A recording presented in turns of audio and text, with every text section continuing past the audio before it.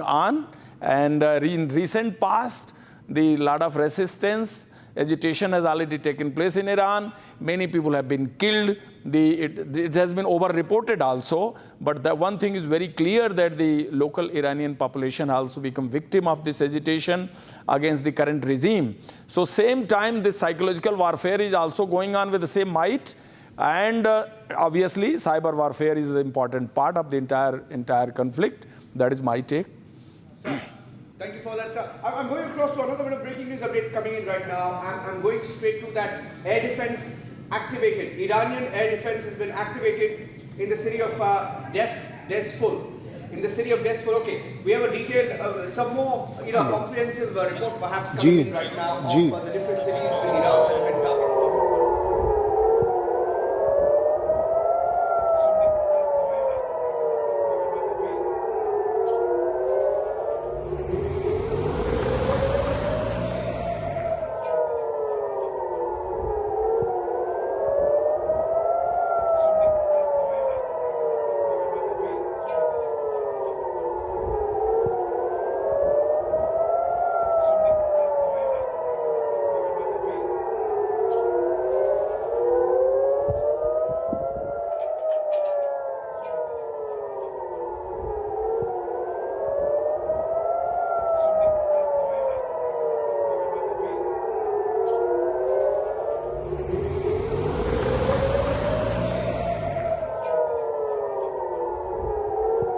Aircraft carriers.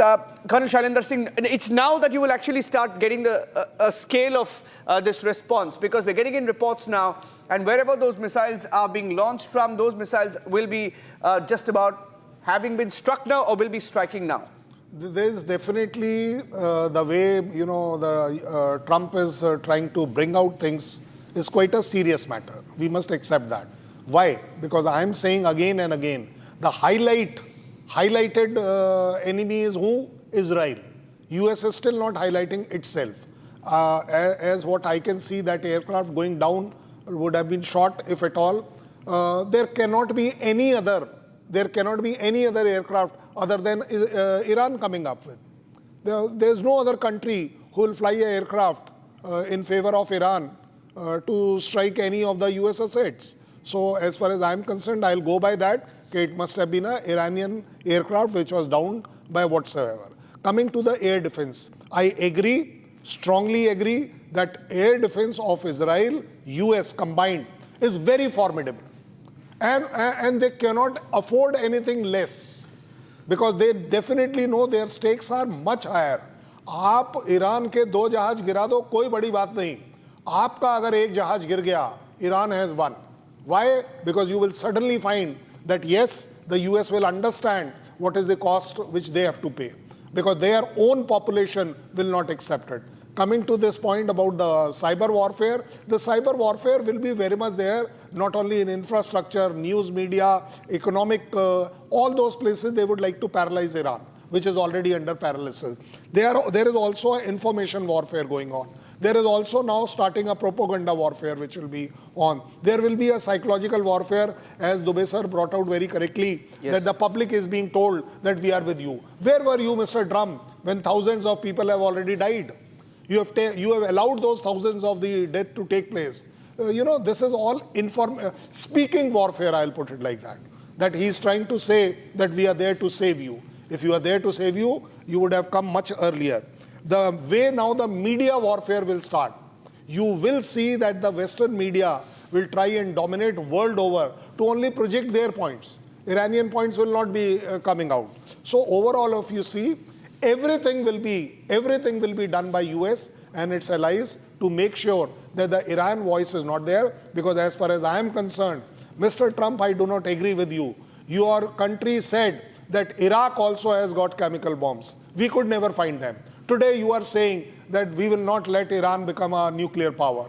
Well, where is that nuclear power? In 12-day war, you had already said you have destroyed everything. So now within a few months, it has all come back. We must understand the psychology or the diplomatic war which US is trying to create in favor of themselves and against Iran. Not that I am a very big fan of Iran. I don't like their terrorism done anywhere in the world, by the way. But at the same time, that country also has a right that yes, they will go the way they are. If their own people are not liking the fanatical way of living, leave it to them. Who the hell are others to tell them? And definitely US cannot be relied as a sentry or the moral policing which it is trying to do. There are tens of things which I can point out wrong in US. But above all, this war is going to head for a very, very nasty future. And let me tell you that world will be affected by that. I will be affected by that. And that is where I try to bring out every time that it is going to be, if Iran is able to, which I know Iran will not, if Iran is able to contain this only specific to Israel, there is a hope. Otherwise, you are heading for a very big war. Yes. Okay, I'm getting in a breaking news update. Okay. President Pezeshkian is safe. That is a breaking news update coming in from the newsroom. Secondly, Abraham Lincoln USS, that is the US aircraft carrier, Abraham Lincoln nuclear-powered carrier that can hold up to 90 military aircraft, has carried out strikes. Gerald Ford, the world's largest aircraft carrier. Look at that. Take a look at that map there. If you're seeing that map, and I'll try and go on the wall.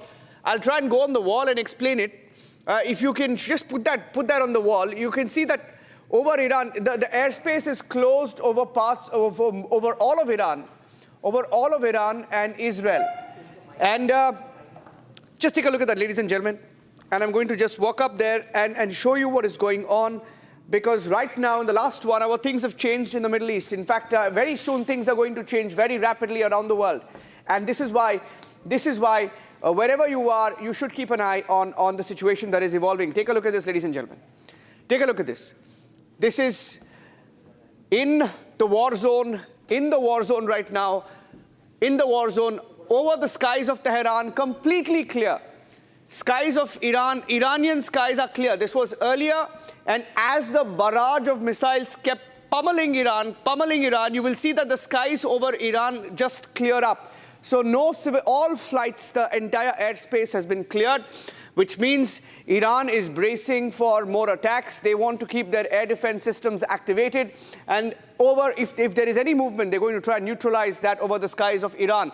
Now, over Israel as well, Israel is completely prepared. You will see that the skies of Iran have been cleared, the airspace over, and Israel in the last few minutes has shut down its airspace completely. Civilian flights have been cancelled. You want to come up here, sir? You want to come up here and just, talk our viewers over it on what we are seeing here? Careful, sir. Yeah. You see, when we are talking about Iran, that is more important to us. Yes. What your PCR is showing, this is the original form. Yes. When there was no restriction. Yes. Now suddenly you will see the restriction. Yes. Now you see the restriction. Yes. Now you see in this it's whole just of this clear area. Up. This is the state now. Yes. The same goes for Israel. Yes. If you look at Israel, it is exactly same. At a certain stage, you will find there are no aircrafts. Yes. That shows that they have declared that this no flying zone, nothing. And why? Because it's very clear that one is accidental fire, one is a deliberate fire. Yes. You will see this. This is the movement. This is the movement just minutes before the attack over Iran. Normal. And then suddenly you will see that it all just clears up. Now you see. You will see it. It's cleared up completely. It just disappeared. And whereas all flights are otherwise going on. That means people have diverted. All these flights, why there is a clutter here suddenly? Yes. This clutter is only because of that. So, okay, let's go back to the pictures right now, ladies and gentlemen. We'll go back to the pictures that are coming in from Iran. Let's go back to the pictures. From different cities of Iran, we're getting in a confirmation now that multiple targets were hit. Most of these targets were military targets. Leaders in Iran have been targeted, and leaders included the Iranian Supreme Leader, Mr. Dubey, still trying to pick up the details of the kind of casualties, but this seems to be a big attack, sir. Yes, it seems to be a big attack because, as you say, that USS Abraham Lincoln has got such a huge base of fighter aircraft. which is already stationed in that area, waiting for this, basically, this conflict to happen. So the kind of use of aircraft by the Americans from the US Abraham Lincoln to attack the Iran territory is itself a testimony of the scale of the war which has just commenced. Same time it's being further strengthened by the Israeli attacks. So Americans were already building up on these military bases all around in that area. I think 13 or 14 are very closer to take the targets inside the Iran. And the first attack is half the battle. I think they are following this type of methodology. And they are awaiting the first 24 hours reaction of the Iran. As Colonel Shellen told, that what Iran is going to respond it generates more curiosity than what Americans are doing. Because America and Israel combination were already supposed to do like this, and they are doing it. But in this situation, what will be Iran's response is a matter of interest for the rest of the world. And I think casualties are going to happen because the way American forces and Israelis have launched their attacks. So I think it will develop more for the next 6 to 12 hours, and that will give the clear picture what is going to happen for the following days in this war. Yes, and Iran has issued a statement. I'm going across to the statement coming in from Iran right now. Let's go straight to that. Iran has also launched an attack on Israel. Getting into breaking news right now, Iran has launched an attack on Israel. We're getting in that confirmation. Israel has retaliated. The wave of attacks from Israel have begun. The Prime Minister of Lebanon, meanwhile, Nawaf Salam, in a message to Hezbollah against the backdrop of the attack on Iran, has said, "We will not accept any intervention by any party in Lebanon that would drag us into adventures that threaten our security."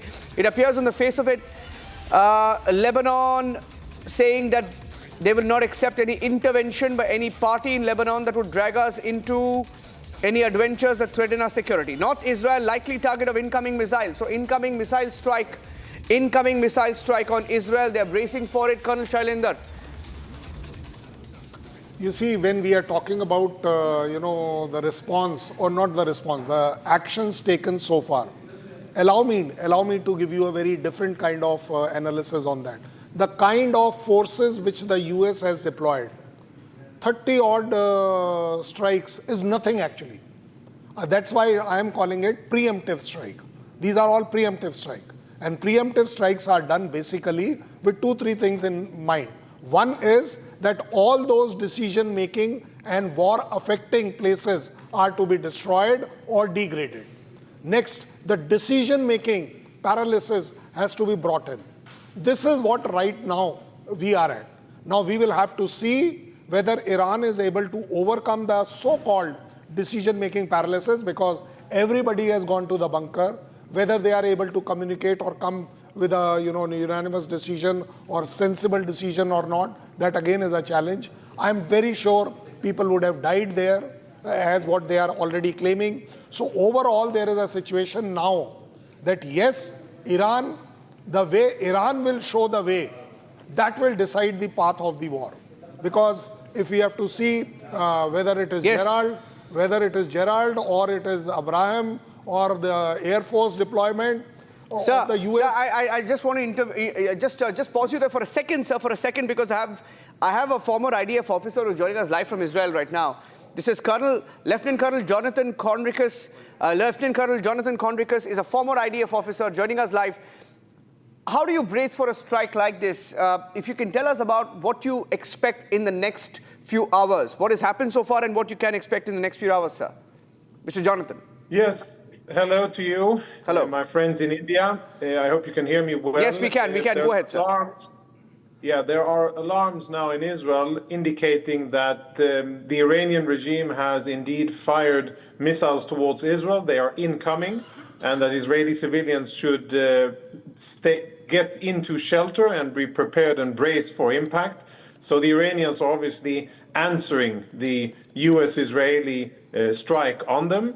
I think at this stage, it's still, there's a lot of unclarity what exactly the extent of Israeli and American strikes on Iran were.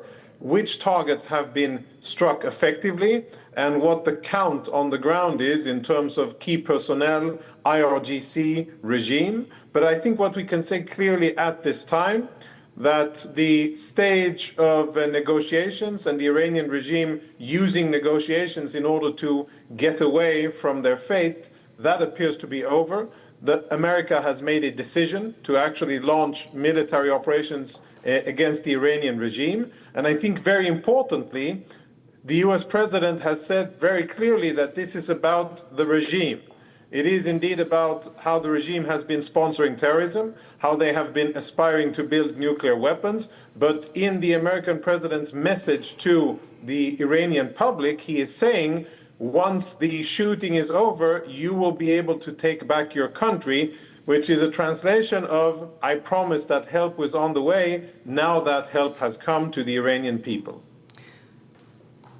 Yeah, just getting in a breaking news update right now, Mr. Jonathan, that Iran has fired ballistic missiles. I have a confirmation that Iran has just fired ballistic missiles as we speak. This is a confirmation coming in. In a situation like this, how do you see a joint Israel and America defend these strikes? What kind of strikes? Now we are hearing the two missiles from Iran towards refineries in Haifa being reported. Siren alerts along northern Israel right now, two missiles from Israel towards the refineries in Haifa. Yeah, so what we should anticipate is that the Iranians, probably understanding that they will have a very limited time to make any significant damage against Israel because they are inferior in terms of their offensive capabilities, and anything that will be fired by the Iranians will be attacked by Israel and the US. So I think the Iranians have a short window of opportunity. I think they will try to escalate quickly and bring maximum damage on Israeli infrastructure, obviously aiming for military targets as well as national infrastructure and civilian targets. The last time around, we had more than 85 Israeli civilians killed by Iranian missiles, and I think that the Iranians understand that they will have a short opportunity to strike back, and therefore they will go all out with massive capabilities. I think we were talking about much more than two missiles eventually when we understand exactly what's happening. And Israelis are bracing for that. We have probably what is the best air defense system in the world, a layered defense that is based on the Arrow 3 architecture, which is supplemented with American THAAD missiles and American other missile Patriots and other missiles that we have available. But the bottom line is that we understand, Israelis understand, that no defense system, even the ones that we have, are 100% bulletproof. And the working assumption is that there will be explosions in Israel and civilians will be hurt. Hospitals are on highest alert. Military bases are on highest alert. Police and ambulances. The entire country is now ready and bracing. And I can say, sadly, this isn't our first time. We have experience with this. And I think that the Israeli public will show the Iranian regime, and that the Israeli military will show the Iranian regime that now when action time is here, Israel will be able to defend itself and also deliver significant strikes against the Iranian regime. News update. I think, Abhishek, you're picking up some more news updates right now. My colleague Abhishek is also joining us live. Air raids heard in northern Israel and coastal city of Haifa. So there is a strike incoming in Haifa. Iranian parliament speaker has said a few minutes back, we warned you, a harsh response is on the way. Israel has detected ballistic missiles that have been launched from Iran. Air raids have been heard in northern Israel and the coastal city of Haifa. So this is now an official, full-blown war, and Iran has retaliated. Incoming ballistic missiles. Jonathan, in Haifa. Yes, Haifa is the third largest city in Israel. It is the place where we have our most important port, the port of Haifa. It is also a place where we have oil refineries and various other important national infrastructure. It has been a target for Hezbollah rockets in the past. The Iranians fired multiple missiles towards Haifa in June 2025, so it is to be anticipated that they would fire at Haifa again. Another important point to notice is that the American aircraft carrier Ford is not far from Haifa. It is off the coast of Haifa, off the coast of Israel. That's, I'm sure, part of the consideration as well. And there's important infrastructure there, a naval base as well. And the bottom line is that this is to be anticipated. What is still unclear, there are many questions that I think are relevant. Will Iranian proxies like Hezbollah in Lebanon, will they join in and by doing so doom Lebanon to destruction and the consequences of war? I hope that Hezbollah will listen to the warnings of the democratically elected Prime Minister of Lebanon and stay out. But if Hezbollah goes in, then they will suffer the consequences of their aggression. And now we'll see the quality of Israeli air defenses. We'll see the quality of Iranian missiles. I think Israel is bracing for many days minimum of fighting, maybe longer. And it comes to, it's not surprising to anybody that we find ourselves here. The Iranian regime has been waging indirect war against the state of Israel for the better part of 35 years, calling openly for the destruction of Israel and funding almost all of our enemies. Now, apparently, Israel has said enough with that, and the Iranian regime is going to pay for their many years of aggression against Israel. That is, I think, what's happening now. Well, Jonathan, this is Abhishek this side. Is there some reason that these strikes, joint strikes rather, between Israel and the United States over Iran have come at a time? All right, breaking news, Niranjan, ballistic missiles targeting Israel coming in from Iranian side. Yeah, more details. In fact, hearing that there are 30 missiles that have been launched. 30 missiles, Abhishek. Okay, Benjamin Netanyahu getting into details right now. Benjamin Netanyahu has just said, my brothers and sisters, this is a detailed statement coming in from Benjamin Netanyahu. My brothers and sisters, citizens of Israel, just an hour ago, Israel and the USA have launched an operation to remove the existential threat posed by the terror regime in Iran. I thank our friend President Donald Trump for his historic leadership. For 47 years, the Ayatollah regime has been shouting death to Israel, death to America. It has spilled our blood, murdered many Americans, massacred its own people. This murderous terror regime must not be armed with nuclear weapons that will allow it to threaten all humanity. Joint action will create conditions for the brave Iranian people to take their fate into their own hands. The time has come for all parts of the Iranian people, Persians, Kurds, Azeris, Baloch, Ajwahis, to cast off the tyranny and bring about a free and peace-loving Iran. The messaging seems to be the same, Jonathan, Abhishek, to ask the people of Iran. Trump said that. Yeah. Netanyahu is saying people of Iran must now fight back. So it's a double, it's not just a straightforward strike. Shivam is joining us live. I think Arnab is also joining us live from the newsroom. Let me try and go across to him. Let's go across straight up. Shivam. Yes, it's a very big development because this is a statement that is coming in from Prime Minister Benjamin Netanyahu, and he has thanked Donald Trump. Now, there was already a build-up. There are 2 aircraft carriers already in place now. They are not just the aircraft carriers. They are carrier strike groups now, which means a heavy deployment, a very heavy naval presence of United States of America very close to Iran. Now, this is a joint operation. Now, this has been confirmed firstly by Donald Trump and now by Benjamin Netanyahu also. Now, he clearly said, my brothers and sisters, citizens of Israel, just an hour ago, Israel and US launched an operation to remove the existential threat posed by the terror regime in Iran. So this Abhishek, interceptions made in Syria, Jordan, alarms raised all over Jordan. Syria and Jordan interceptions have been made, Abhishek. Well, yes, it seems the war is widening in the broader Middle East, Niranjan, as it seems several interceptions in Syria, Jordan, and that basically means those, these nations are between Israel and Iran, sandwiched between the two warring nations. So all these Iranian missiles flying over their airspace, so obviously those air defense mechanisms would trigger. And we are seeing that happening in the case of Jordan and Syria. And this time, at least, Israel need not worry much about Syria because there is a friendly regime there. And of course, retaliatory strikes coming in from Iran, even as the first statement has come in from Israel's Prime Minister Benjamin Netanyahu.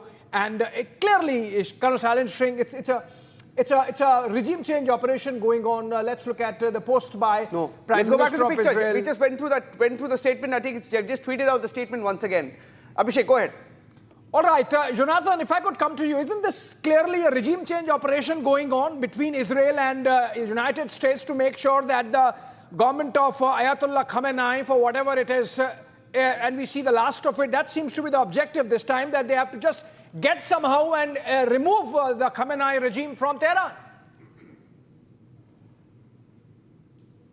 Jonathan.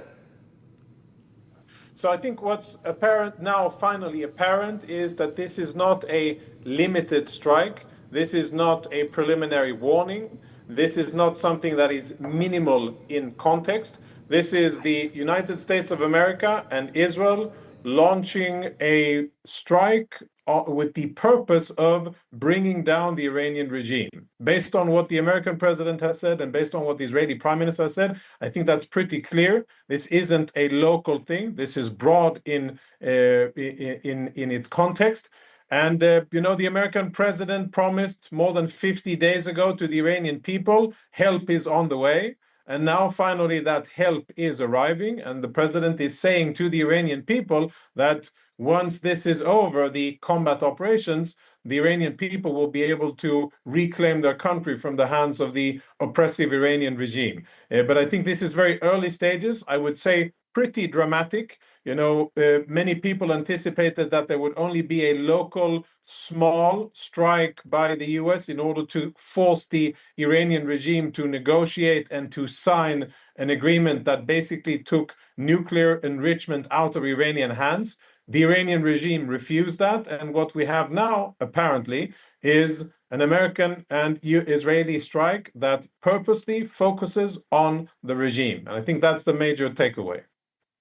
Sort of admit, Jonathan. In fact, Professor Mir Litvak joins us now. Department of Middle Eastern History, Alliance Center for Iranian Studies, teaching there. Professor, what's with the timing? The Geneva talks were slated to take place. The deadline had ended, of course, insofar as the United States is concerned, for Iranians to come back, but the Geneva talks were still slated. Why couldn't both Israel and the United States together wait for those talks to happen before deciding that enough's enough and that they have to go in for the kill? Okay, there's a breaking news update before Abhishek. There's a breaking news update right now. The Crown Prince has issued a statement. Reza Pahlavi, who's been getting a lot of American support, he has just issued a statement asking the people of Iran. He's saying that the aid that the president of US promised to the brave people of Iran has now arrived. This is a humanitarian intervention, and its target is the Islamic Republic, its repressive apparatus, and its machinery of slaughter, not the country and the great nation of Iran. But even with the arrival of this aid, the final victory will still be forged by our hands. Video statement, let's play that out right now.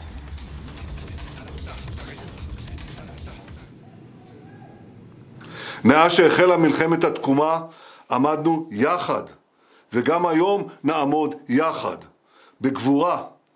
جمهور ایالات متحده به مردم شجاع ایران وعده داده بود، اکنون رسیده است. این یک مداخله بشردوستانه است و هدف آن جمهوری اسلامی دستگاه سرکوب. In Persian, but you can expect, Niranjan, what he's saying. He's saying, let's go for the kill, let's have regime change, let's get Khamenei out, let me get in. But this strategy has seemed to have been the strategy used in a few weeks back, except that the military force wasn't added to that dimension. But that dimension has now come in. Jonathan, okay, Colonel Shailendra. I'll appreciate what Jonathan is saying. After all, candid. No, I will agree with that, but he'll have to also understand, or we I think we are the most neutral people because we have good relations on all the sides. So you will have to evaluate. If you want the regime change, you have been working on it for so long, it's not working out. And we have also got a very practical experience that when the US struck their nuclear sites, the complete Iran stood as one. And they all stood one with or behind Khamenei. We will have to see that. So now, even if, let's say, you are able to remove Khamenei, no problems. But then it must come from the within, not by an outsider.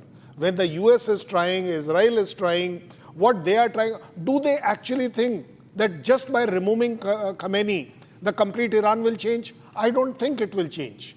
It will remain something like what Iraq is today. You took out Saddam Hussein, you still are stuck up there. There are militia which is fighting you. So you will find that if you will be an occupier there, because when you are, what is actually restricting US? The only thing which is restricting US is that they are not prepared to put the boots on ground. So even if, let's say, there is a new regime coming, what is the firstly guarantee? Reza is a puppet of US as far as I am concerned. Because how much is his experience on ground politics of Iran? We'll have to see that also. So above all, when the people will stand against the regime, that will be the successful removal of regime. You may trigger it as of right now. US may think over it. They tried it out in Myanmar, they tried it out in Afghanistan, they have tried it out in Iraq, but at each place they got stuck. So above all, we need to understand regime change is highly possible, but in its own, the regime with the people asking for a change is entirely a different thing. Iran needs a regime change by the people, not by the US. I mean, Shall in the swing, we just cannot miss the regional dynamics at play here. I mean, there are many ways of denying Iran a nuclear status. And in fact, the Geneva talks were with the IAEA that were to take place. This is much more than that. These are regional dynamics. Saudis don't want Iran to have any to be in a striking distance of. Yes, of course, there are more statements coming in, Niranjan, I believe. IDF has issued a statement. I'm going across straight to the statement coming in. They're calling it Operation Epic Fury. Operation Epic Fury. That's what the Department of War is saying. Operation Epic Fury. Operation Epic Fury. And more inputs now coming in on Operation Epic Fury, according to the Department of War in America. And the Israeli IDF has also issued a statement. So multiple breaking news updates now coming in. IDF saying an additional barrage of missiles launched towards the state of Israel. Public requested to continue to follow instructions of the Home Front Command. Public requested to stay in protected spaces until official notice. IDF repeats, emphasizes not to publish and share the footage and locations of hits. Aerial defense array is currently identifying intercepting threats. IDF asking people not to publish, share footage of the location of the hits if it happens. But most importantly, confirming that a barrage of missiles are now headed towards the state of Israel. US Department of War calling it Operation Epic Fury. US Department of War. This is just escalating. We just had the statement come in a few seconds back from the Crown Prince asking for the people to speak out. In fact, I'm also going to try and get someone from Iran right now, Abhishek. I think that will be unique. We have someone from Iran who's joining us live in just a few minutes. I'm going to share the details with our teams. From Iran, we will have our first voice. So we have someone live in Tel Aviv, live from Iran. Any more updates you're picking up, Abhishek, meanwhile, as we try and do that? Well, whether it's Epic Fury or Roar of the Lion, the fact of the matter is, Niranjan, that the United States has also participated in these strikes on Iran. Some of their targets include Khamenei's office. Whether they have succeeded in hitting that intended target is something, reports for which are yet to emerge. But early reports suggesting that direct hit at Khamenei has been attempted. We can break that, in fact, that information. And amid all these statements coming in from Reza Pahlavi to Benjamin Netanyahu to the Israeli Defense Forces to President Trump himself, maybe we can play out the soundbout again. Okay, Reza Pahlavi, okay. We have done the transcripts of the transcribing of the statement. Let's listen to Raza Pahlavi. He is speaking in let's Persian. speak over it and we can maybe translate over that. Iran Crown Prince has issued a statement. So it's a two-front strategy appears to be from both US and Israel. One, to strike militarily, and second, ask people to fight back. The Crown Prince has issued a statement. Let's play that out and we'll put out a translation, a bit of translation over that video of what he said a few minutes back. کمکی که رئیس جمهور ایالات متحده به مردم شجاع ایران وعده داده بود اکنون رسیده است. این یک مداخله بشردوستانه است و هدف آن جمهوری اسلامی دستگاه سرکوب و ماشین کشتار آن است. במלחמת התקומה ובמבצע עם כלבי, חיילינו הגיבורים היכו שוק על ירך את משטר האייתולות ושלוחיו. אבל חיית הטרף הפצועה לא חדלה מניסיונותיה להשתקם למען אותה מטרה, כדי להשמיד אותנו. בחודשים האחרונים הרודנים באיראן זוממים לבנות מחדש את יכולות הגרעין והטילים שלהם ולהטמין אותם מתחת לאדמה, ושם לא נוכל לפגוע בהם. אם לא נעצור אותם עכשיו, הם יהיו חסינים. ולשם כך, הנציגים שלהם במשא ומתן מנסים להרוויח זמן במשא ומתן עקר ושקרי עם ידידינו האמריקנים. אבל הרודנים באיראן טעו טעות מרה. כי ארצות הברית לא קונה את השקרים שלהם, ואנחנו לא נשב בחיבוק ידיים שמרחף מעלינו צל ההשמדה. Citizens of Israel, just an hour ago, Israel and the USA launched an operation to remove the existential threat posed by the terror regime in Iran. I thank our great friend President Donald Trump for his historic leadership. For 47 years, the Ayatollah regime has been shouting death to Israel, death to America. It has spilled our blood, murdered many Americans, and massacred its own people. This murderous terror regime must not be armed with nuclear weapons that would allow it to threaten all humanity. Our joint action will create the conditions for the brave Iranian people to take their fate into their own hands. The time has come for all people, all parts of the Iranian people, Persians, Kurds, Azeris, Baloch, Ashwahis, to cast off the yoke of tyranny and bring about a free and peace-loving Iran. I call on you, citizens of Israel, to heed the Home Front Command's instructions in the coming days during Operation Roar of the Lion. Israel is calling it Operation Roar of the Lion. We will be all required to show endurance and strength of spirit. Together we will stand, together we will fight, and together we will ensure the eternity of Israel. That's Benjamin Netanyahu's statement. Benjamin Netanyahu's statement. Let's go back to the news, ladies and gentlemen. That is the first statement coming in from Benjamin Netanyahu, who has asked the people of Iran to also speak out and fight back the Israeli regime. In fact, getting in a second details, Colonel Shailendra Singh, of a second barrage of missiles that have been launched from Iran. Second barrage of missiles over Iran, launched from Iran.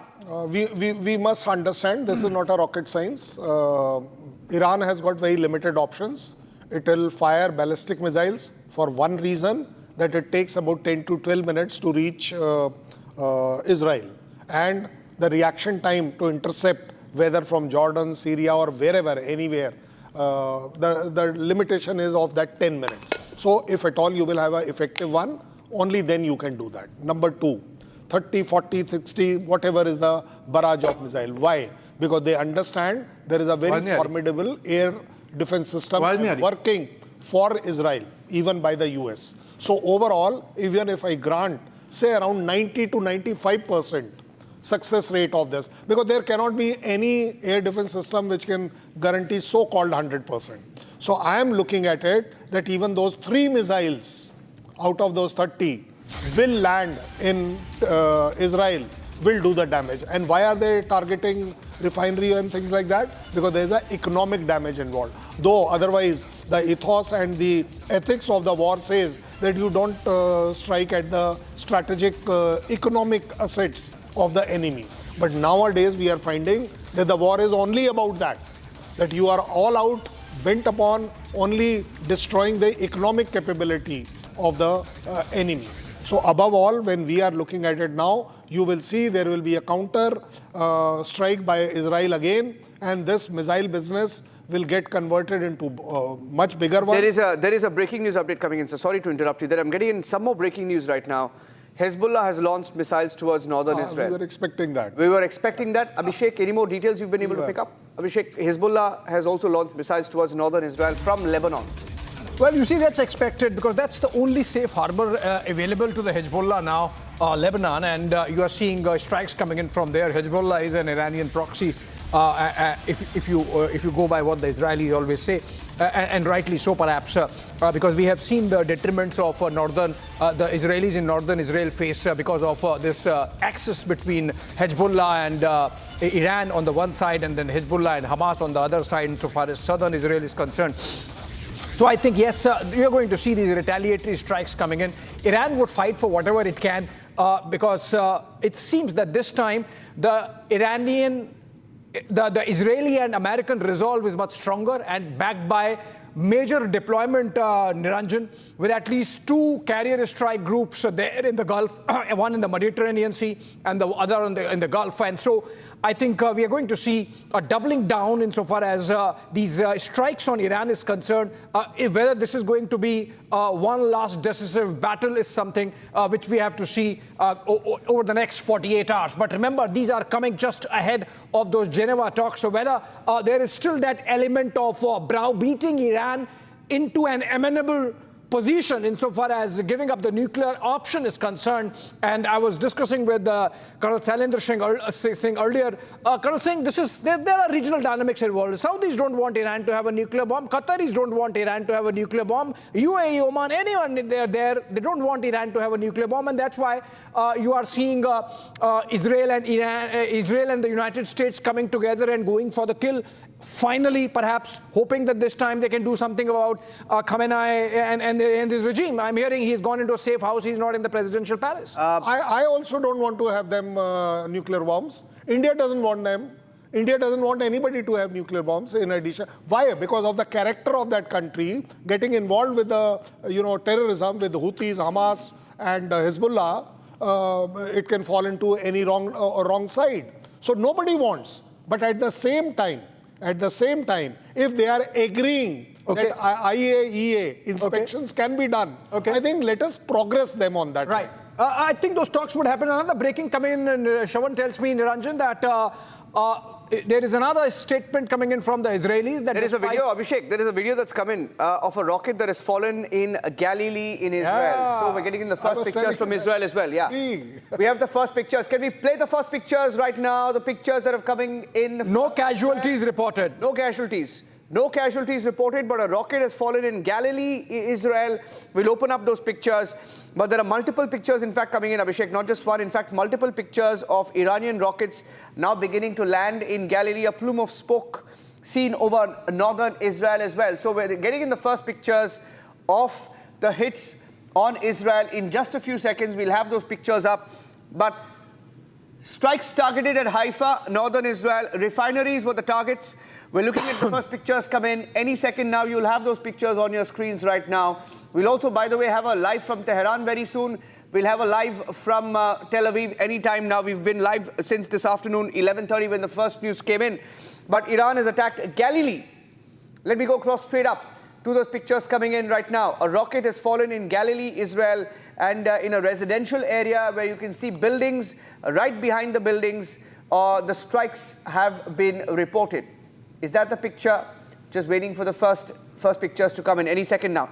But yes, sir, I think any time now we'll have the full detail. But Israel saying no reports of casualties so far. No, you see, Israel absolutely understands this is not the first time. It knows that it has got... Those are pictures, by the way. We'll just change yeah. the label on top. Change the label on top, please. Switch that off. It's not visuals from Iran.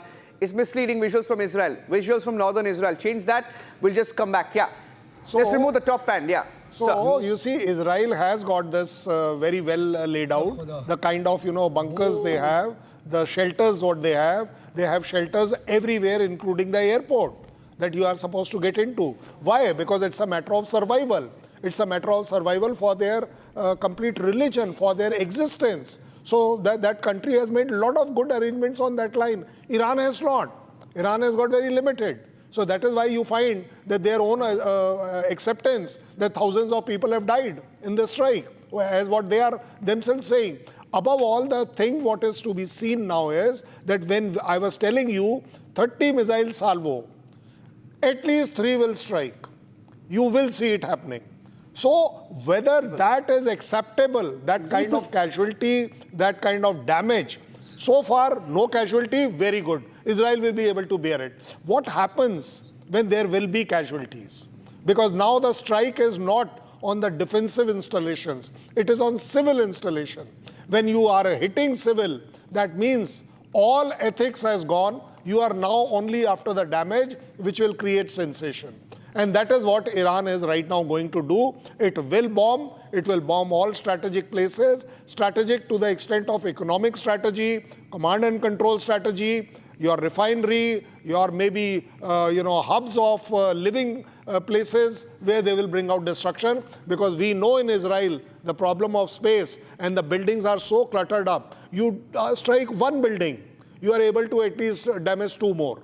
So the damage is what everybody will be looking at as a military target now, which is very sad. The humanity will suffer is a very minor part which for these countries are. But as far as I am concerned, I still have hope that the strike remains only between Iran and Israel.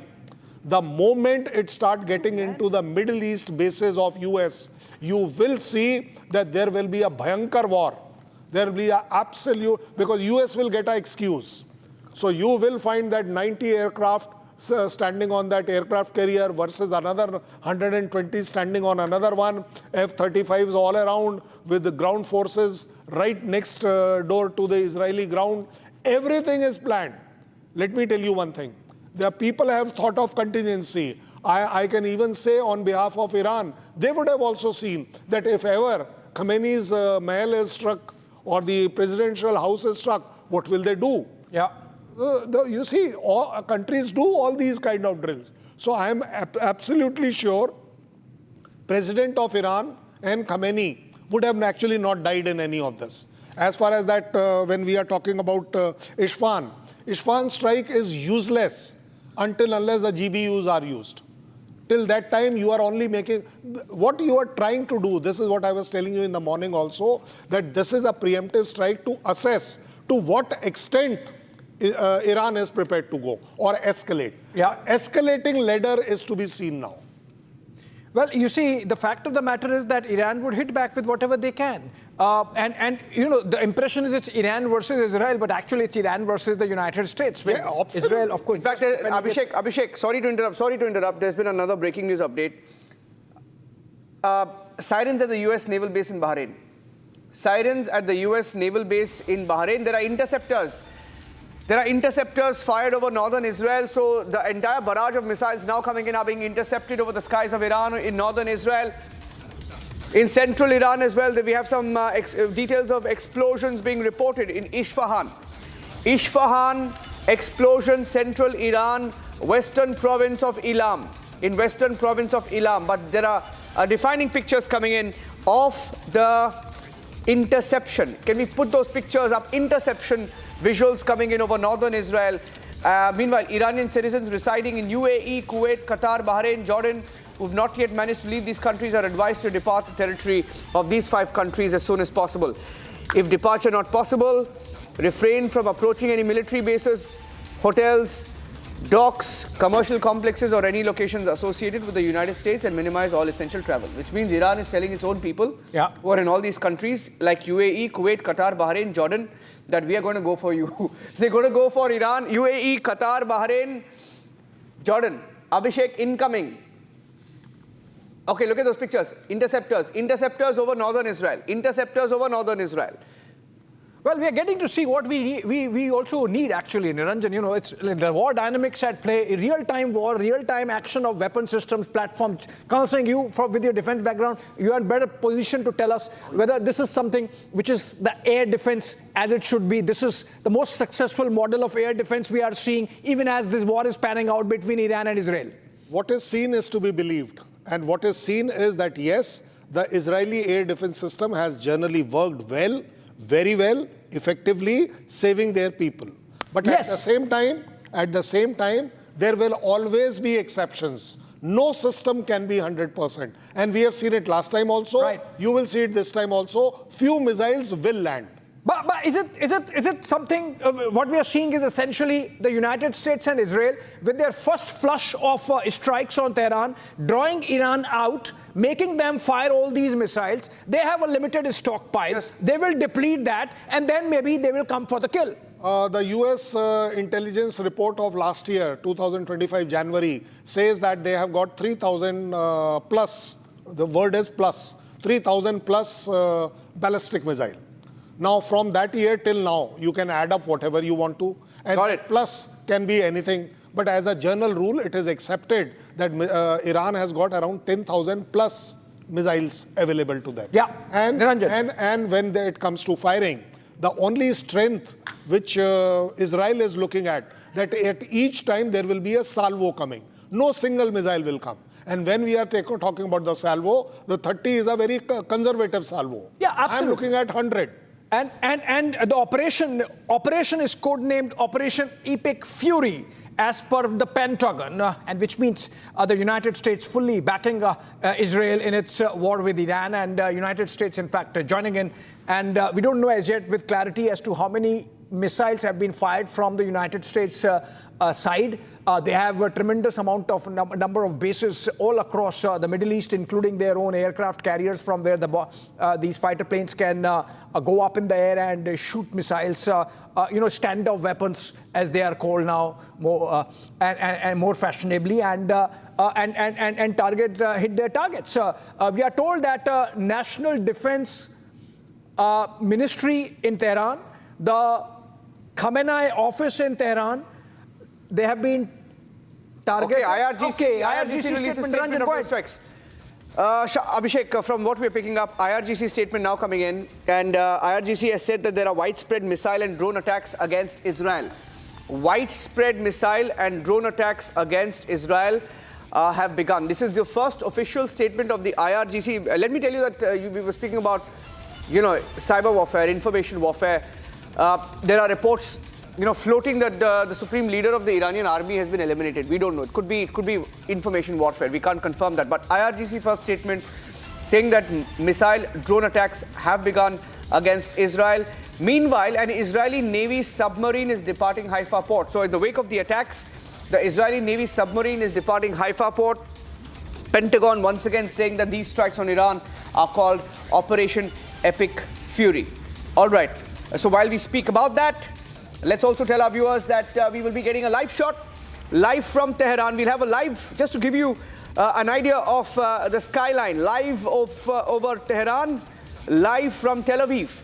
We will have these two windows up to just give you a live situation there. But Colonel Shailendra Singh, the way US has intervened, the build-up was there. Maybe we'll pull up the map as well if we have the details of the bases and also details of the aircraft carriers that have been stationed there. They've been moving. We've been reporting live as it happened. Two of the US's biggest carriers, air carriers, perhaps in the world, USS Gerald Ford, USS Abraham Lincoln.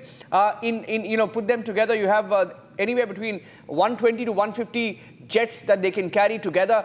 70 jets took off this morning. So the targets could be in the hundreds, isn't it, Colonel Shailendra? In the hundreds. This is what I'm saying. You know why? Because we will have to understand that what are we wanting? There is a total domination which the US will be looking for. And that's the only thing which will work for them. Because if they will come piecemeal, they will get stuck piecemeal also. They have got a huge force which is already deployed. There's a huge naval blockade which you have deployed. But when you are doing this huge, you are also projecting a huge target. Because that target also has to be kept in mind. The bigger your army, the bigger your force deployment, the more are the chances that somewhere or the other the enemy, that is the Iran, will be able to strike. If you actually go through when we were talking about just now, I would like to request you to consider my view in that. US would like to avoid making any strike from the bases of the Middle East. Why? Because the Middle East countries have already declared it that their land will not be available for making it against Iran. What they will allow is only interceptions. That is the kind of defensive measures which they will try.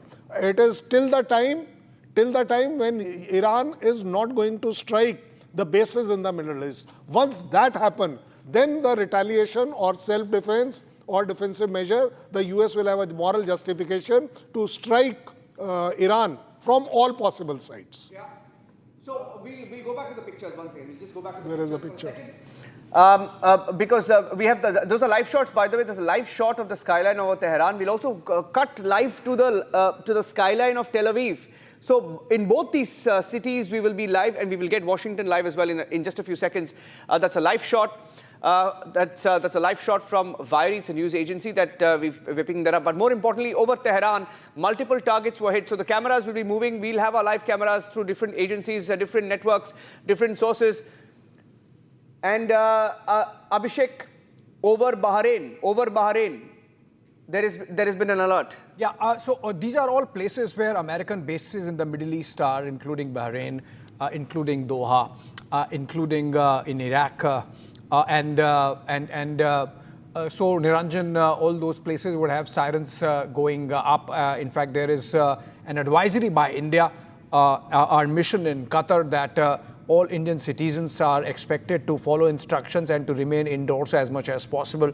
There are advisories coming in from other missions in the geography, but this is obvious because of the volatile situation. And remember, when these missiles are flying from Iran targeted at Israel, not all of them are going to reach Israel. So some of them can really have, trigger air defenses of other nations, and there can be interceptions and consequent, inadvertent falling of these debris into other airspace and other geographies. So I think what we are going to see is this is going to go on for the round of strikes and counter strikes between Iran and Israel.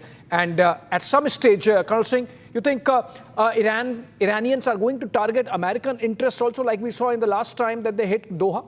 If they would have not planned it, they would have not thought of it, then they will get defeated. The only trump card which Iran holds is that, yes, it is able to prove to the world that we have struck a base of US at XYZ place. That is there, as far as I am concerned, it's a lifeline for them to prove to the world, to the Muslim world, that yes, we can stand against US and we will be able to strike US. Whether it is successful or not is the second part of the story. Yeah. Most important is that Israel will suffer because it is within range. The bases are within range. That is the only way, because Iran doesn't have the capacity to reach US. So there's a new video coming in, sir. Video of the aftermath of the US and Israeli strikes in Tehran. Look at that video. I'm just going to play that video. Let's go full frame, please. Look at that. Oh my God. That's in Tehran, decimated. Rubble in Tehran. That's a shot from Tehran, ladies and gentlemen. The aftermath of the strikes, the joint US strike with Israel in Tehran. We don't know whether that's the supreme leader of Iran, Ayatollah Khamenei, his office that was hit. But we know that in Tehran, that was one of the key targets. One of the key targets for both Israel and Israel and America. They've targeted the Iranian supreme leader this morning. We were told that multiple targets were hit, including the presidential palace where Pezeshkian was present, but he is reported to be safe. Ayatollah Khamenei has also responded. Ayatollah Khamenei has also spoken. We have the first statement coming in. The Iranian media claims that the third wave of Iran attack against Israel has begun. So we have back-to-back back-to-back attacks being launched from Iranian soil, likewise from Israel. It could also be information warfare, but we will have to watch out. We'll just go by what they're saying. Khamenei has given the order for retaliatory strike, so he's reportedly safe. We were told he was taken to a safe house. Yeah. Abhishek, the wave of attacks are continuing. Okay, fresh advisory coming in from Indian mission in Israel. It's a very comprehensive one, Niranjan. I'm putting it out. We can put it out. And this basically is a build-up on the earlier advisories, Niranjan. Before I put it out, let me just read it for the benefit of viewers, even as we continue our coverage, non-stop coverage of pictures coming in from the theater of war. And look at this advisory. It says, in view of the prevailing security situation in the region, all Indian nationals in Israel are advised to exercise utmost caution and remain vigilant. Obviously, this is for, as I said earlier, for other geographies, other nations also so in the case of Israel, because Israel is the one that is getting targeted. All Indian nationals should remain in close proximity to designated shelters and familiarize themselves with the nearest protected spaces. And it has numbers also in case of emergency. Putting it out, Niranjan. Yes. Okay. All right. The President of Israel, Abhishek, if you want to just take that statement, President of Israel has also responded. He's already congratulated the IDF and the US military. Statement coming in from the President of Israel, Isaac Herzog, who has said he congratulates IDF, US military on the joint daring operation. Before I go across to that statement, some more breaking news coming in. Qatari Ministry of Defense has claimed that an interception was carried out in Qatar territory. Oh, big one, big one. In Qatar territory. So the war has become bigger. Yeah. The war has spread across the Middle East. Getting wider. Even Qatar. The conflict is getting wider. Yeah, in fact, it's wider. Just a while back, we had this statement from the Iranian side, which said that their citizens, as you read it, their citizens in Gulf countries, if they are stuck, if they have not come out, they should come out in the soonest possible time, because the Iranians believe that the conflict can widen. And the proof of that, which is that the Qataris have announced that they have intercepted a missile. Now, remember the Al Udeid air base, where earlier also we saw action in the last war, 12-day war between Iran and Israel, is the biggest air base or the biggest military base that the United States has in the Middle East. Now, if Iranians have already decided on day one to hit Al Udeid air base, Kamal Singh, you think the Iranians are working on the strategy that you just gave out, that they have to invariably target the American military interests? You see, as I just now told you, that Iran, if does not strike a base of US, it will not earn the kind of propaganda, the kind of sympathy, the kind of standingness that yes, we can stand. Because basically we have to see that the Iranians don't have to stand in front of Israel. They have to be seen standing in front of US, because the main threat is that. And that is where the Iranians are always claiming, कि हम छोड़ेंगे नहीं, we will reply, we will do the damage. And that is why you are now finding that there, and let me tell you right now, I can't even comment on it, whether that particular missile intercepted was actually targeting the Qatar air base only or not. This I can't say, because as far as I am concerned, a single missile coming that side is quite very, untactical. Yeah. I'll put it like that. They would, if at all they have to strike, they would be striking 2 to 3 to 4 countries together in salvos of 8 to 10 minimum, nothing less than that, because only then you will find that an odd missile will land maybe at a material or an immaterial place, but it will make a news, it will make a claim that yes, we have stuck a base. Well, yes, you see, in the extended region, what we are seeing is that war is spreading. If you have seen last couple of days, there was already a standoff shaping out between Afghanistan Abhishek, and Pakistan. breaking news, sorry to interrupt you there. Al Udeid Air Base in Qatar under attack. Yes, exactly. Let's put that on the screen. Let's put that on the screen. Al Udeid Air Base in Qatar is now under attack. Ladies and gentlemen, the war in the Middle East has spread. I repeat, the war in the Middle East has spread. It is no more limited to Israel. It is no more limited to Lebanon. It is no more limited to Iran. It is spreading across the Middle East. It's spread to Qatar, and it could soon, I don't know if I can say that, but it could soon be, I'm not hazarding a guess, because it's the Iranians who have said that, their citizens should move out of UAE. UAE, Qatar, and the other countries where US bases are located right now, they're asking all their people to get out of there because they are going to come, and they say that the missiles are going to be headed towards these countries. The Al Udeid Air Base in Qatar is now under attack. The war has spread across the Middle East. More and more targets now being bombarded by Iran as well. Sir. No, you see, this is exactly what I was, in last 1 hour, we have seen that our analysis is working out. Yes. That Iran has to attack, and it will not suffice by attacking Israel. It has to attack the bases of US. And that is what we are finding. If the Bahrain naval base sirens are going up, that means, and you know why the sirens goes up? We must know the science behind it. When there is a missile caught in the upcoming trajectory, when it is intercepted by the radar, it tells you where it will come. And that is how the sirens goes up. And that is where, Iran has sounded that. Now the Qatar has also sounded that. You will see it will spread. Because if at all Iran has to make a mark by saying that we stand against US, it has to. It has no other option. Israel is just a normal enemy as far as they are concerned. They are fighting a bigger and a new enemy in a traditional war. And that is US, and they will definitely strike the bases of US in Middle East. Okay, I have another breaking news update that I'm just going to put out for our viewers. Ladies and gentlemen, look at that. That's the conflict zone that's on your screen right now. Those are the different areas in Iran that have been struck by Israel. Those are the different cities in Iran that have been struck by Israel as we speak. That's the latest update. Ladies and gentlemen, Qatar has blocked Iranian missile. Colonel Shailendra Singh, sir, stay with us, sir, stay with us, stay with us. Sir, the war has just started. Stay with us. Okay, Qatar has blocked Iranian missiles heading towards US base. Qatar has blocked the Iranian missile heading towards US base using air defense systems.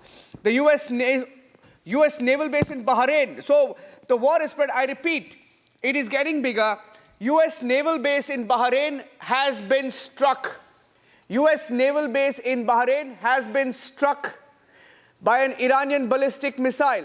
So they've gone for the US bases and they have struck the Bahrain base. US naval base in Bahrain has been struck by an Iranian ballistic missile. Abhishek, in Bahrain, the US base, Qataris have intercepted it, but the base in Bahrain, we are told, has been hit. Well, yes, and that was expected, Niranjan, given the fact that if these are joint strikes by Israel and the United States, Iran has to hit back, not just at Israel, but on American interests or targets as well. And the United States maintains huge military presence, about 40,000 soldiers across all those bases. The Al Udeid one is, of course, the biggest. We saw action happening there last time also, with Iran declaring victory only after they targeted Al Udeid base. Though, of course, Qatar maintained that none of the missiles hit the base actually. And so this time also we are seeing interception happening. First pictures of the naval base in Bahrain. Pictures from Bahrain now. Pictures from Bahrain. The US naval base in Bahrain has been hit. That's the first picture. It's been hit by... It's a huge one, Niranjan. The 5th Fleet is maintained out of Bahrain by the United States. It's the headquarters of the 5th Fleet. And if the Iranians are targeting that, which means that they have really broadened the conflict into multiple nation targets, including Israel, including Qatar, and including Bahrain now.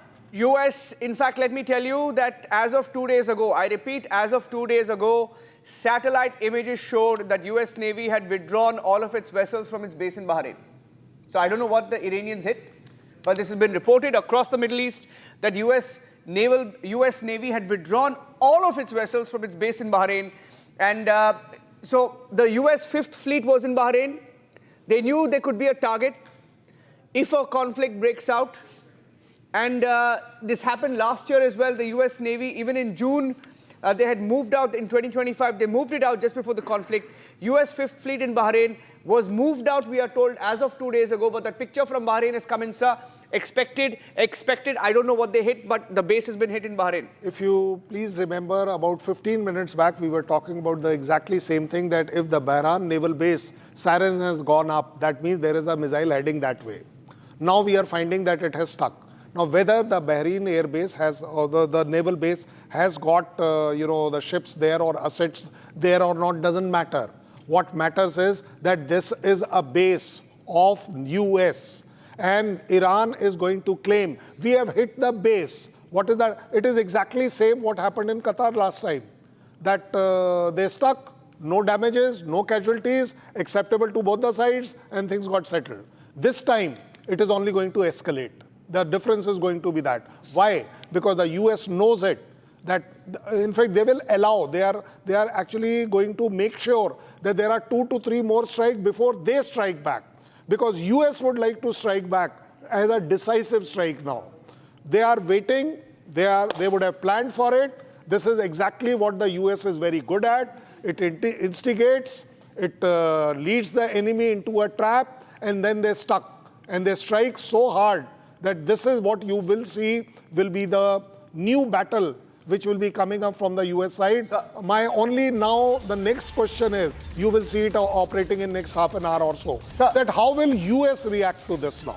That will be decisive. So Iranian media has said that they're calling it the operation, that is the Iranian operation is called the Promise of Truth 4. The Promise of Truth 4. Abhishek will be able to give us the context in just a few seconds.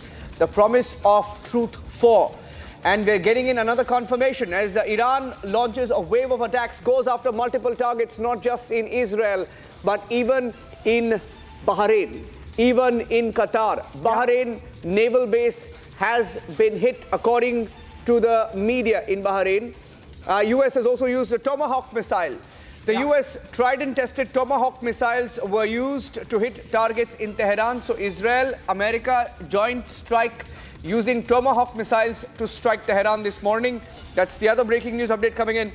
We have multiple updates. Okay, we have another picture that's coming of the Bahrain base that was hit, and Dmitry Medvedev has said that the peacekeeper is at it again. The talks with Iran were just a cover. Everyone knew it. So who has more patience to wait for the enemy's sorry end now? The US is just 249 years old. The Persian Empire was founded over 2,500 years ago. Let's see what happens in 100 years or so. Dmitry Medvedev has issued a statement. There's a statement coming in from Russia. Abhishek, Russian leaders are also beginning to question American strike, asking if the talks were just a cover. Yeah. He's the deputy chairman of the Security Council of the Russian Federation. He's a Russian politician. He has previously served as the president of Russia. Yeah. Dmitry Medvedev is no small politician. He's questioned. I mean, he's an agent from Qatar. He's someone who takes pole positions so that, you know, he can provide cover for more reasonable dialogue with the Americans for the Russian establishment. But Medvedev there, of course, he has indulged in nuclear saber rattling, even as Putin was going to Alaska to meet Trump. So you know from where it's coming. It's he's going to be, and the Russians in general are going to be solidly standing with Iran, even if not militarily, but only in sentiments. But that's how it is. Russia's statement now coming in, and whether this is just Medvedev. Yes, this is Medvedev. And you cannot still take it as the official Kremlin position, but obviously Russian sentiment. And he's mentioning the ancient connection, ancient roots of the Persian Empire. Remember, Niranjan, this war this time comes 2 days ahead of the festival of Purim. In Jewish history, it's connected with the Persian attack on Jews. And so I think there are those connections also. But I think what we are seeing is a much more prepared United States. Now, you know what I'm also seeing, Abhishek? Abhishek, there is a video. Tomahawk missiles flying in the Iranian airspace. Abhishek, there is a big development. Let me tell you that there is a big development right now. The Iran embassy, I haven't seen this before. This is, maybe you'll be able to tell us a little bit more in context. But for the first time, I am seeing the Iranian embassy put out a video. Iranian embassy in India. This is Iran in India. Iran in India. That's the official handle, right? That's an official handle of the Iranian embassy in India. Official account of the embassy of the Islamic Republic of Iran in India has put out a video of them attacking Bahrain. I mean, this is insane what is going on. This is completely insane. The Iranian embassy has put out a video, and they have said in that video that a US military base in Bahrain was targeted by Iranian missile strikes. They want to, of course, escalate this information warfare as well. Let's put that video. Look at that video, ladies and gentlemen. That's the video put out by the Iranian embassy in India. Haven't seen this before, Abhishek. This is unprecedented, the developments you're seeing.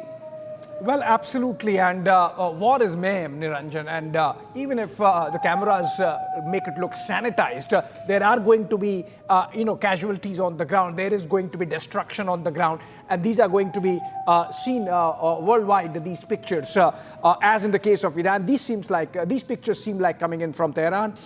We have seen earlier pictures coming in from Israel. We have seen people scurrying into bunkers. We have seen missiles flying thick and fast, the American Tomahawks and the Iranian missiles hitting back, the war widening and broadening into Bahrain and Qatar, and the counter interceptions. Some of those missiles falling into other territories like Iraq and Syria and Jordan. And this is just the beginning. First couple of hours, Niranjan. The last war between Israel and Iran was for 12 days. So you think this is going to go on for longer? Yeah, this is, Abhishek, once again, I'm repeating these details because there's no label on that. So I'm just going to say that this is the attack by Iran on a naval base in Bahrain that was hosting U.S. naval forces. U.S. naval forces. And U.S., according to some Middle East monitors, had withdrawn all vessels from its Iranian base following, I think they were prepared. They were planning this for quite some time. We'll just put a key on that. U.S.-Iranian strike on Bahrain naval base. Yeah. That is the Bahrain base. These are pictures released by the Iranians. Bahrain base. Yes. All right. These are pictures released by the Iranians of their success. Of their success. Of their success, their military. And if they have really succeeded in hitting the American naval base, that's something, Niranjan, because even if in Bahrain, this is the headquarters of the 5th Fleet of the United States Navy, and this must be heavily guarded, and yet if their missile, look at this, they are showing the missile coming in and going in and hitting the target. These are Iranian pictures, and if they are saying that in Bahrain they have been able to successfully hit an American target, that's something, even if not a naval asset, but just the base somewhere here and there outside. If they have successfully reached this distance, then obviously the Iranians have really built some muscle. Yes, several missiles, not one or two, Abhishek, several missiles have hit Bahrain. You can hear the missiles. In fact, you can hear that sound of the missiles coming in. Sorry to be so descriptive, but you can hear that in the audio. Ladies and gentlemen, you can hear that. Of course, Niranjan, it's war. It's war. You can hear the missiles coming in. We are hearing that's the naval base. Let's go. Can we go full frame to those pictures? And with nets. Full frame to the pictures, because this is a picture coming in of Bahrain, of the naval base in Bahrain that was hit. Look at that.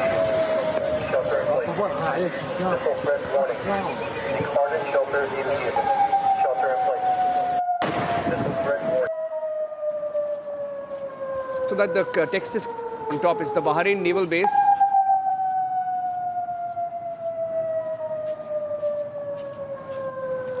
Audio.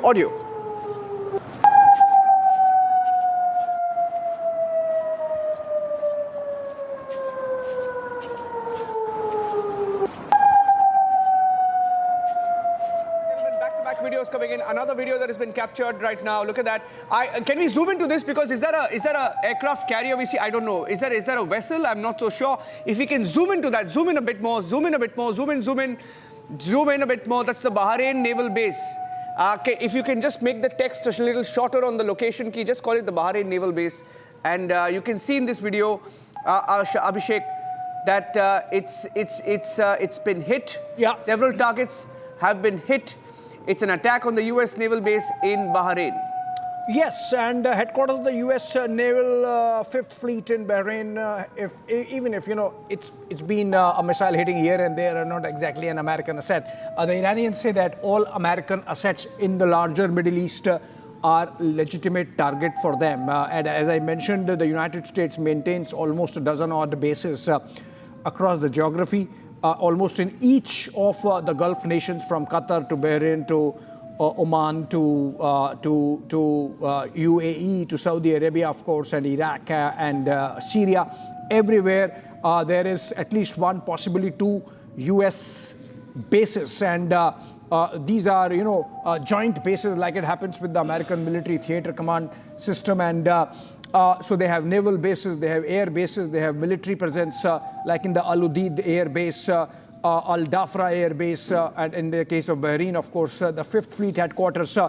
We are yet to hear from the Department of War, Niranjan. I am closely tracking. if they have something to say on these Iranian claims that they have hit a US naval base. And this seems to be getting confirmed from multiple sources that yes, indeed, Bahrain has been hit. But exactly whether this is an American naval asset that's been hit or just some physical infrastructure damaged of the port, that's something which needs to be seen. But essentially the war is intensifying. We are seeing already in the first couple of hours multiple strikes and counter strikes happening. Have you seen, Ranjan, the Americans really striking again after the first flush of Tomahawks? Well, Abhishek, let me tell you that it was a little after 1 p.m. that we got the update that the American jets had taken off from the aircraft carrier. So, yes, I think we will. Let's not forget, internet is off in Iran. Internet is down, phone lines are down. So you're getting pictures from Bahrain because internet is working in Bahrain. You're getting pictures from Qatar. You're getting pictures from Israel because the internet is working there. I think as journalists, we will know that it is only if there is internet you will get any visuals. But there are no visuals coming in from Iran because the internet is down. The regime has downed the internet. Ladies and gentlemen, this is what Iran is trying to strike. The carrier strike Group 3, USS Abraham Lincoln aircraft carrier can carry upwards of 70 jets. Fighter jets. And USS Spruance, it's a destroyer. US naval presence in the Middle East. USS Michael Murphy, it's a destroyer. All part of the USS Strike Group 3. USS Frank Peterson Jr., it's a destroyer, is presently in the Middle East. USS Strike Group 12, USS Gerald Ford, it's an aircraft, the world's largest aircraft carrier. USS Strike Group 12, USS Winston Churchill, destroyer, also in the Middle East. Let's show you all the names. USS Mahan, destroyer, also in the Middle East. USS Bainbridge, destroyer, also in the Middle East. USNS Supply Support Ship, also in the Middle East. Now, if all of these vessels are there, Mr. Dubey, we are not seeing any pictures from Iran yet, but we know that perhaps, Mr. Dubey, it's because the internet is down. We're not going to get any pictures anytime soon, but we're going to wait for that. But your analysis so far of all the pictures you're seeing, the war has spread. Bahrain hit, Qatar hit. It's a full-scale war. We should not wait for military boots to declare this conflict as a full-blown war. It's already started, and once air strikes resume, then there is nothing left out. Now the retaliation of Iran, as expected, it's being done against Israeli targets, and just it is reported that they are trying to engage one base of United States in the ocean. So they already started engaging doable targets as per their capacity, and they are doing that. And one thing is very important, which is already discussed, that even a small damage will be considered internationally a very significant damage to the US and this Israeli coalition. But one question is very clear, that the way there is a combination of Israel and America for this strike against Iran, I am not seeing any partner right now to come with Iran to support, because there may be a military tie, there may be an economic tie. But as far as fighting along with the friend, fighting along with the ally, as open as it is being done by Israel, I am not finding any. Sir, there is a big breaking news update, sir. Let me tell you that right now, as we speak, it is spread, it is blown up across the Middle East. UAE airspace shut after US strike. There are interceptions above UAE. In Abu Dhabi, sir. In Abu Dhabi, we have a picture coming in. It is a full-blown war. There are pictures coming in right now. I want to go across to the pictures. This is missile interception over the UAE's capital of Abu Dhabi. Abu Dhabi has intercepted missiles. And let me also tell you that there are multiple pictures that show that not one or two, but a barrage of missiles were headed towards Abu Dhabi. The missile impact has also been reported. By the way, missile impacts reported in Riyadh, in Saudi Arabia. In Riyadh, Saudi Arabia. So, in Qatar, Bahrain, UAE, Saudi Arabia, We have a full-blown war in the Middle East, ladies and gentlemen. We're trying to get you as many details as soon as possible. Let me go across straight to the pictures. Those are pictures from Abu Dhabi. The two specks that you see there, the two specks in the sky are interceptions. So what we will do right now, ladies and gentlemen, those are pictures from Abu Dhabi. We're going to label them. UAE has temporarily closed its airspace. UAE airspace is now shut. Israeli Air Force has said that the air defense area has detected intercepted threats, and they're asking people to just stay indoors. We have a statement also from Bahrain, and those are pictures from Abu Dhabi. Pictures from Abu Dhabi of the missile interceptions by the UAE in its airspace. And that's But Bahrain is, by the way, confirming. Bahrain is confirming. Bahrain is confirming that the US 5th Fleet Navy headquarters have been hit. Now, whether there has been some damage, there has been just some physical infrastructure damage, or there has been some military infrastructure damage, that's something that remains to be seen. But first confirmation coming in of an American target being hit, Niranjan. This is huge, Abhishek. In fact, what we will do right now, pictures from Abu Dhabi, pictures from Bahrain, because from the Middle East right now, there are pictures coming in only from two locations, Abu Dhabi and Bahrain. Let's go straight up. Two windows, Abu Dhabi and Bahrain. The video that came in from Bahrain of the US naval base hit, the US 5th Fleet has been hit in Bahrain, and you're getting this picture from Abu Dhabi where there have been aerial interceptions of missiles. UAE has intercepted missiles of Iran. Iran has tried to bomb Abu Dhabi. Iran has tried to bomb Bahrain. Iran has tried to bomb Qatar. And interesting that even Saudi Arabia, Riyadh has been hit, we are told. Abhishek, now this is big. Well, if Riyadh has been Abu hit, Dhabi, explosions being heard from Abu Dhabi. Let's get the video on the left. Abu Dhabi and Riyadh, and which means everywhere, Bahrain, Abu Dhabi, UAE, Qatar, and Saudi Arabia, and every nation, it seems, has been targeted. Niranjan, of course, not these nations, but American military interests in these nations are ultimately the target so far as Iranians are concerned. There might be some collateral damage, we don't know. We are yet to hear about that. But what is important is that the Iranians have really widened the conflict, broadened the conflict, and they are going to make sure that whatever they have or they are left with, they hit back.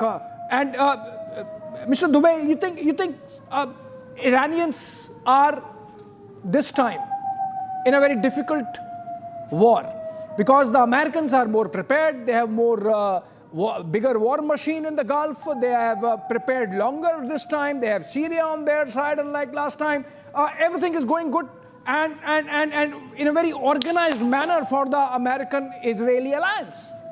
It's true that Iran is in a very difficult situation this time because preparedness is more.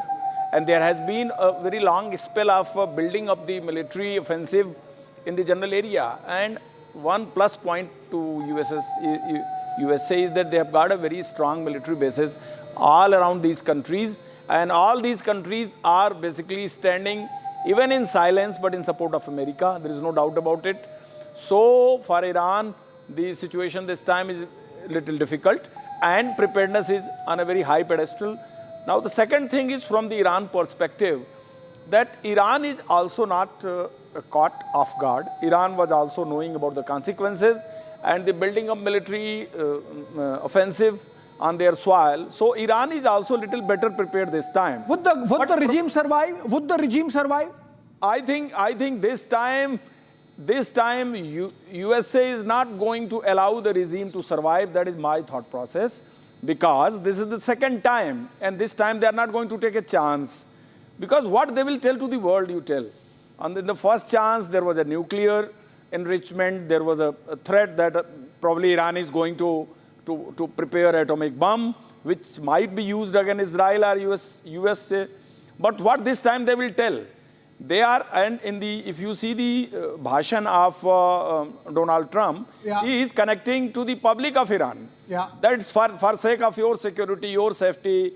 You have done enough with this regime. So he is indirectly encouraging them to come in the support of America's action, because it is Americans who are their saviors. They will take better care of the Iranian public. So they are indirectly threatening the Revolutionary Guard force also. So America is already, they have started doing their psychological warfare inside Iran, and their larger strategy is basically to throw the Khamenei regime. That is my thought process, because in second chance they are not going to leave it. That's why this is a major offensive on the soil of Iran.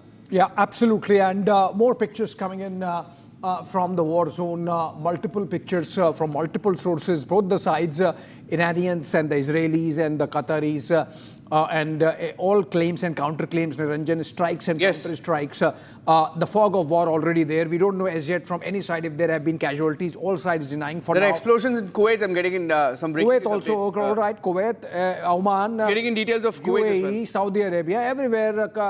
Iraq, the airspace is shut everywhere because the missiles and drones are flying thick and fast, literally thick and fast. And these pictures, I believe these are of Bahrain, where the Iranians claim that they have hit a naval target, naval base that's of course the headquarters of the US Fifth Fleet, and whether a military target has been hit or just the physical infrastructure of the port is something for which we are awaiting confirmation. Department of War completely silenced after having announced the operation, which is called Epic Fury. Yes. We'll maybe take a break, Abhishek. What we will Yes, do when we please. come back, ladies and gentlemen, we are rolling non-stop live. We've dropped everything today to be on the war. This is huge. It impacts millions of Indians, by the way, Abhishek and Mr. Dubey. Of Millions course, of Indians, millions and millions of Indians around this region. We have millions of them in Kuwait, millions of them in UAE, millions of them across the Middle East, and this is going to impact all of you. This is one of the biggest stories in the world right now, the biggest story in the world, and we are live. We will get you live from Dubai, live from Abu Dhabi, live from Bahrain in just a few minutes. Stay tuned, taking a short break. We'll be back in just a few seconds.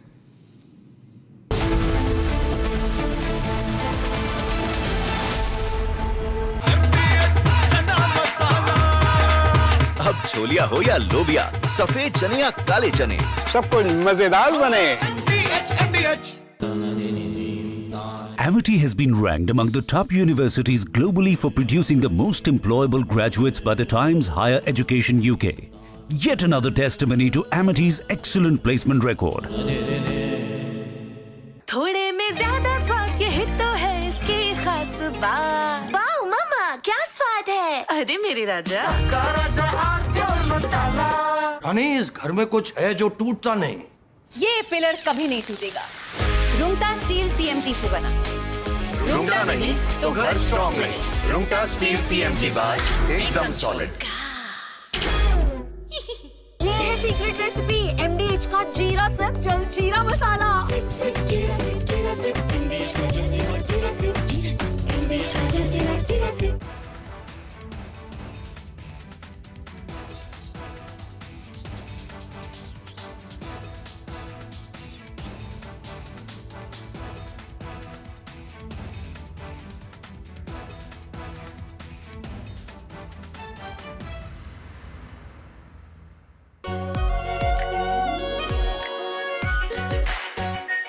Our pure Shahi Paneer Masala. Delicious, healthy, every day. Now here's the reality. It's fact, not fiction. You are sitting on a plane.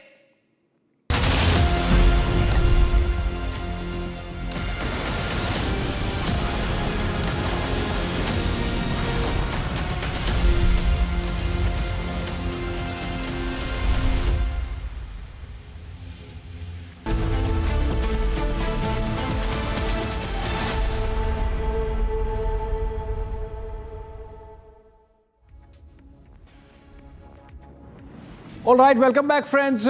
In studios with me, NND Dubey continues to be with us, and we are also joined in from Russia, from Moscow, by senior journalist Tatiana Kukreva, and I'll go to her next. But before that, I believe we have more pictures coming in from the war zone. All right, we have, in fact, an Indian student stuck in Tehran asking for help. We have a video of that student seeking help. Let's listen to that. Hi everyone, I'm an Indian student and currently I'm in Tehran. The situation here feels really worst and uncertain. We really don't know what's gonna happen next. We're really grateful that the Government of India and the Ministry of External Affairs are in discussion for our safety. But in the times like these, speed matters a lot. I'm not even able to say these things because the airstrikes are happening and it's getting really worse for us. We just request for the quicker and clear evacuation as soon as possible. Please do not wait for the situation to get worse. Just help us. Just get us out of here as soon as possible. Hi everyone, I'm an Indian student and currently I'm in Tehran. The situation here feels really worse and uncertain. We really don't know what's gonna happen next. We're really grateful that the Government of India and the Ministry of External Affairs are in discussion for our safety. But in the times like these, speed matters a lot. I'm not even able to say these things because the airstrikes are happening and it's getting really worse for us. We just request for the quicker and clear evacuation as soon as possible. Please do not wait for the situation to get worse. Just help us. Just get us out of here as soon as possible. Hi everyone, I'm an Indian student and currently I'm in Tehran. The situation here feels really worse and uncertain. We really don't know what's gonna happen next.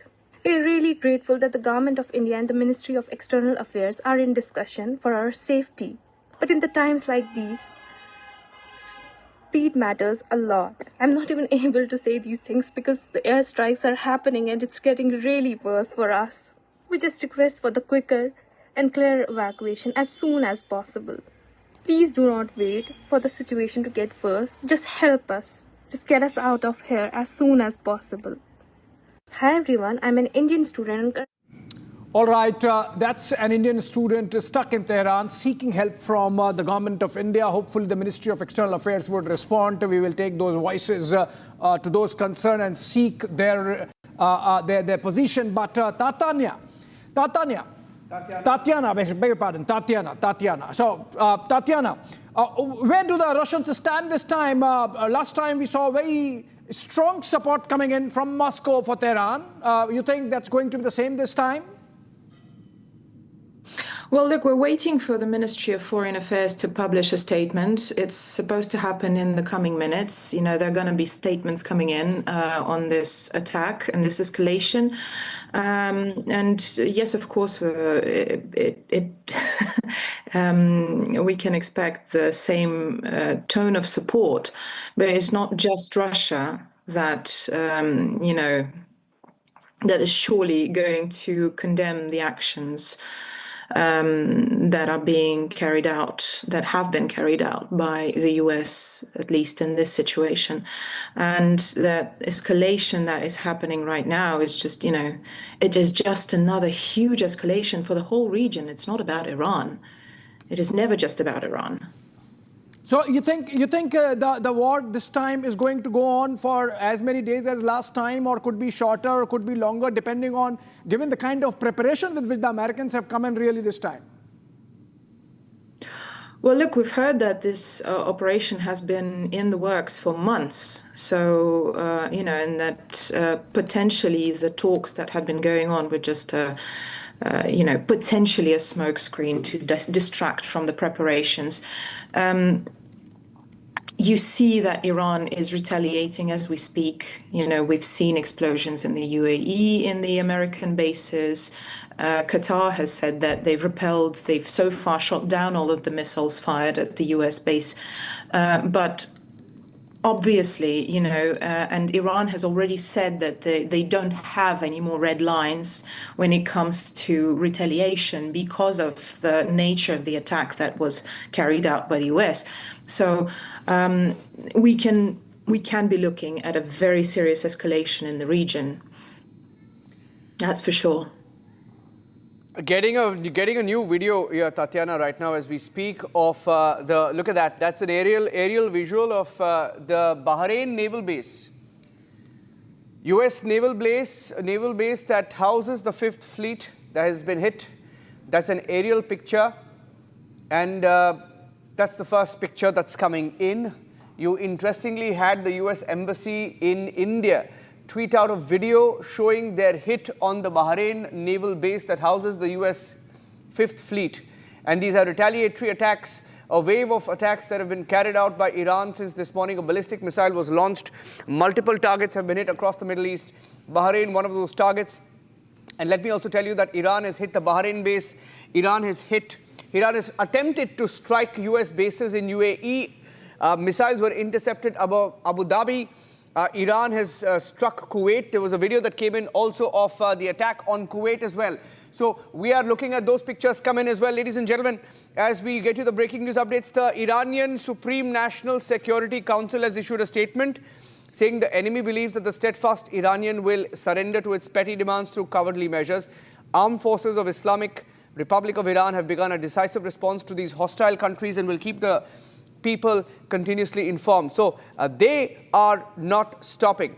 Service center of US Navy's 5th Fleet. That's a service center. Sir, we were reporting that a few days back, US had pulled back some of its vessels. They had withdrawn all vessels, in fact, from Bahrain. So I don't think they've hit any vessels. They've hit perhaps, like they've mentioned, I read somewhere, this was just a service center that has been hit of the US 5th Fleet in Bahrain.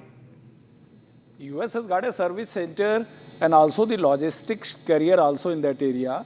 So that is the truth, because that is required to maintain and to sustain the fighter fleets. After all, the United States ships carrying the aircraft, they need support for the services. They also need support for the logistics. For those, in order to supply that support, basically those ships are there. But US is this time fully prepared surrounding the complete Iran from the ocean side, because this is the engagement which I presume that they have planned forever, in the sense that this is the second chance, and the second strike, second offensive launched on the Iran is not going to be a lighter one. It will be a very decisive. Whatever America wants, they have to do this time itself only. And they have got a definitely very trusted and close ally, supporter, Israel, just next door. So, and both have got a very, very proven partnership. In past also, if you see, it was the Israel who took the brunt. Definitely, there has been a very close support, and that shall continue to be in the future. But in this case, this time, America has got a final bugle call this time to decide the things, because after all, they have to tell the rest of the world what is the objective of the offensive. After all, there has to be some justification to the international community also. It's not only that you keep launching attack against the Iran at your wish, and finally, what you are achieving out of that.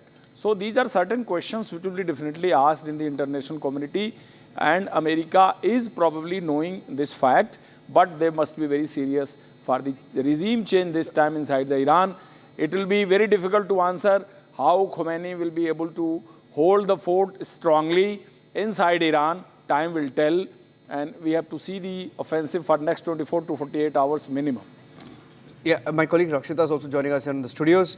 Rakshita, getting in some breaking news inputs right now. The Indian mission in Qatar has issued an advisory because given Qatar has been targeted. By the way, look at the impact of that hit. That's the hit on a US naval base in Bahrain. That's an Iranian missile hitting the US naval base in Bahrain a few minutes back. Look at that.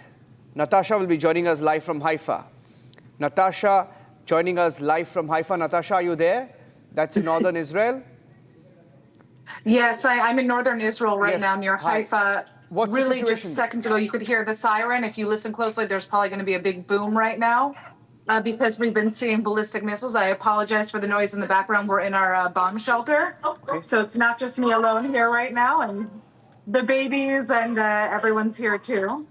But as you can see, we're in a bomb shelter. I can actually show you what it looks like. This is the window that is closed with this material that if a missile strikes, there's not going to be any type of impact. And then you obviously have this door over here that is basically supposed to protect you in the event that there is a direct missile strike. Right now, I'm sorry that my child's crying in the back right now, but we have been in and out of these bomb shelters throughout the day. Starting at 8:15 a.m., we got our first warning that Israel was preemptively striking Iran. And since about 10:15 a.m., there have been waves of ballistic missile strikes from Iran across the country, in northern Israel, central Israel, you name it. Most reporters that you speak to, like me, are going to have issues finding a quiet place because we're all in safe rooms like this with our families, with children, you name it. But we've been seeing wave after wave. And so far, Israel typically doesn't reveal much information about where there's been actual missile impacts, but you can hear the booms outside. There was just a boom right now. You might not have heard it. And that's essentially the latest right now. Yes, if you could just tell us, Natasha, that for how long, since how long have you been hearing? How many, noises? How many bangs till now? How much of the duration of these explosions can you be hearing? Have you been hearing?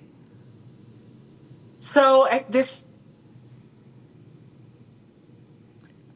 Just lost the Have signal that there. network, understandably, with what's going on there. We'll try and reconnect Yes. with Natasha, who's from Haifa. Haifa also under attack. What we understand is the third largest city in Israel.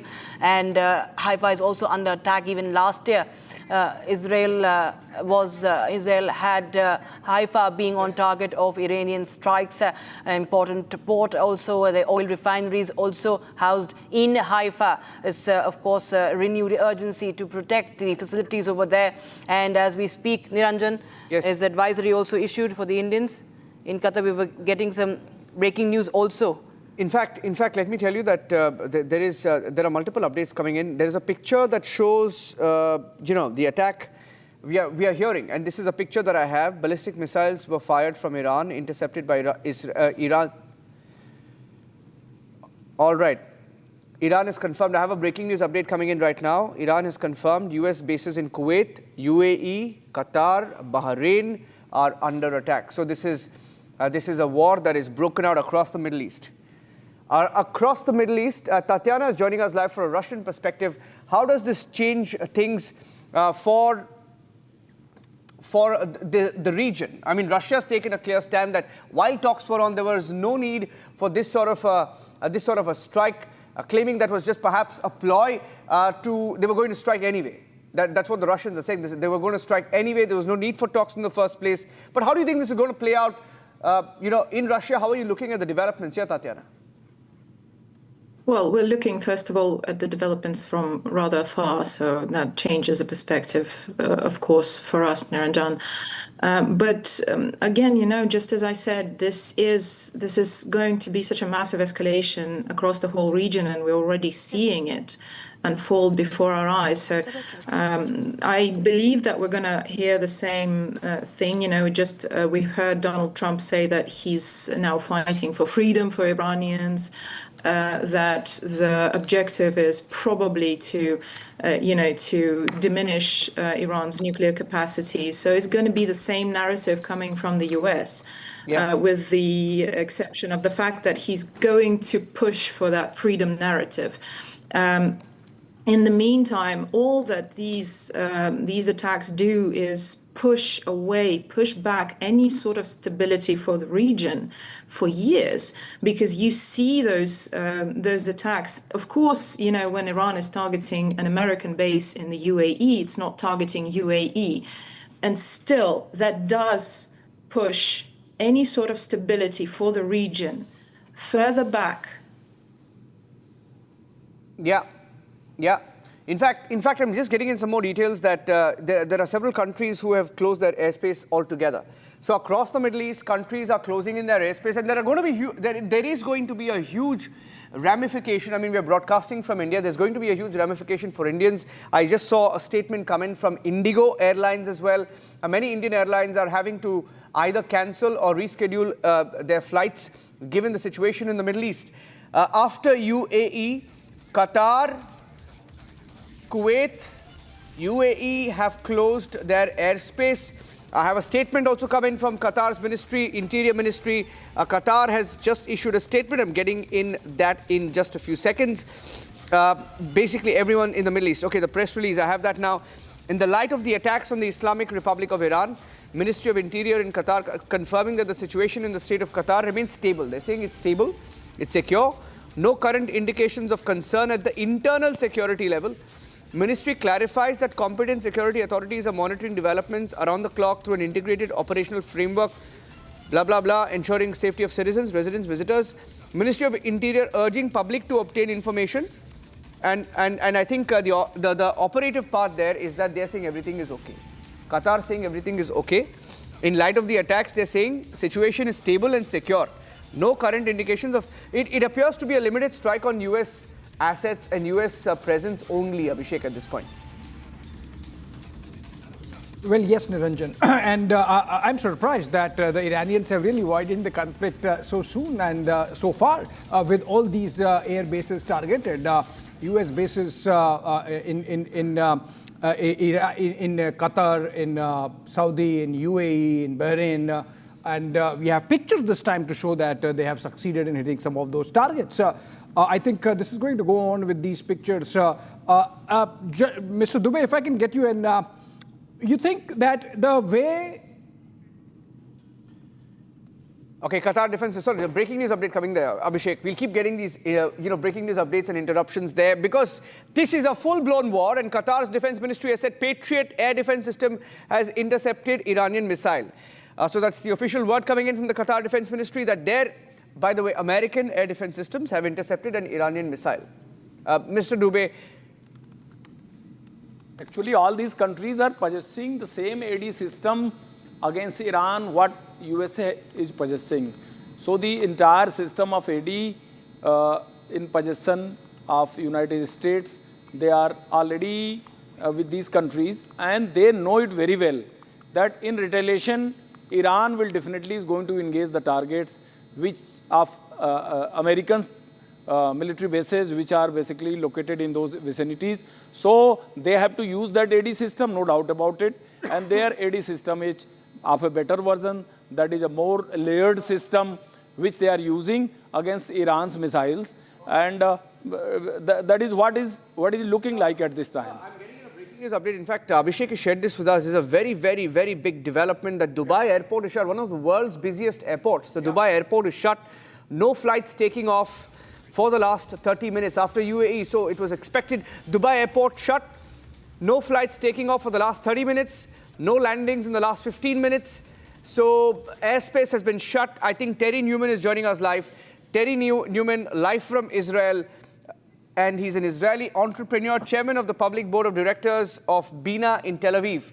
Terry, the situation is escalating very soon. And the irony is that Israel has internet, UAE has internet, Qatar has internet, Bahrain has internet, all the countries being hit by Iran have internet, and the visuals are coming out. We're not getting pictures from Iran. We don't know what's going on, but we know that the attacks have been relentless and ongoing on Iran.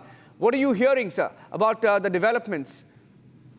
Yes, sir. So the first thing, let's understand the United States and Israel are attacking Iran. This is not just Israel attacking Iran. This is not an Israel-Iran war. This is a war in which the Americans have taken the lead and Israel is working together with them. President Trump has said very clearly that he will not allow an Islamo-fascist regime to develop nuclear weapons and to have the ballistic missile ability to use those against the people of the United States. And Israel shares obviously the same opinion regarding Israeli citizens.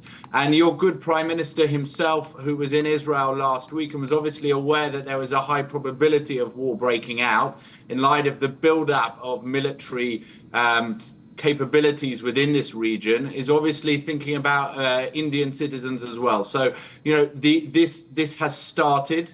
It started this morning. There are huge attacks going on as we speak inside of Iran. In terms of their top military and political leadership, large chunks of them have already been eliminated. And both the President of America and the Prime Minister of Israel have made it clear that the purpose of this is regime change. Yes. Yeah, go ahead. Good. More reports coming in. In fact, it seems like this is like proper war out there in the Middle East or West Asia, as we call it, Niranjan. There is another second round of Israeli-American strikes. It seems these seem like standoff strikes from Syrian airspace and not crossing into Iranian airspace anytime soon. Okay. Israeli defense military statement coming in, military targets in western Iran on the radar. And in fact, we are breaking the next line, which is which areas in the western part of Iran have been targeted. Urmia in western Iran, Shiraz in southern Iran are hit this time by joint American-Israeli strikes from Syrian airspace, Niranjan. Okay, getting in breaking news, Urmia, Shiraz. Abhishek has already taken those details, but we have Tatiana still live with us from Moscow. Rakshita is also live with us here in the studio. Rakshita, keep coming in with breaking news updates right now because we are getting in more details. Ladies and gentlemen, the General Civil Aviation Civil Aviation Authority has announced temporary partial closure of the UAE airspace, confirmed from Abhishek a few minutes back that the Dubai airport is shut, one of the world's busiest airports. And as a precaution, they're calling it an exceptional precautionary measure aimed at ensuring the safety of flights and aircrews. Now, so far it appears that only American bases have been struck, American installations have been struck in the Middle East. Anything more you're picking up, Tatiana, of the targets outside of these bases in the Middle East? Well, look, Naranjan, this is obviously, as we said, and as we have been discussing, this is retaliation against the US. So yes, Iran is obviously going to hit target in Israel, just as, our previous speaker said that this is a joint action by the US and Israel. So it is going to retaliate against Israel, but all of the other responses are limited to US presence in the region, which makes perfect sense. It's not the UAE or Qatar or Bahrain attacking Iran. It is the US. In the meantime, for the attacks on Shiraz, that makes perfect sense. That's what they did last time. There's a nuclear facility there. Might I remind you that last time it actually was not harmed by the strike, that Donald Trump himself said it was, I don't quite remember the actual wording he used, but he claimed that it would have been completely destructive for the nuclear facility, and yet we saw no real impact. So obviously the US is going to focus on nuclear facilities, known nuclear facilities, and we're going to get more reports of attacks on sites that are housing them. But again, the repercussions for the regional stability, despite the fact that that Iranian response is going to be limited to US bases, is just astounding. We're looking at airports shutting down. And it's just generally, any sort of military action in the region does not bring about stability. It's just not possible. And at the same time, we need to think of the fact that historically, if we look at situations similar to that, I'm not saying that there is something remotely close, but attacks like these do not bring down hardline governments. Yeah. They don't. You think so? So again, I don't believe that an attack like that can bring down a strong and hardline government. It is just, again, historically, it is statistically very improbable. At the same time, we are looking at a procrastinated regional instability that is going to last this time. That is for sure. Because, I don't know any government that wouldn't want to show strength in response. And sure, I mean, that bit is already visible, Tatiana, because the Iranians have really widened the conflict early on. Last time they waited for 5-6 days before, in fact, towards the fag end of the 12-day war when they targeted American base in Qatar. This time they have done on day one. But I have a question which you would love to answer, Tatiana, which is that I'm seeing a lot of posts being reposted from 2011 and 12 when the then, not nobody, but nobody in American politics, Trump would target Obama and say, Obama would start a war with Iran to win next term. And now it seems that President Trump is getting into a war ahead of midterm elections in the United States, where it seems that the mega Republicans are facing some headwinds. So there is domestic political element also involved insofar as the United States' role in the conflict is concerned. There is always a domestic element involved. Let's make this very clear. It's always as much about domestic politics, specifically when it comes to interventions like these. Look at the language he's using. He is obviously again speaking to domestic viewers, and you said that it was the Kuwaiti, that the government, the embassy, I beg your pardon, that shared the pictures of impact on the base of the Fifth Fleet. That makes sense because that at home, that creates a certain sentiment, that look, they are hitting our bases. Even if all US military personnel had retracted from the base, it still creates a narrative, and it creates a strong narrative. Look, Iran is the aggressor. So, of course, it influences votes. Of course, it influences domestic politics. It creates an image of a strong power that is saber-rattling across the whole of the Middle East. And I'm sorry to say that at this time, it's probably mainly Israel that's going to bear the brunt of this escalation because they're closer. And those rockets, those are not rockets from Gaza. Yeah. Iranian missiles are, much more capable. Okay, before I go across to Rakshita is going across to Terry Newman, but we're getting in pictures right now of the war room in Israel. The IDF war room, first picture of the Israeli war room, the IDF, and some faces of the commanders covered. They're obviously for operational reasons. In accordance with this is a statement that has come in from the IDF. The IDF is reinforcing forces across all sectors. The Israeli Defense Forces saying that the Operations Directorate has begun a large-scale reinforcement of ground forces across all sectors and regional commands, as well as reinforcement deployment of special forces as part of the strengthening readiness for various offensive and defensive scenarios. Significant reinforcements carried out in the Air Force and Navy, alongside the bolstering of all firepower arrays. IDF continues to conduct ongoing situational assessments. Any attempt to harm the state of Israel will be met with strength. Okay, that's a statement that came in. Rakshita. Yes, this is the first pictures we are getting on Republic TV from inside the Israel war room. And Terry is joining us from Tel Aviv, continues to be with us. Terry, just what Tatiana was saying, that she does not believe that it could bring down a hardliner regime. While Trump continues to talk about the regime, Trump tries to talk about what has been happening in Iran for decades. But center of it all is the nuclear program. You feel that there's going to be more of the targets that will be achieved, or there will be also, of course, the losses to Israel because, again, carrying forward from what Tatiana said, that Israel is close as going to bear the brunt. You agree to that?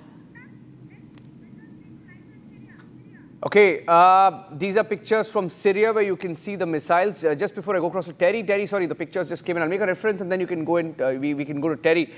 These are videos that came in of the missiles and jets over Syria. Look at that. You can see the missiles on your screen as spotted from Syria. You can see them. And all right. There are also reports coming in of explosions in Saudi. We will get a confirmation of that. Those are pictures that came in from Syria as well. Terry, to the question that Rakshita asked. My family are sitting in the bomb shelter, but I mean, your previous colleague from Moscow, who was relating to what's going on, I think one of the fascinating and important things to know is that Russia, that has been working with the Iranians over the last year to rebuild their armed forces, where are they? The Chinese, who've been the main buyers of Iranian oil and who've been keeping the regime afloat, where are they? You know, this is a message which President Trump is sending not just to the Iranian people and to what you call West Asia, but it's actually sending it across to the Chinese and to the Russians that, you know, if we see dangerous countries, we will act. And in terms of the domestic implications in the US, if anything, this is very dangerous for Donald Trump domestically. He hasn't taken the effort really to explain to the American people the importance of attacking the Ayatollah regime. We in the region understand the dangers, but the average American does not. He is taking a huge risk before the midterms in the United States.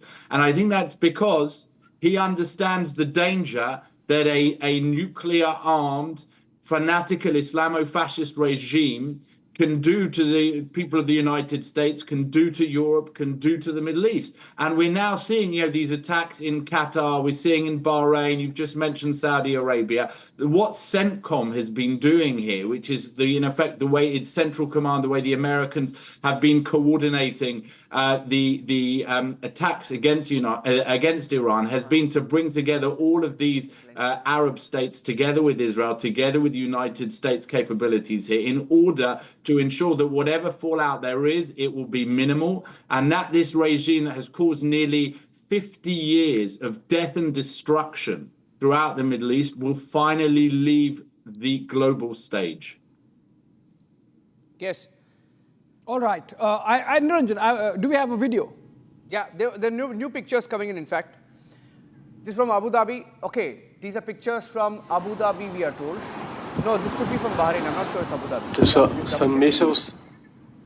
Abu Dhabi. Okay. It could be Abu Dhabi, yeah. We'll just double check that. Abu Dhabi, that's a launch of the interceptors from the Patriot system. Launch of the interceptors from the Patriot system of Abu Dhabi. Abhishek, if you can speak over the pictures. Yeah, maybe I stayed there somewhere, Niranjan. Seems like same pictures. But, coming to, I was going through the statement of US President Donald Trump, and so I've sort of broken it down, even as we stay with the pictures of an interceptor missile doing its job. Seems like Abu Dhabi, yes, seems like Abu Dhabi and the marina, and that's where the action seems to be, and an Iranian missile, an Iranian missile has been intercepted, and that spot there up in the sky, that flash, yes, this one, yes, that's where the interception takes place. But Terry, I was going through the U.S. President's statement, and I'm sort of breaking it down into a few points so that viewers have an idea of what's really happening on the ground. Trump began by saying that it's a major combat operation launched. That's number one. Then he said Iran must not or will not have nuclear weapons. That's point number two. Then Trump said he will obliterate all missile industry of Iran. That's point number three. Then he said he will annihilate the Iranian Navy. That's point number four. Then he says Iran must not challenge American military power. That's point number five. And finally, point number six, he says IRGC will face certain death while he gives immunity to those who turn themselves in. Of course, he also said these are terrible and malicious people, but that he says for the Democrats also. So it's not specifically targeted at the Iranians, anyone, but then that's how it is. Okay, more pictures coming in this time from Iran. So both sides, these are pictures of this is an IRGC okay, this base. is an IRGC base hit in Iran. This is an IRGC base hit by American Tomahawks in Iran a while back. And remember, a counter-retaliatory strike has already taken place with the United States-Israeli joint forces launching airstrikes from Syrian airspace. Terry, you think this is still not a war where there is a dogfight happening? There are face-to-face missiles hitting each other. This is still, one side takes one go and the other side waits and analyzes the damage and counter-strikes a proportionate and direct response, a proportionate and indirect response. So this is still a war in very initial stages. Fight in the sense that the Iranian Air Force is comprised of aeroplanes from the 1970s, right? And so there's not going to be a dogfight in that respect. In terms of missiles, the Iranian missile defense system has been obliterated over the last 2 years, and what the Russians have tried to patch up has proven again to be not capable of standing up to American and Israeli capabilities. On the defensive side, America has brought huge capabilities to protect Kuwait, Bahrain, Abu Dhabi, Israel, Saudi Arabia, and we've seen that being built up over the last month and a half. And Israel obviously has its own three-layered defense system, which your Prime Minister was here looking at and inspecting, in fact, only last week. So I don't see a dogfight in this respect. The issue is how fast the regime change will happen, who will come in place of the current regime. Will we see something similar to Venezuela, in which one of the deputies will come in and take over together with the street, or will we see something that is more prolonged? I remind you that the Iranian regime is a messianic, fanatical regime rather than just a socialist dictatorship as in Venezuela. And also we need to see what the Chinese and Russians are going to do.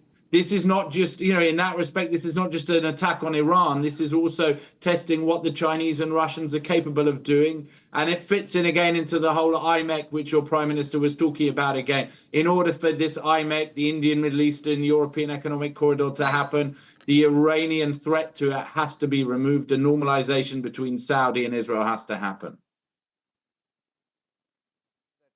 Donald Trump is expected to address his country in a few minutes. One person killed in Abu Dhabi, a second time. One person has been killed in Abu Dhabi, by the way, killed during the interception. UAE intercepted an Iranian missile, perhaps Patriots were fired, and in that interception, one person has died. This is a confirmation coming in from the media in UAE that one life has been lost. That's, by the way, the first official word we've had on any life that has been lost. We heard from the Iranian media that thousands have died in Iran or injured. We are waiting for details to come in. And let me also tell you that as of this minute, Israeli media confirming that the strikes this morning have achieved high success in targeting Iranian's president and senior commander. So we don't know the state of the Iranian president.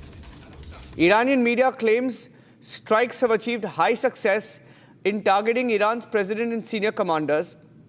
Iran agreed in advance with the Iraqi militias that the militias would join the war and focus on attacking American forces and assets in northern Iraq and Jordan. According to reports, Israel also tried to assassinate Khamenei and president of Iran. That was known because the leader, Khamenei's house was also targeted. Any other update you're getting in? I think we have a guest joining us live as well, Abhishek, Rakshita. Right, we have Sarah Claire, who's joining us. She's a foreign policy expert, and she's joining us from Los Angeles. Thank you so much, ma'am, joining us. And how do you see the situation that is unfolding, minute-by-minute developments coming in, and there's strikes and counter-strikes, and the whole is spilled across West Asia now, ma'am? Right. Well, I would say that, first of all, the United States came in very strongly on this attack. And obviously, as was mentioned, this has been planned, the buildup for weeks. So I expect it to be very well planned out in terms of safety. And we also have to remember that the Iranian regime is very weak from the 12-day war back in June. And so they're low on missiles. Their air defenses are, as we can see, they're not, very helpful at this moment. So I think that right now we're seeing the first wave of this, and it's being executed according to the plans, the U.S. plans. And as you also mentioned, we're seeing the beginnings of the Iranian retaliation. So we'll need to keep watching that. But so far, everything that the U.S. has done looks like it's going according to plan. President Trump is going to address the nation again, in addition to the video, what has been released already. What do we expect from here? Well, in his first address, he really went into why are we doing this and the existential threat that Iran poses. And so in his second address, I expect to hear he probably has an update to share about, where we're standing with the operation.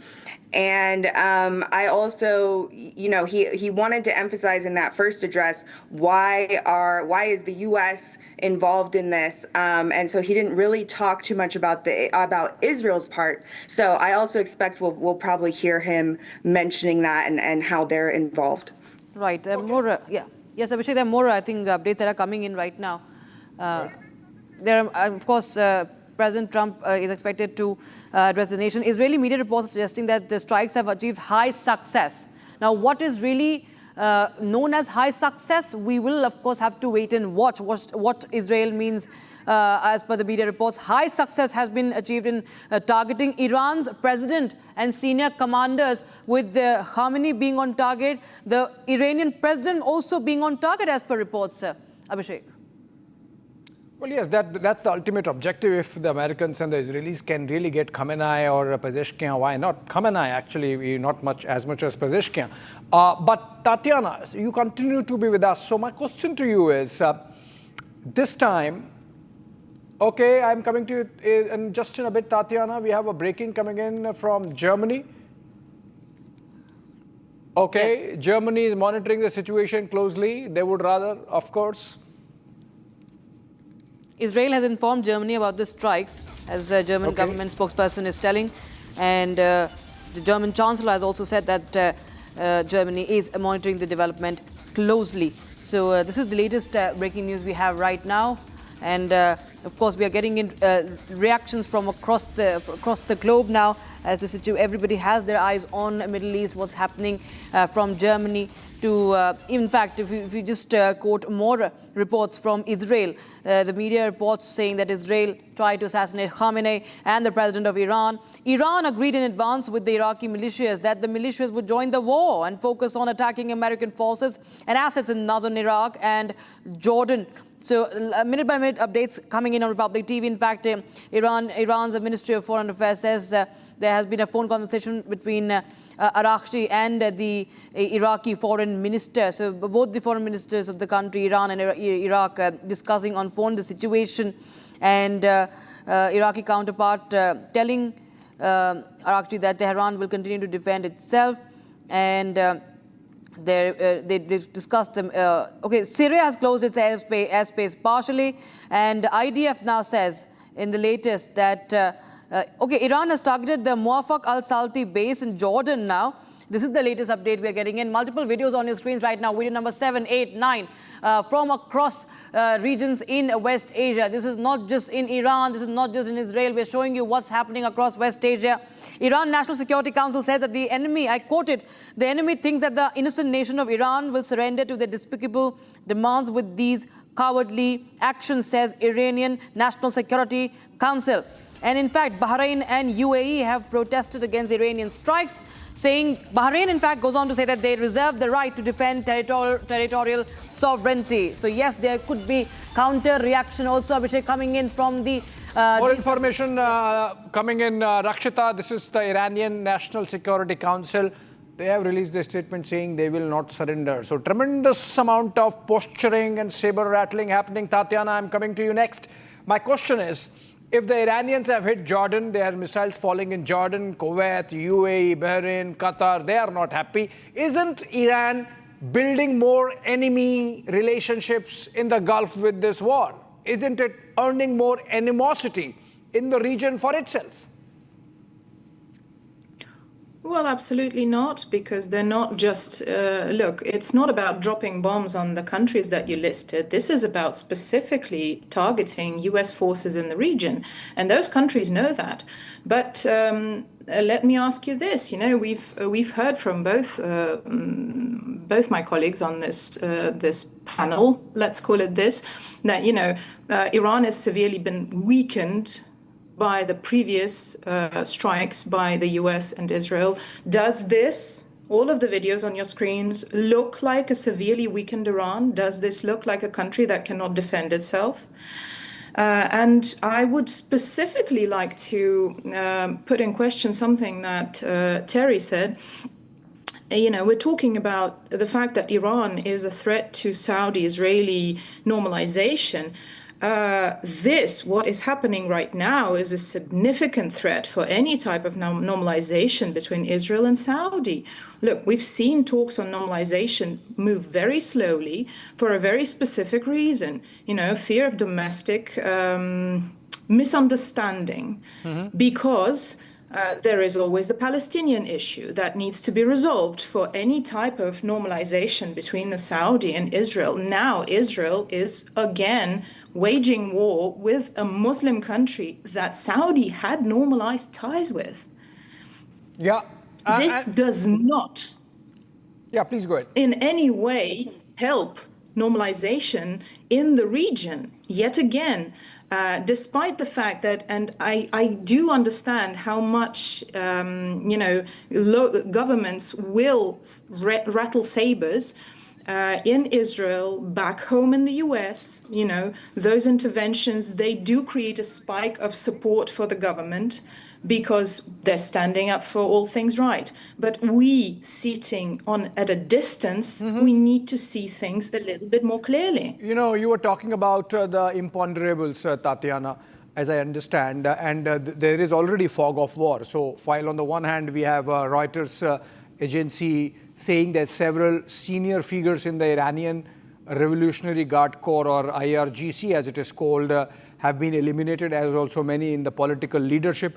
From the Iranian side, you keep hearing that the Supreme Leader Khamenei is safe, Pezeshkian, the president, is safe, Foreign Minister Araghchi is safe. So you think that the Americans and the Israelis could have...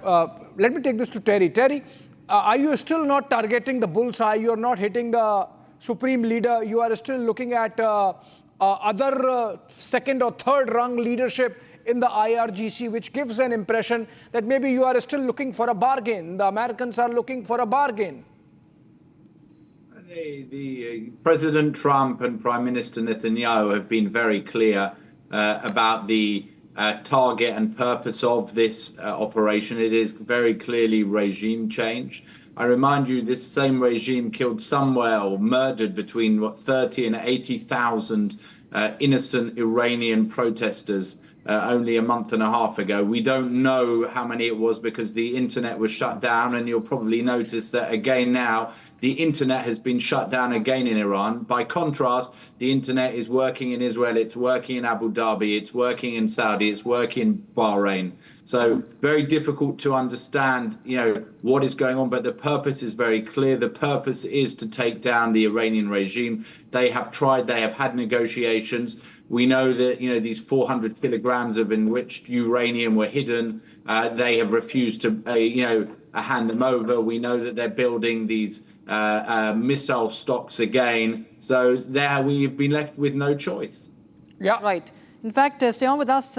We have some breaking news coming in right now. And Australia is reacting to this situation. In fact, the Australian Prime Minister has backed the United States' efforts to stop Iran from getting nuclear weapons. That's what they call it. Australian Prime Minister says, and I quote, "It has been long been recognized that Iran's nuclear program is a threat to global peace and security. International community has been clear that the Iranian regime can never be allowed to develop a nuclear weapon."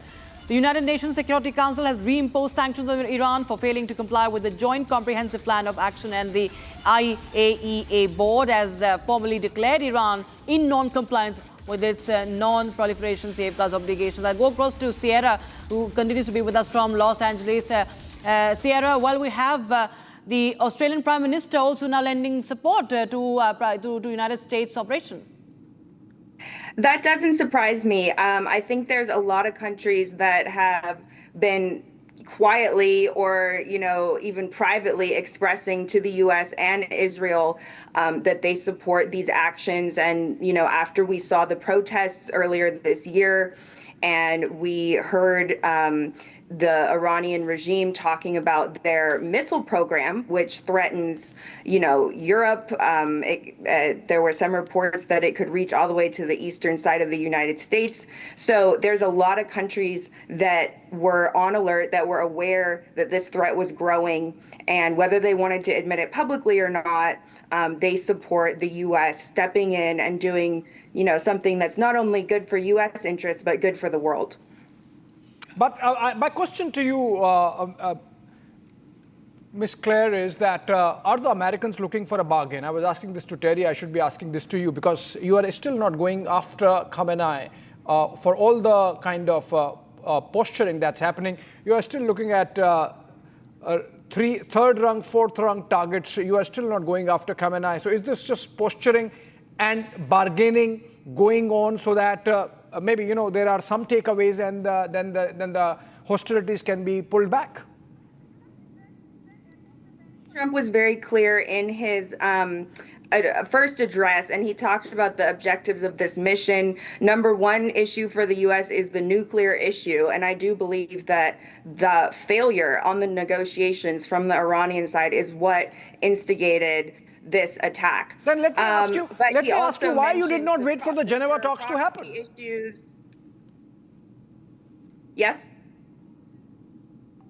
Yeah, he also mentioned the terror proxies groups. He also mentioned the missile program. So there are several objectives related to this operation, and the Israeli objectives may overlap, but they may also be different. Yeah.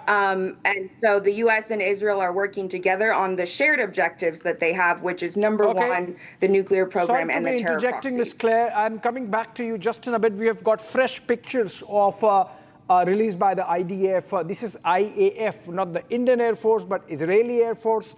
And they have released pictures of preparations just ahead of this. It's called IAF, it's okay. It's called IAF, but we have to clarify for the viewers that this is Israeli Air Force.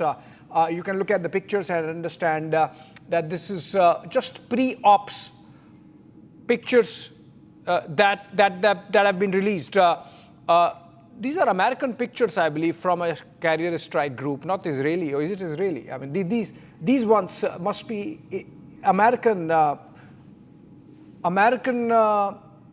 aircrafts, F-22 Raptors, perhaps flying off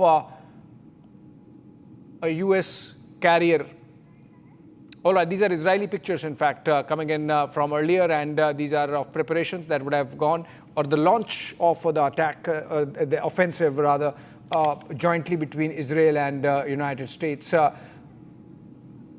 Okay, more breakings, Rakshita? Yes. The Iranian Foreign Ministry has called on the UNSC Security Council to hold an urgent meeting and take action to stop the aggression. So that's another response from Tehran now, seeking the UN Security Council to hold an urgent meeting and take action to stop this aggression, to stop what's happening right now. Meanwhile, the UAE has also issued a statement saying that it has successfully intercepted several Iranian missiles targeting the country that we've just seen a video of, and one person has been killed in Abu Dhabi amidst the interception also. So as we speak, we are getting in visuals from the preparation, from ground, from the bases, as the Air Force, as the troops on ground prepared, right from the control room to the war room. All the pictures coming in fast and exclusive on Republic TV. And we continue to speak to our guests on this matter. Terry, if I could just go across to you now. Foreign Ministry of Iran is calling on the UNSC to hold this meeting and action to stop the aggression to what's happening right now. What do you expect? What sort of reaction do you expect as the attack and the counterattack is still underway? I assume that the Russians and the Chinese will criticize the United States for this aggression, but you know the way the UNSC works. So there are 5 permanent members who have vetoes, so the Americans will block that. But let's just take one further look at slightly broader picture. North Korea now has a nuclear weapon. In fact, it has multiple nuclear weapons, and therefore nobody can stop the current president of North Korea from doing whatever he wants. I think that most countries in the world, in fact, almost every country in the world, would have preferred the Americans to have stopped Kim Jong-un before he got nuclear weapons. And this is exactly what's happening now. We are stopping Iran before they get those nuclear weapons. So if any country in the United Nations Security Council comes out and criticizes the United States and what they're doing, or Israel and what they're doing, they should remember that if we don't stop it now, we will see a North Korea on steroids. It's bad enough that we have one rogue actor in the world that has nuclear weapons. We cannot allow that to become 2. Right. All right. Okay, we have to slip in a short break on that note, coming back with our rolling coverage of all the action in Middle East with Israel and United States launching their offensive against Iran. Iran hitting back with counter-strikes all across the region. The 4 of 5 nations hit, and they are now responding diplomatically first, possibly militarily later. We're going to come back to that just after a short break.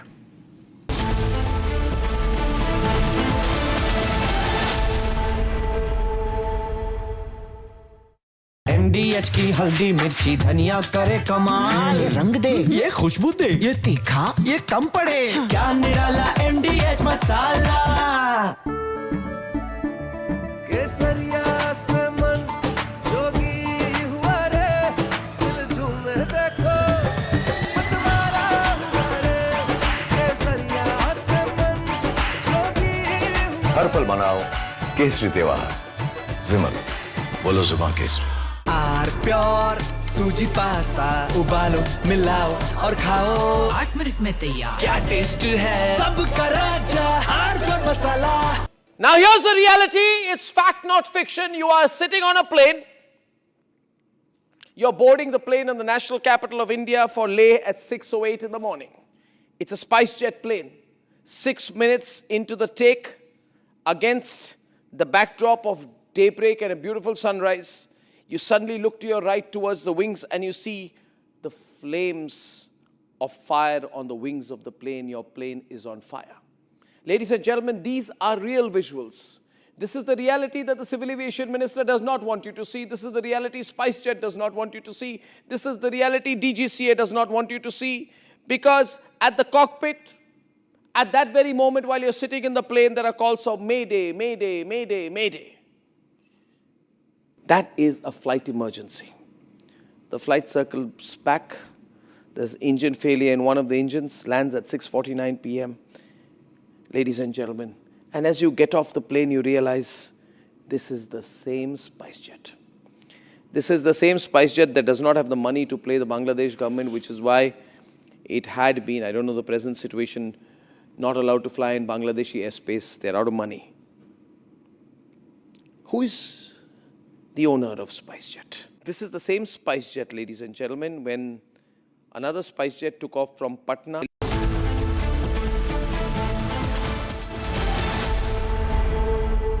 थोड़े में ज्यादा स्वाद यही तो है इसकी खास बात। वाओ मम्मा, क्या स्वाद है? अरे मेरे राजा, सबका राजा और pure masala. Amity has been ranked among the top universities globally for producing the most employable graduates by the Times Higher Education UK. Yet another testimony to Amity's excellent placement record. दादी के हाथों का जादू और खुशबू से महकता घर, माँ की मुस्कुराहट और खाने की सुगंध। MDH गरम मसाला, क्योंकि हर रिश्ता है स्वाद से जुड़ा। हनी, इस घर में कुछ है जो टूटता नहीं। ये पिलर कभी नहीं टूटेगा। रुंगटा स्टील TMT से बना। रुंगटा नहीं तो घर स्ट्रॉन्ग नहीं। रुंगटा स्टील TMT बार एकदम solid.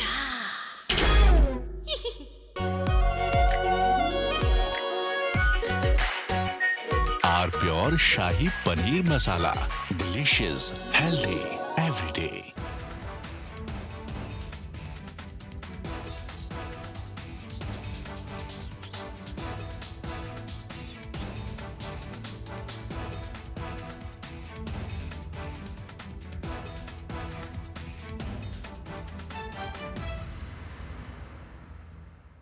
Now here's the reality. It's fact, not fiction. You are sitting on a plane.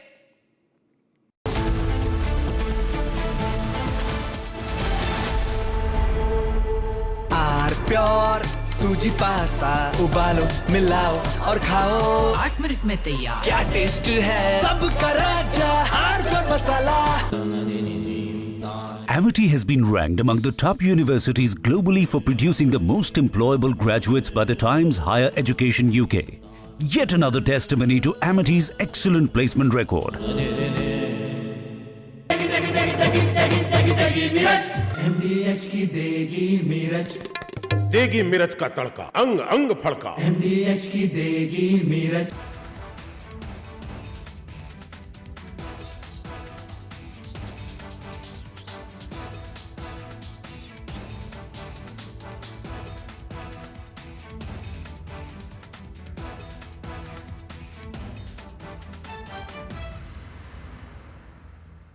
थोड़े में ज्यादा स्वाद यही तो है इसकी खास बात। वाओ मम्मा, क्या स्वाद है? अरे मेरे राजा, सबका राजा और pure masala. Now here's the reality. It's fact, not fiction. You are sitting on a plane. You're boarding the plane in the national capital of India for Leh at 6:08 in the morning. It's a SpiceJet plane.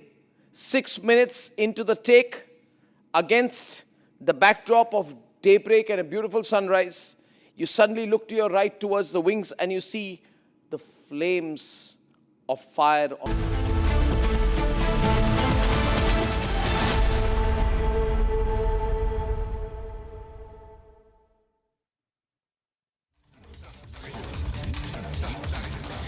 Okay, ladies and gentlemen, back-to-back breaking news updates now coming in as we stay non-stop on the situation evolving around the Middle East, with Iran being hit this morning by Israel and the subsequent reaction that we've seen across the Middle East, with different countries, in fact, being targeted by Iran. These are pictures that came in from Bahrain of the situation in Bahrain, on the streets of Bahrain, moments after Iran struck the Bahrainian naval base, the US base that houses the 5th Fleet. These are pictures that came in. There was an audio layer as well. These were pictures that came in from Bahrain this morning. Let's play the video out.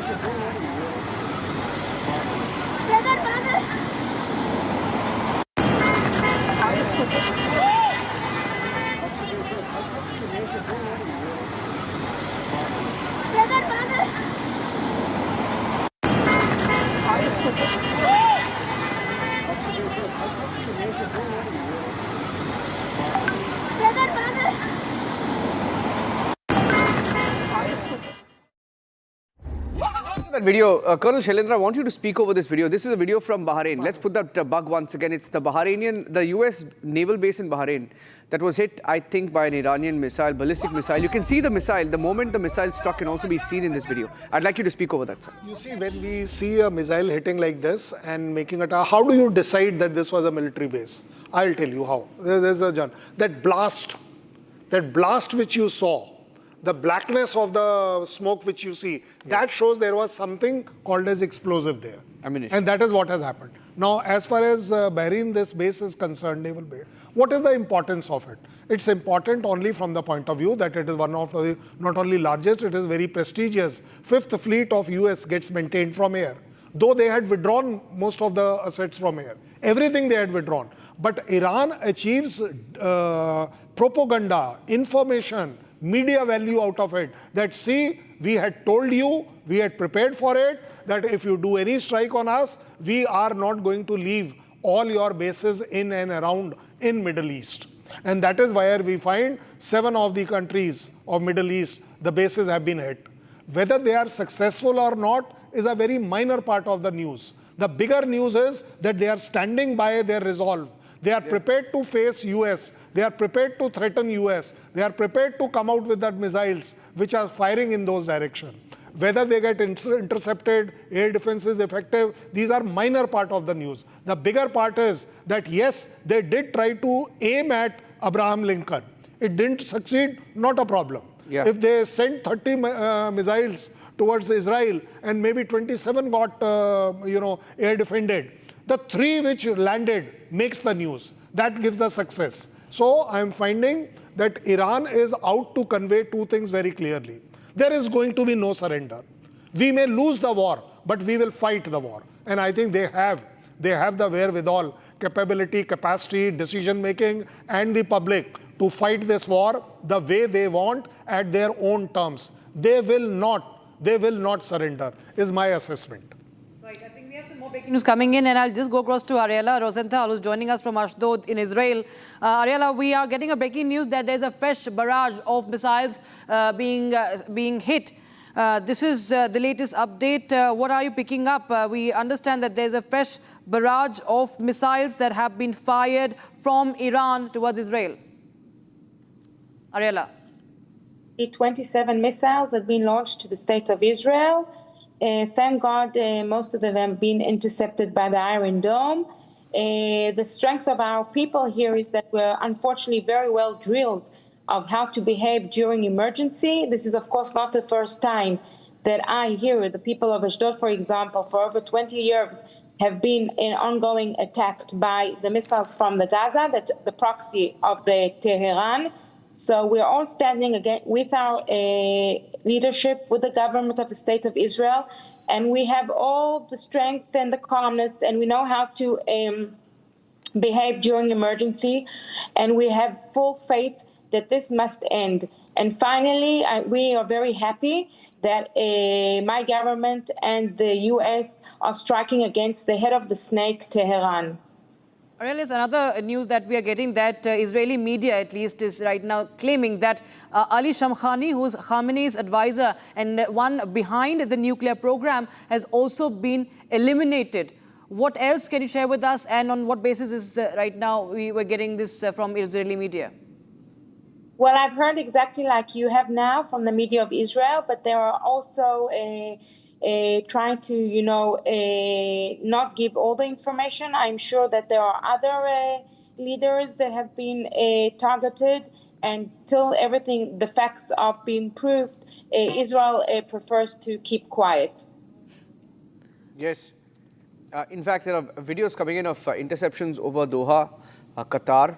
There are different videos. Some videos suggesting that perhaps some Iranian missiles did strike a few targets in Doha, Qatar. But we will wait for a confirmation. But different videos showing interceptions over Qatar as well. Another breaking news input that just came in. Red alert sirens have been sounded across Israel as the Iranian regime continues to fire missiles in Israel. We have, Ariella in Ashdod joining us live. And she's getting us, in fact, a few minutes back, we had another guest from Tel Aviv join us who was in a bunker. Said that she was in Haifa, in fact, sorry, not Tel Aviv, Haifa. And she heard back-to-back missile hits on Haifa, where she was. The Israeli media has also said Ali Shamkhani. This is a big breaking news update. In fact, this is huge. Israeli media claims that Ayatollah Khamenei's advisor and the man responsible for the nuclear program has been eliminated. This is a big development. Abhishek, any more you're picking up? It's a big name. It's a big name because that really confirms that initially, in the first flush, the Americans did target the Iranian, government headquarters and the office of Khamenei. Khamenei apparently has been already evacuated to a safe house in a bunker, possibly, and so some of the collateral damage in terms of members of his team getting eliminated, and this seems like a big one, Niranjan. If Ayatollah Khamenei's close advisor Ali Khamenei has been eliminated, then it's proof that this is not going the de-escalation metrics anytime soon, Colonel Singh. You see, this is the problem. It's only peaceful nations like you and me who starts looking for the de-escalation. Yahan to abhi escalation shuru hui hai. They have only started yet. And when we are talking about the collateral, that media advisor is not collateral. He's a strategic target.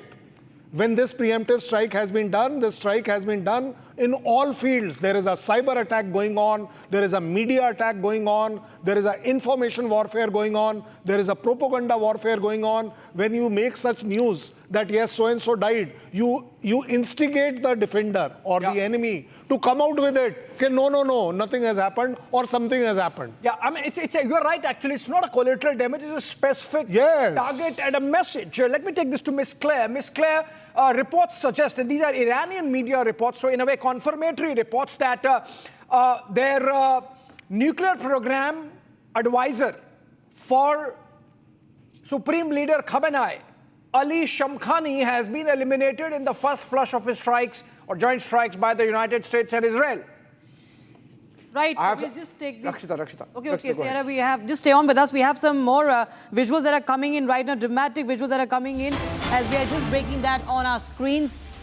This is the... missile debris falling Okay, this is the debris of the missiles. As you can see, this is complete smoke. That is, you can see the dust and the smoke and the people around. This is coming in from Jordan.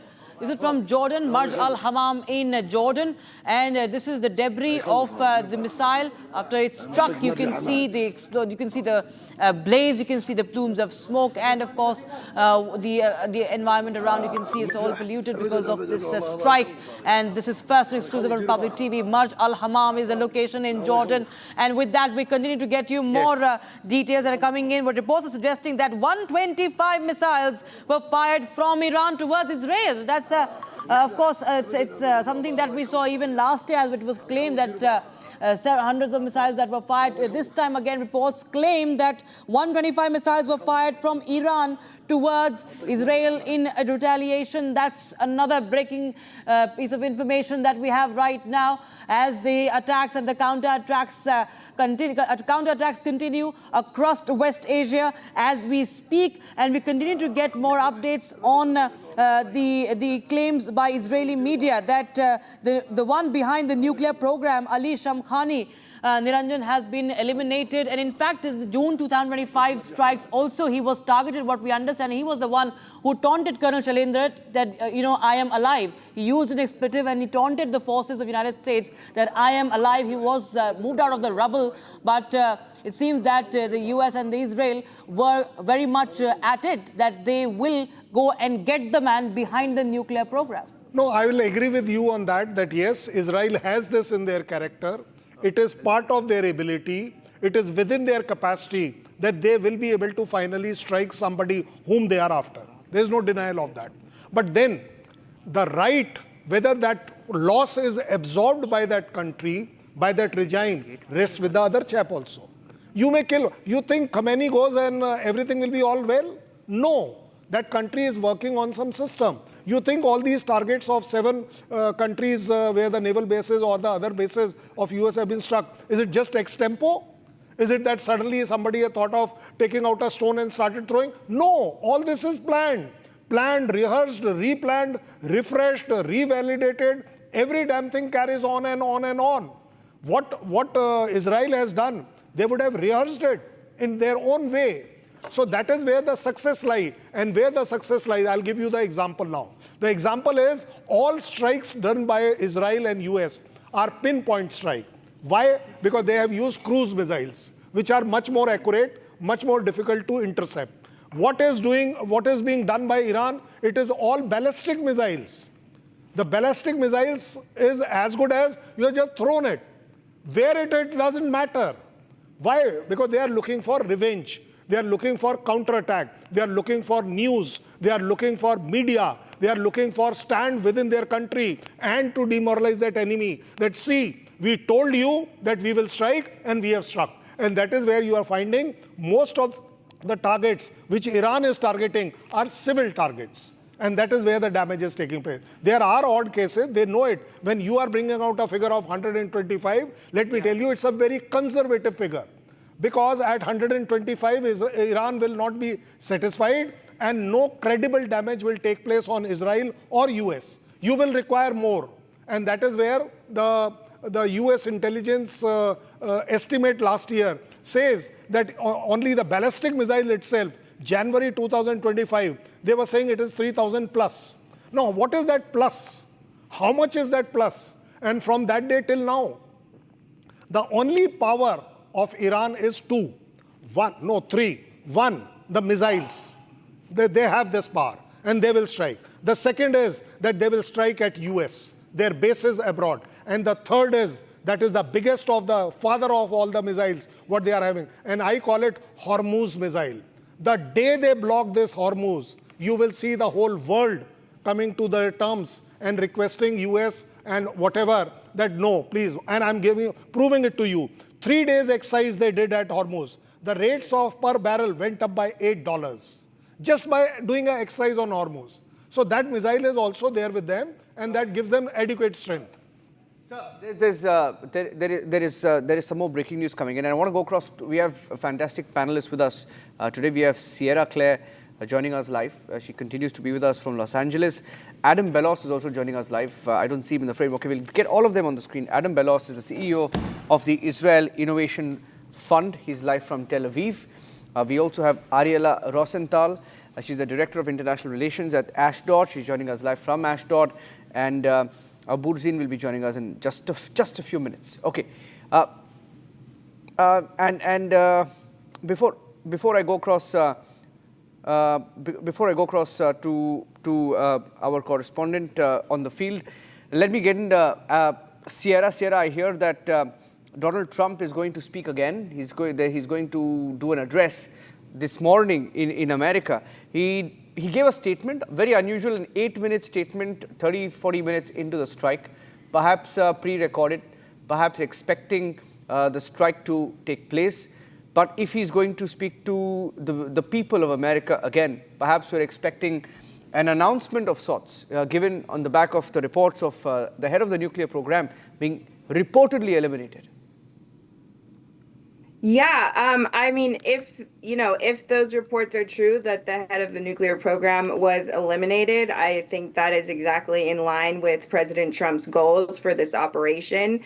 And so we may be hearing him give a statement about that. I think he also, it's very important for him to reassure the American people. There is a lot of misinformation. There is a lot of panic going around, and it has been throughout the past several weeks that we've had this deployment near Iran. And so I think that he is a very transparent president, and especially when he does undertake military operations like this, he really likes to keep the public as informed as he possibly can. And so I think that's another reason why we're seeing him give, so many statements about this as the operation gets underway. Getting in more news updates, Abhishek, anything else that you're picking up on the status of this particular person, Ali Shamkhani? He was just 2 days back, read an article that he was head of the taking charge of the nuclear response to America. Given that he survived a previous attack, the fact that he was brought back, he was made the focus, he's also one of the key targets today. And eliminated, but I stand corrected. These are not Iranian media reports. These are Israeli media reports. Israeli media reports. Still, the Iranians not accepting it. Is the Israelis claiming that they made Tel Aviv under attack, Abhishek. Okay. I'm getting in news that Tel Aviv is under attack. That's a big one. Yeah, Tel Aviv. Not. Okay, let's go across to our guests who are with us right now. Adam Belos. Adam, are you in Tel Aviv? We're hearing of explosions in Tel Aviv right now. I'm in Tel Aviv. There is no explosions that I can hear as of right now. We've been sent into our shelters a number of times, but it seems to be pretty calm outside. Okay. Are you playing down the Iranian strikes, Adam? No, I'm not playing it down at all. What use would I have to play it down? There's it seems like they're desperately firing at what looks like Bahrain, Abu Dhabi. Missiles have been downed over Jordan. The last time anything got through, it was maybe less than 10% of the rockets that have been fired at us. I believe there's been one hit on a residential building, which was debris. So no, I'm not playing it down. It's very calm outside. There are some stores that are still open. I went out earlier and got coffee. I think the problem also is... I think you are baiting the Iranians. No, Abhishek. I think you're just... thing is... No. Let the gentleman continue. That was on a lighter note. Please. In fact, on a lighter note. Because the problem also is, as we go across to Avishag, Adam, the problem also is, I'll bring in Avishag as well. Yes, Avishag, she's joining us from southern Israel. Tell us the situation right now on the ground. We understand that there has been a fresh barrage of missiles that have been fired from Iran, Avishag, and also the fact that the Israeli media is claiming that Shamkhani has been eliminated finally. Yeah. Hi, Avishag, yes, can you hear us? Could you please unmute? Can you hear me? Yes. Can you hear me now? Yeah. Okay. So far we've been experiencing one barrage of rockets, and thankfully Israel defense systems really managed to intercept most of them. And so we are waiting for the next one to arrive. Thank God we don't have a lot of wounded or killed, but we do hear about victims, I believe so, in Dubai. So I think what will happen right now, if it was only a war between Israel, US, and Iran, Iran turned it into a regional one, a big regional one. They violated the airspace of their neighbors under the guise of really targeting US bases. Which is we don't know by now if it's true or not, if they attacked mostly American bases. But this is the situation so far. Okay, Ariala, just as Iran might be earning itself enemies with all the targeting of the neighborhood from Bahrain to Qatar to the UAE and whatnot, you think Israel could be earning friends in this entire exercise? New friends? Ariala,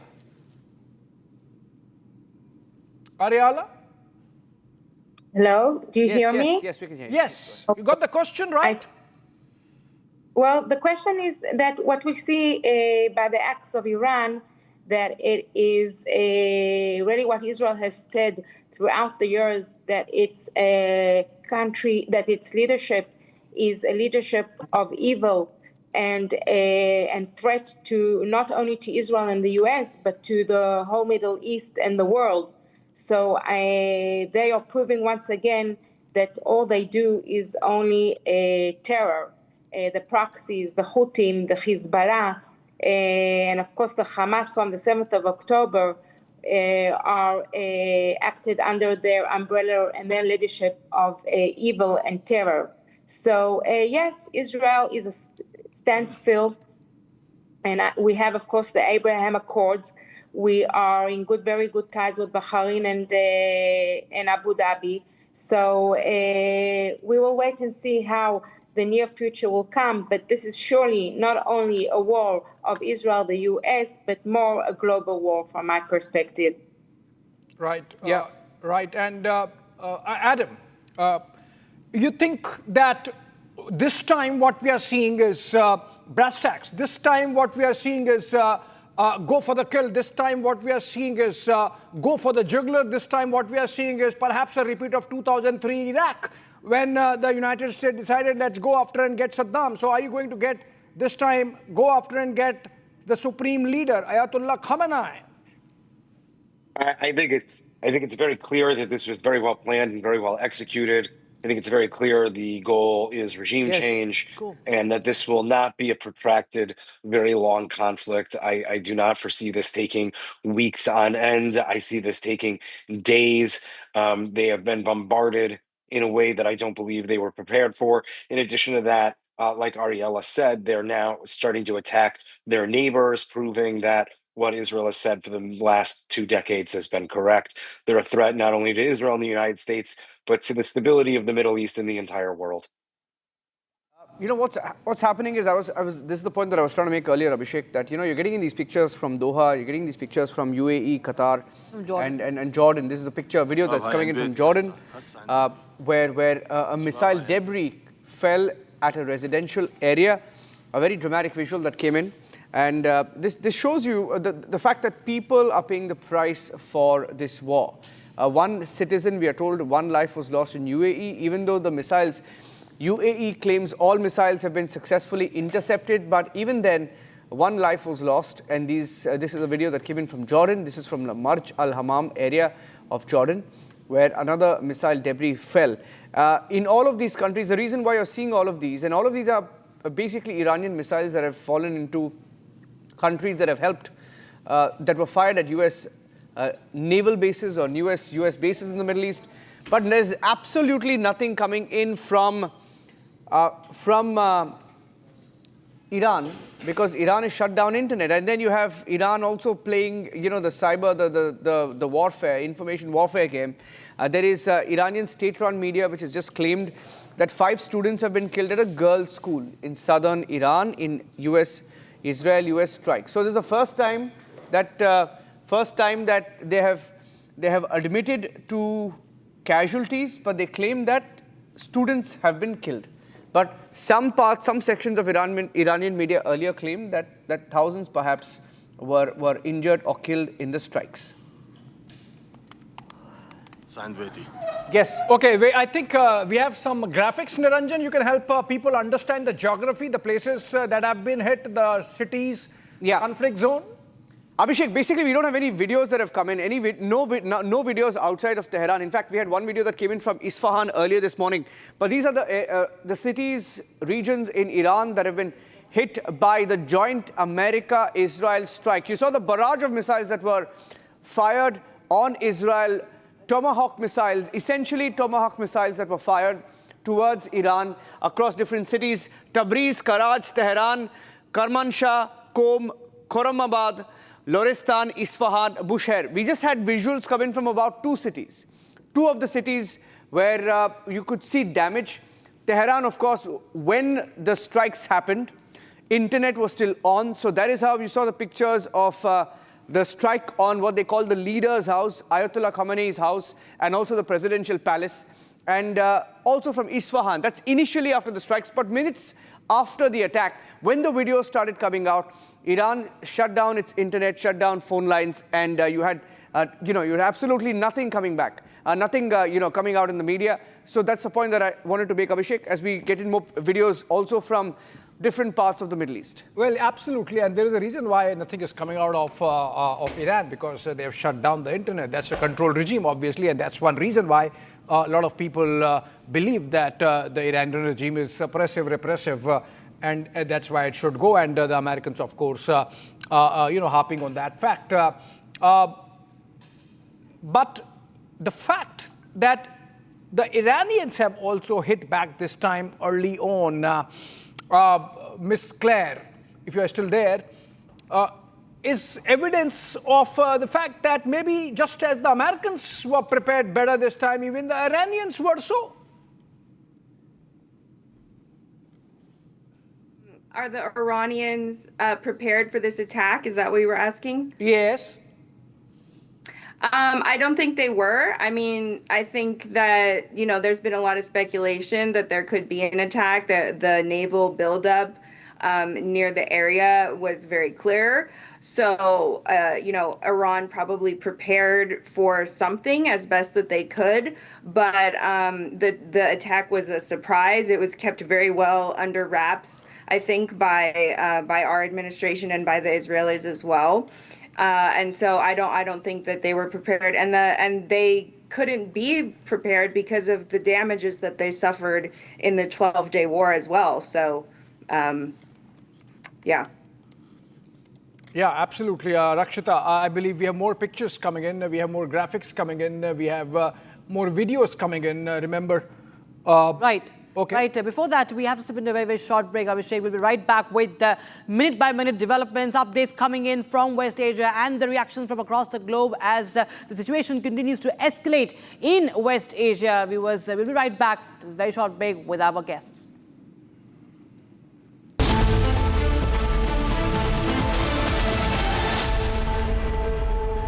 आधे bowl दही में 4 चम्मच MDH चटनी पुदीना मसाला डाला, stir करो, पुदीना चटनी तैयार। MDH चटनी पुदीना मसाला। MDH केसरिया से मन जोगी हुआ रे, दिल झूमे देखो मतवारा हुआ रे, केसरिया से मन जोगी हुआ। हर पल मनाओ केसरी त्योहार। विमल, बोलो जुबान केसरी।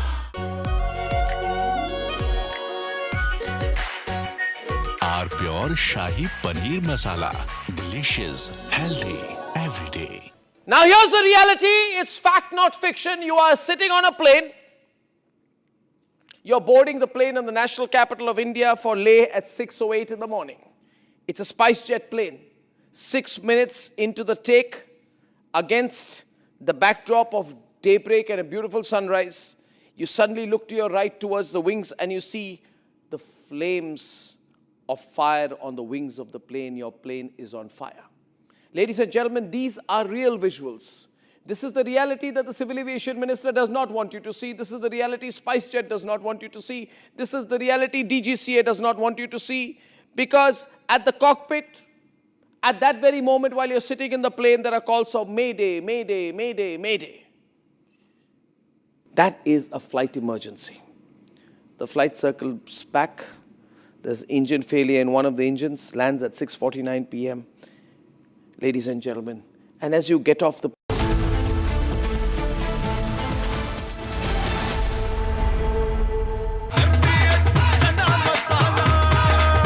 अब छोलिया हो या लोबिया, सफेद चने या काले चने, सब कुछ मजेदार बने।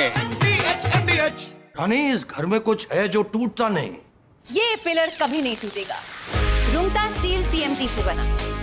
रुंगटा नहीं तो घर स्ट्रॉन्ग नहीं। रुंगटा स्टील TMT बार एकदम solid. R pure suji pasta, उबालो, मिलाओ और खाओ। 8 मिनट में तैयार। क्या टेस्ट है, सबका राजा आर प्योर मसाला।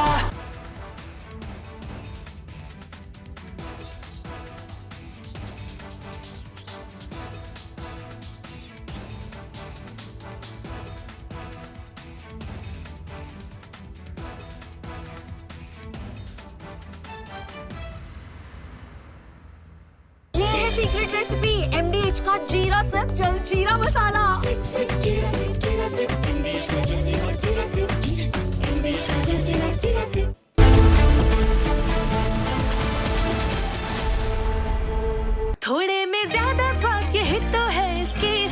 वाह वाह मामा क्या स्वाद है अरे मेरे राजा राजा मसाला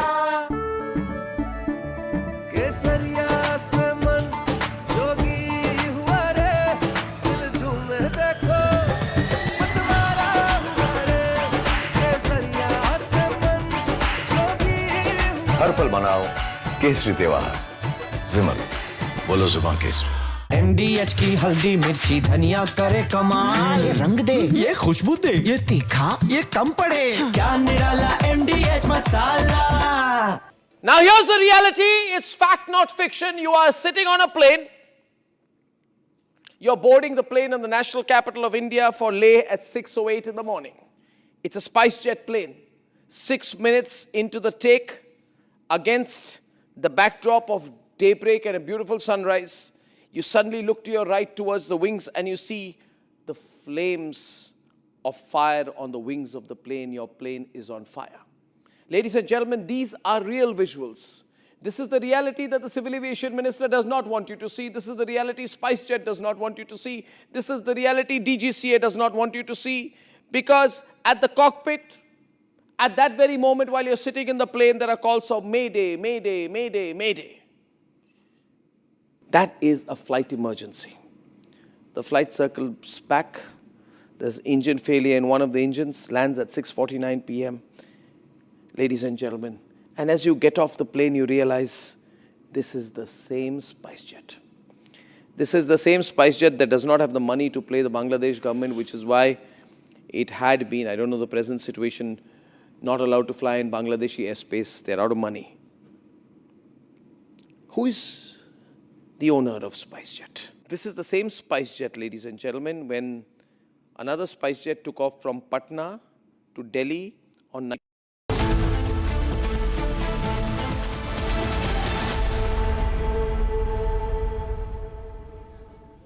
All right, welcome back, friends. Action going on in the Middle East and West Asia, as we call it. And our guests continue in the studios, as also, of course, from the United States and Israel. In the studios with me, Niranjan and Rakshita. And joining us, our brilliant contributor and honorary consulting editor, General Bakshi, sir. Thank you. Very good afternoon, sir. My first question to you. Have the Americans bitten more than they can chew? I should think so. No less a person than General Dan Kane, Chairman Joint Chiefs of Staff, is said to have told Donald Trump in his briefings that we will do what you order us, but he has warned them that there could be substantial American casualties. One. Number two, the war stocks of the American Patriot Interceptor, THAAD Interceptor missiles and other missiles is already low because of, liberal supplies to Ukraine and Israel. If there is another contingency, let us say the Chinese, after this is over, decide to invade Taiwan, then I'm afraid America is in a bit of a jam, which is self-created. Look, the simple fact is that Iran cannot win in a battle with the American-Israeli combined. Yeah. But their philosophy is summed up in that Persian statement, "Hum to doobenge sanam, tumko bhi le doobenge." Yeah. It's as clear as that. Yeah, and this is just the first day, General Bakshi, sir, that Iran has retaliated. I mean, last time, remember, it was on the last day, the penultimate day, perhaps not last, that Iran hit the Al Udeid air base in Qatar. More pictures coming in. These are interceptors that were fired, I think, in... Hello. In fact, Safwan is joining us live from Bahrain. Hi. Hi, sir. Hi, Safwan. Safwan, आप कहाँ पे हो?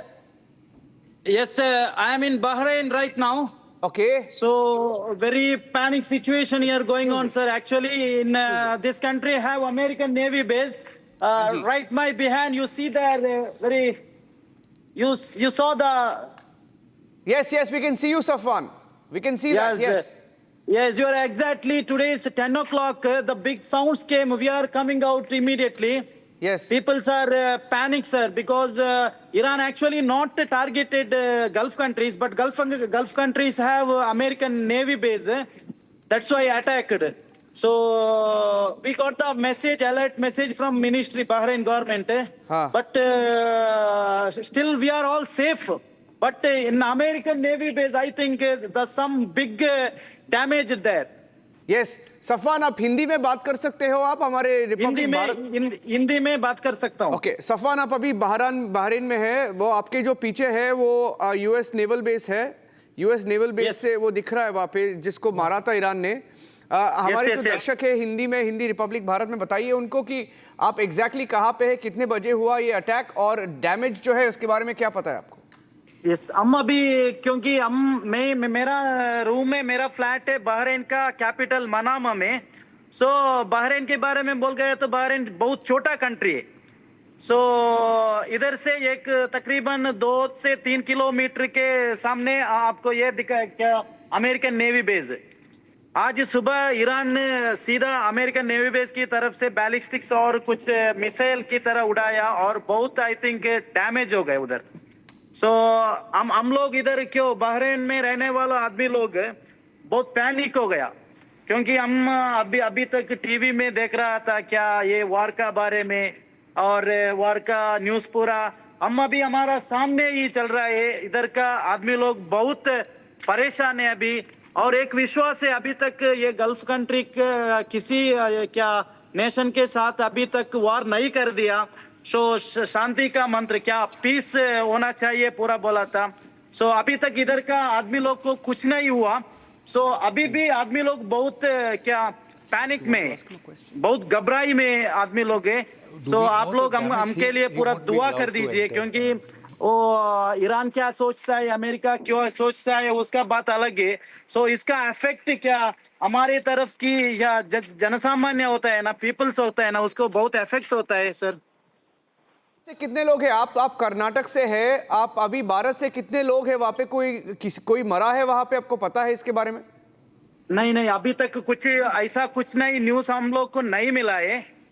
All safe है, क्योंकि वो Iran अभी तक वही एग्जैक्टली क्या अमेरिकन नेवी बेस है वो उधर only attack there only exactly American navy base. Okay, मेरा कोलीग रक्षिता भी है यहाँ पे, रक्षिता भी पूछेंगे आपसे।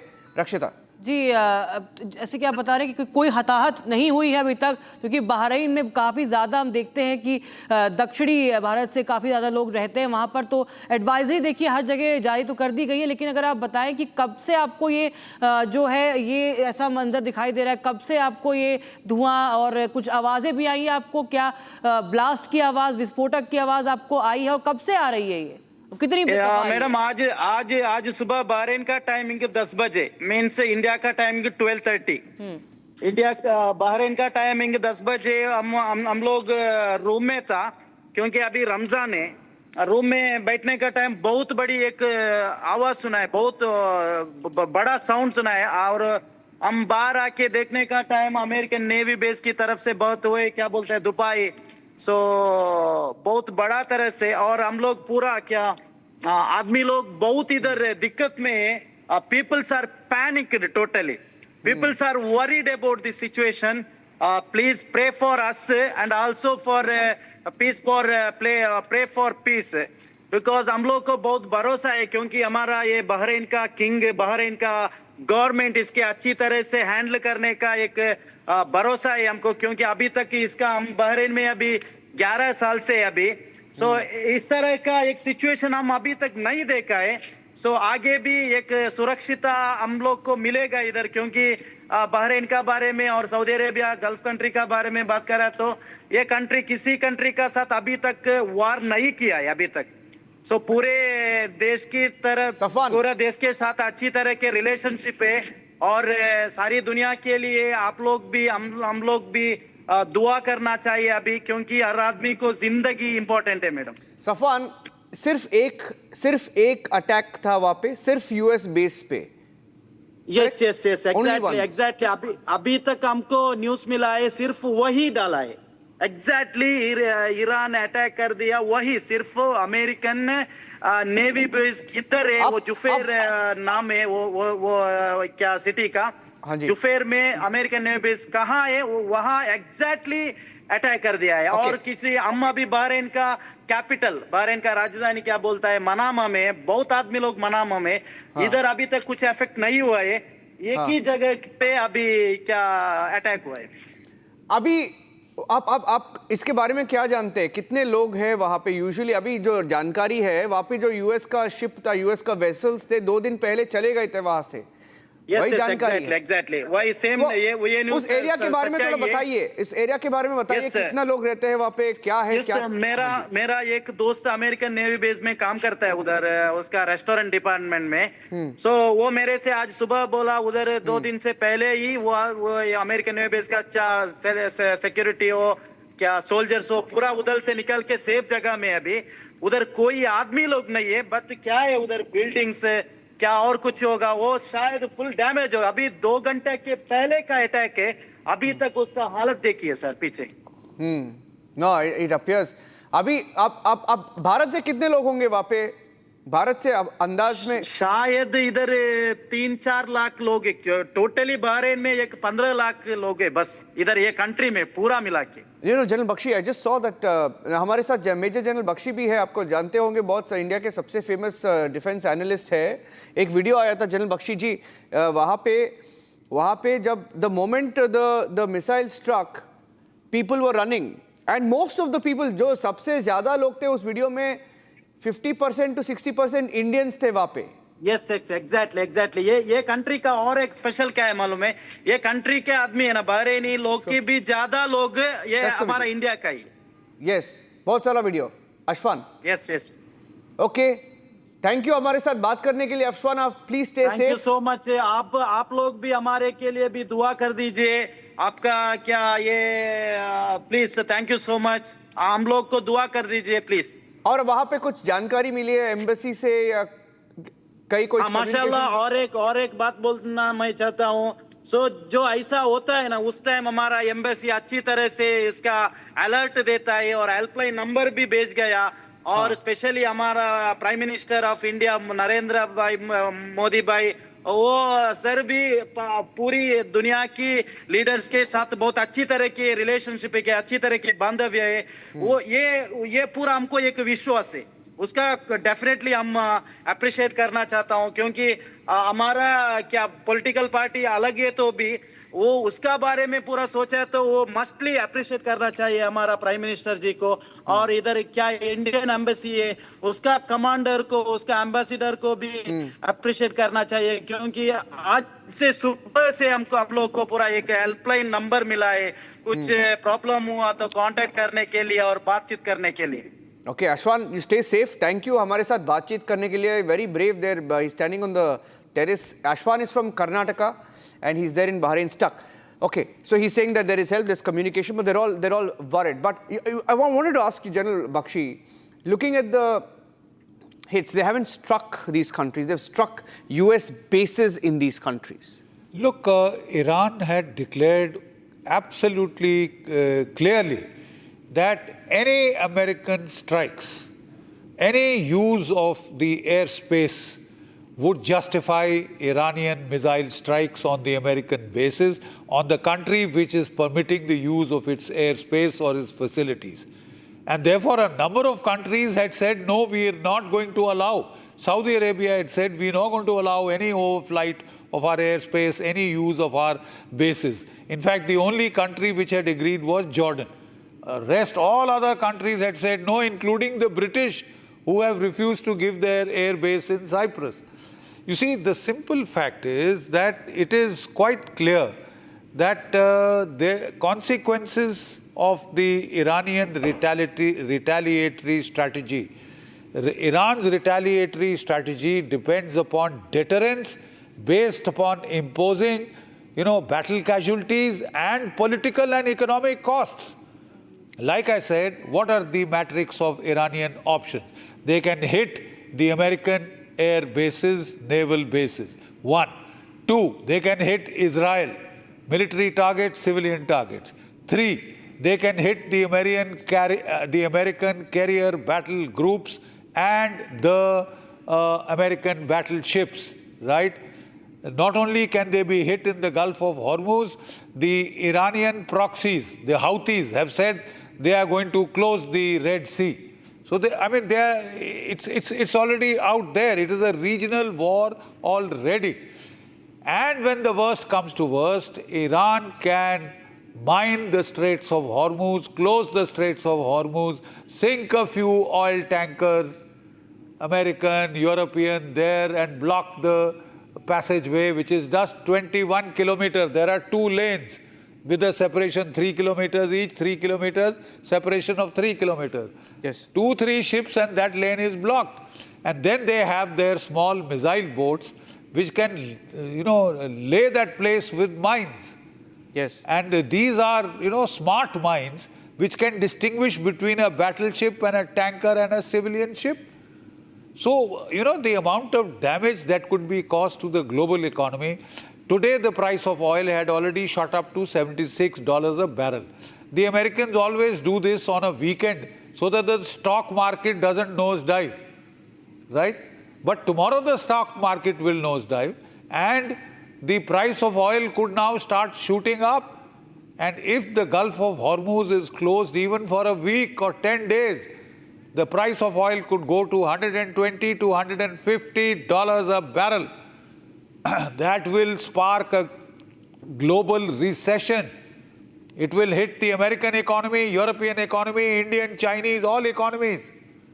That is the threat that Iran is posing. I mean, people don't seem to realize this, that was the deterrent value of Iran's counteraction. And they have already started. So I'm not sure how well thought through this was. Like I said, even General Dan Kane, Chairman Joint Chiefs of Staff, had cautioned Donald Trump against it. Lots of American military analysts have been warning against the price that you may have to pay for this kind of a misadventure. There is some speculation that this has been done to keep Epstein off the headlines in America. Yeah. Sir, Burzin Wagmar is also joining us live. He continues to be with us. Burzin Wagmar is from the Center for Iranian Studies at SOAS London. Ariela Rosenthal continues to stay with us. Burzin, how are you reading the situation as it evolves in the Middle East? Well, what is going to happen will happen. And insofar as Iran is concerned, that they will take a scattergun approach towards raking in everyone and bringing in everyone as they possibly can to minimize impact on their home front and to, quite frankly, sensationalize and internationalize the issue, which is what they're doing with these attacks on Mina Salman Jufair in Bahrain, Kuwait, Al Dhafra in south of Abu Dhabi and elsewhere. But Iran is on borrowed time, and that is a patent fact. It is a paper tiger. From the 12-day June 2025 war to this morning when attacks took place in Tehran, and this morning's attacks at the Supreme Leader's complex, doesn't matter whether Khamenei is there or not, and indeed he isn't, because he's been subterranean for quite a while. But the Beit-e-Rahbari complex was attacked, the Intelligence Ministry was attacked, the Interior Ministry has been hastily relocated from Fatemi Square, which is downtown Tehran, elsewhere, and also the Parchin site southeast of Tehran. The new ballistic missile complex has been attacked, where, of course, they have been testing mounting nuclear warheads on conventional ballistic missiles. All these have been taken out, which tells you the stunning success and brilliant planning of joint American-Israeli forces. And neither of this would be possible without Iranian local intelligence on ground. And that is only possible because there are one too many disillusioned Iranians who are more than happy, just as last year, to lend a hand to external elements to unravel the regime. Now, that is a patent uncomfortable fact which nobody can escape. It happened exactly last year too, when its fixed radar installation capabilities were degraded, and to think that they didn't do anything to restore them, that these aircraft could casually come in this morning and do the needful and just fly off again. Okay, so Iran has sent off missiles to Mina Salman. That's the typical position that they take with these, shall we say, cosmetic gestures. But what of it? Nothing much is otherwise going to come out of it as such. In the last few minutes, unconfirmed reports have also mentioned that IRGC commander Brigadier Pakpur, who was responsible for the January protest murders and shooting of civilians, has been eliminated. And as well as General Ali Shamkhani, former Secretary of the Supreme National Council, Iranian Supreme National Council, he too, and one of Khamenei's right-hand man, has been eliminated. But these are unconfirmed reports, and I'm sure they will be corroborated with the passage of time. Over and above the fact that the dreaded, vilified head of the judiciary, Ghulam Hossein Ejei, has also been known to be eliminated, who was primarily responsible for murdering Iranians in their thousands between December and the January riots that we saw. Yes. In fact, I'm getting in some more breaking news updates right now. Rakshita, any more updates that you're picking up? Getting in news of red alert in Tel Aviv. Right. We have somebody in Ashdod joining us live. Ariela Rosenthal is in Ashdod. Ariela, any updates you're picking up? Because we heard of missile explosions in Tel Aviv. Anything on your end? No explosions, but we do have alerts. And now I received alerts of deadfall drones that are coming from Iran towards Israel. So we receive, of course, these alerts every time that there is that the Home Front Command sees that there is an entrance of missiles or drones to Israel. As per Israeli media, the IRGC commander Mohammad Pakpor has also been eliminated. He had just replaced Salami, who was also eliminated, and it's been some 200 days, a little more than 200 days that he served as the IRGC commander. He has been eliminated as per Israeli media. But I'll just go across to Avishag, who is in southern Israel. Avishag, what is the situation right now? Is a red alert being issued? Okay, Avishag will reconnect with us. Ariela continues to be with us. Also, I'll just go across to Major General G.D. Bakshi also, sir. With the situation now unfolding and, if we look at the broader picture, how much do you think that Iran has right now the strength, or rather the power, to tolerate further strikes and maybe counter now? Till when can it counter? Because so many of the neighboring states, it has also, it has violated the sovereignty of theirs as well. Well, that it had threatened to do from the very outset, that any state which permitted or facilitated American or Israeli strikes would be at the receiving end of their missiles. They had said so. The missiles have been quite accurately targeted. As the civilian was telling you, they hit the naval base only. Yes, the Americans have evacuated most of their bases and dispersed their people to conserve their casualties, but the bases are going to be hit very much. I found that we were expecting Iranian retaliation to go in, because they were saying they are locked and loaded. The moment the first strike comes, they will hit.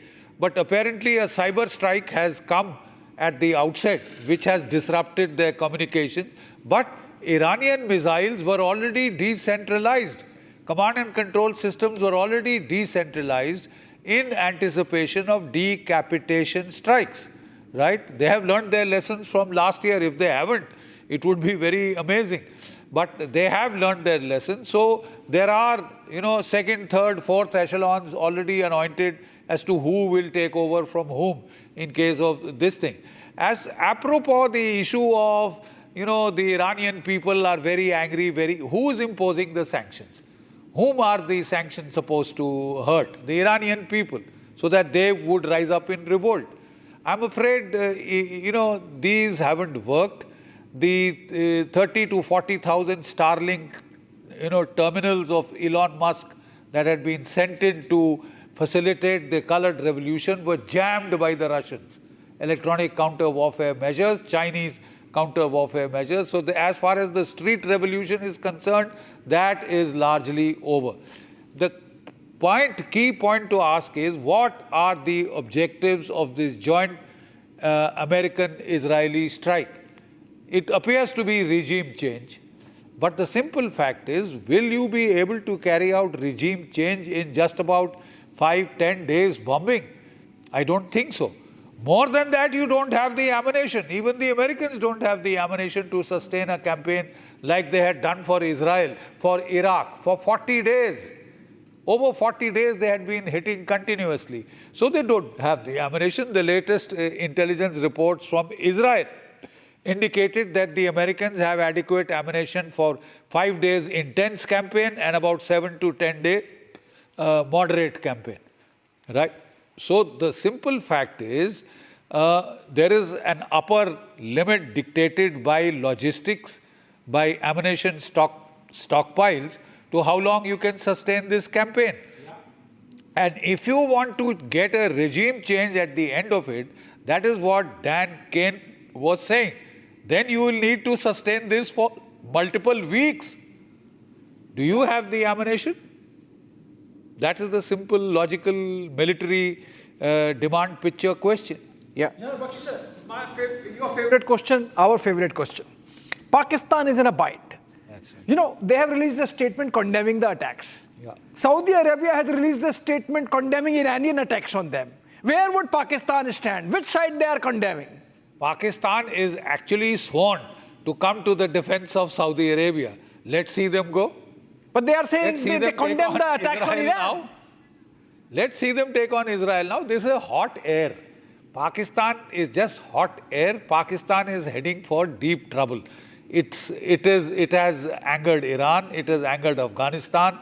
It's already at daggers drawn with India. You know, वो हमारे बोलते हैं विनाश काले विपरीत बुद्धि. And if they have signed that strategic, agreement, that treaty with Saudi Arabia, any attack on Saudi Arabia will be an attack on Pakistan. So let's see what Pakistan is going to do against Israel or America, United States of America for that matter, or for Iran.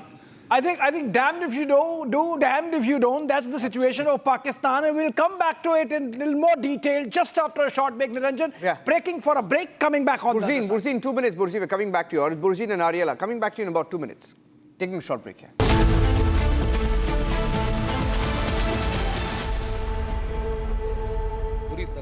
दादी के हाथों का जादू और खुशबू से महकता घर, माँ की मुस्कुराहट और खाने की सुगंध। MDH गरम मसाला, क्योंकि हर रिश्ता है स्वाद से जुड़ा।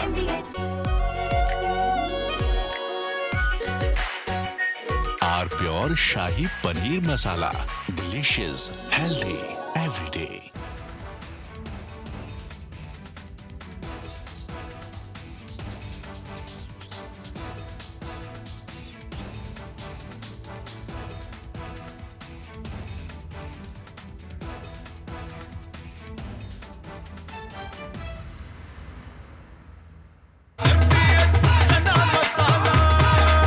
अब छोलिया हो या लोबिया, सफेद चने या काले चने, सब कुछ मजेदार बने।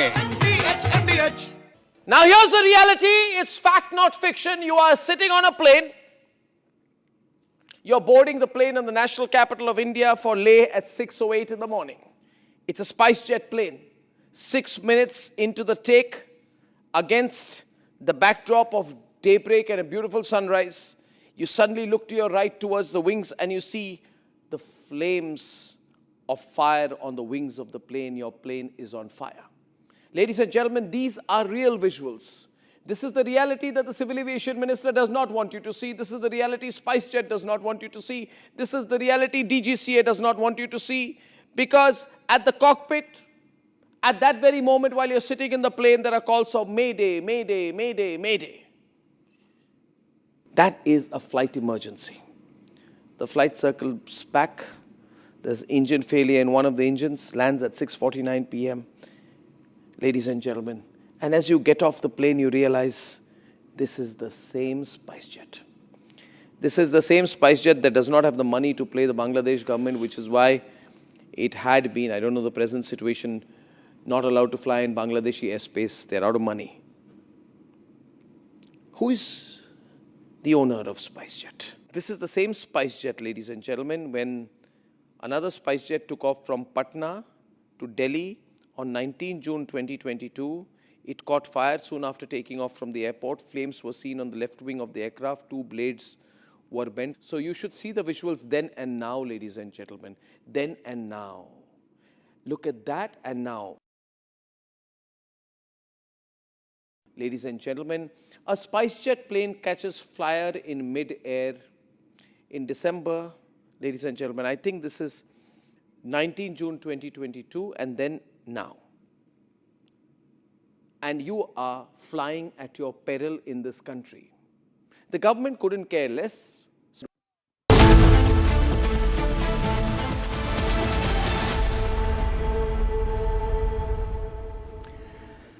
Welcome back. You're watching live coverage of Israel-Iran war. It's not just limited to Israel and Iran, but Iran has struck all these bases, or most of these bases, if not all, in the last few hours.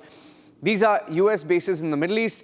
Let's go through them one after the other. The Muwafaq Salti Air Base in Jordan has been targeted. You saw the pictures coming from Jordan of missiles being intercepted. The Ali Al Salem Air Base in Kuwait also targeted. Pictures came in from Kuwait this afternoon. The Erbil Air Base in Iraq, we had reports come in and videos to show that Iran had fired ballistic missiles on Iraq as well.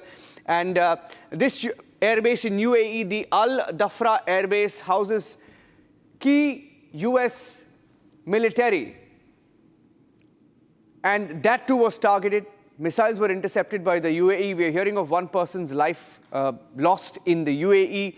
A US Navy 5th Fleet is in Bahrain, was hit again by Bahrain. You saw that dramatic video of an Iranian missile landing on the Bahrain naval base, which stations US fleet.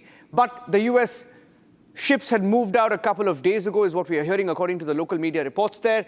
And the Al Udeid Air Base in Qatar, which is the largest base in the Middle East that the US houses, has also been targeted. Different videos have come in from there as well of missiles hammering the Qatar Air Base. Let me go across to Burzeen joining us live. Burzeen Wagmar is in London, and then General G.D. Bakshi will take us through what we are seeing with Iran targeting these bases.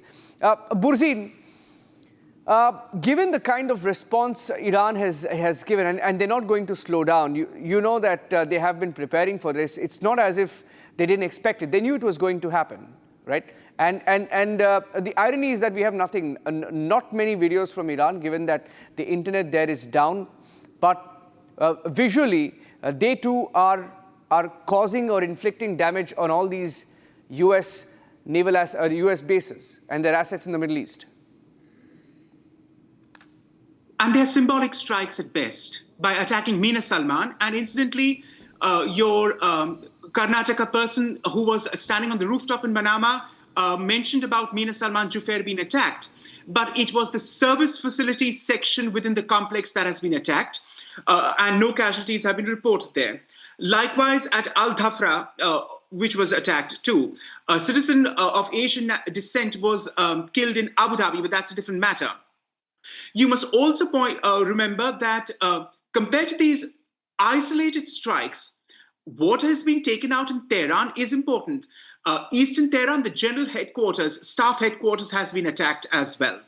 Now, that in proportion is something worth talking about and is clearly not just symbolic, though there is a symbolic overtone to it. And as I mentioned and broke it to your Republic viewers, Brigadier Pakpur has been eliminated, along with General Ali Shamkhani, who were two top brass individuals. Yes, Iran has prepared for layering of individuals to be replaced once they're eliminated, and that has been a practice since June 2025, the 12-day war. But the question is, how much can they sustain? And General Bakshi spoke about the student protests being over. I'm not so sure I'm so sanguine about that, looking at the Iranian situation. Exactly last Saturday, the new academic semester started across Tehran universities after the holidays, and protests and riots broke out on all major campuses of Tehran: Sharif University, Azad University, and Tusi University. And that was on Saturday, when also a new seabed test missile was launched by Iran. Yes, the ballistic missile program has been continuing apace. In fact, one would argue, and I would also point out, that following the 12-day war attack on Operation Midnight Hammer, the sites at Isfahan, Fordo, and Natanz are largely inoperative. But Iran has not been sitting quiet insofar as the ballistic missile centers are concerned, by re-engineering most of its missiles with lighter materials and with greater payloads. That has been happening since June 2025. And obviously, Iran did not want to talk about it at its talks in Geneva and elsewhere. And it may claim that's a red line, but that is precisely what President Trump wants to talk about. And also Iran's GCC allies. If you remember, Omani Foreign Minister al-Busaidi's interview last evening to CBS, which is being made much of by the world's media, therein he was asked, what about the ballistic missiles? And he fudged the question by saying that, yes, at some point later, first we must talk about the nukes, but at some point we will have to bring that in. Obviously, it has to be brought in with the Arab neighbors in question, for whom it is an existential element for all the GCC members, regardless of whether there are US strikes or not. That is the elephant in the room, which the Arabs will have to tackle at some point. And just merely keeping the talks to the nuclear issue is not good enough. So when President Trump said last evening that he's not happy with the progress, it is only natural that he said so, because Iran has calculated, in my opinion, that it's got a weak hand, but it would sooner go in with a weak hand and sustain casualties and strikes rather than discredit its so-called sovereignty and core ideology by capitulation and compromise to the US. And final point, if you understand the Shia ethos, and I want to point this out, the riots that are taking place now are going to occur every 40 days, because for 12 Shia Muslims, it's the Arba'in or the Chehelom period when commemoration is taking place of the deceased. So every 40 days, a momentum, a critical mass is going to build up, as we saw happen Saturday last, when I mentioned the university student attacks at varsities. The 40-day commemorations are going to take place, and people are going to come out of the streets.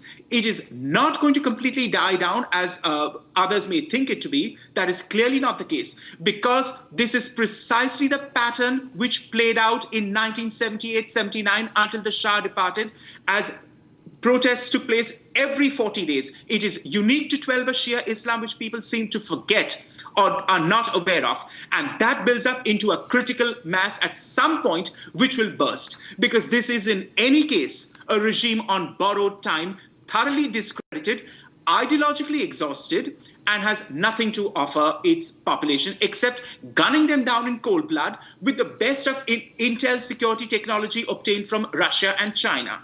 But there is only so much you can possibly do for your people to sustain and endure that. Getting into some footage, I want to go to General Bakshi with that, but Staff Cohen is also joining us. He's a former IDF Special Forces officer.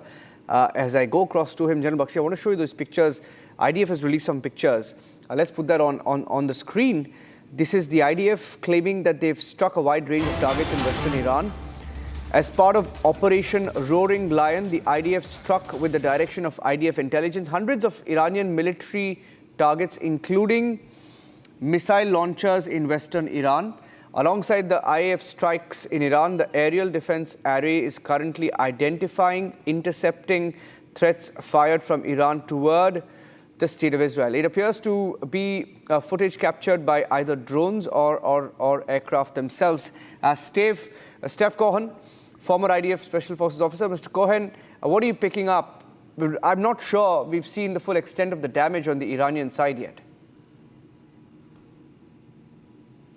Thank you, sir, for having me, first of all. I'm not former, still on active duty. And wow. I have it's all good. And I have the perspective as a lawyer to give the legal field in that experience. What we're witnessing today, sir, those footage from IDF drones, aircrafts, are nothing but history, not less than that. History, turning point, when the West, not only the US and Israel is only the hand that is executing the act, but we're acting on behalf of the Western world, including, of course, India, one of our closest allies, and it was delight to have your Prime Minister in Israel yesterday.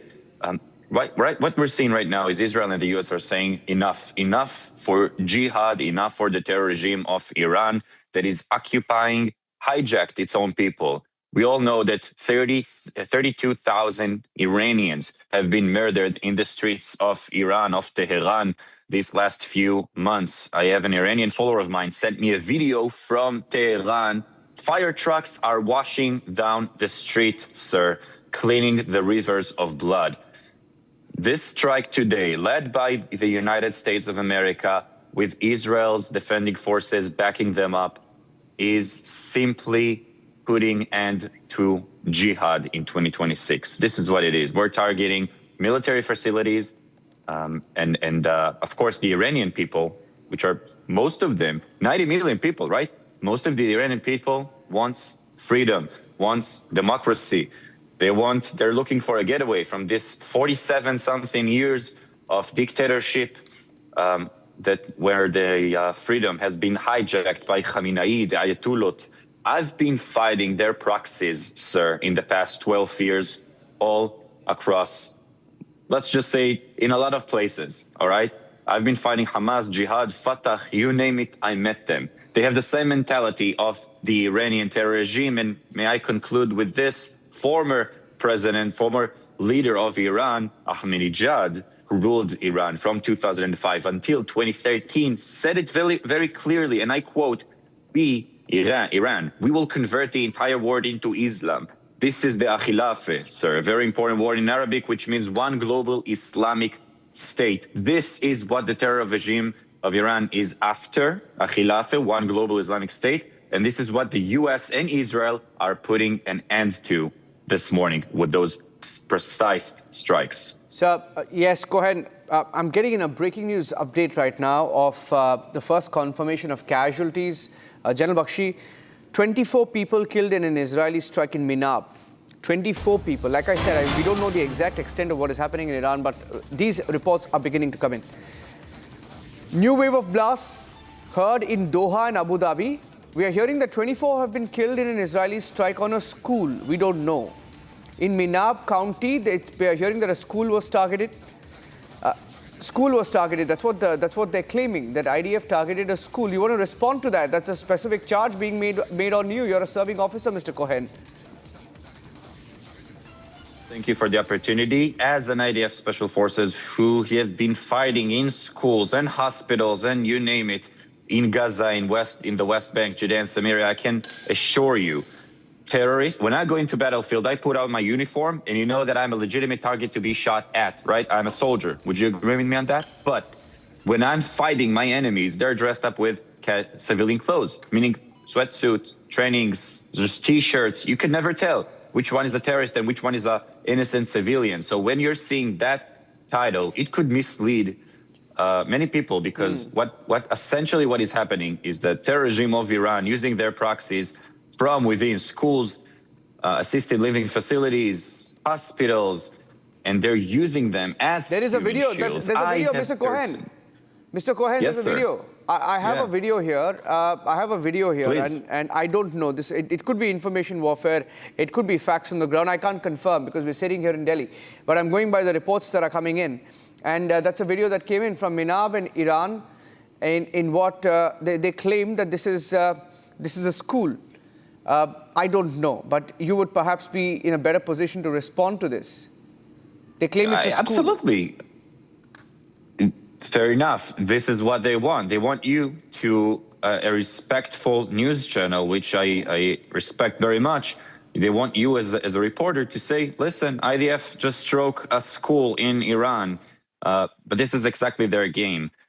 Those schools, those hospitals, that specific school, it's not confirmed for me yet. My source never told me that. So I don't have enough details to tell you about this specific event. But I can assure you that whenever you're seeing the IDF striking school, hospital, whatever it will be, it only because Hamas, Jihad, Fatah, terror regime of Iran, etc., the evil forces used that school or hospital as human shield to work to terrorize the entire region. But the IDF, the only reason that you need guys like me, special forces, going inside buildings with pairs or maybe only 3 people sometimes at a time and not bombing the entire place is because we're being careful. You never need special forces like me if you would just bomb schools out of the blue for no reason.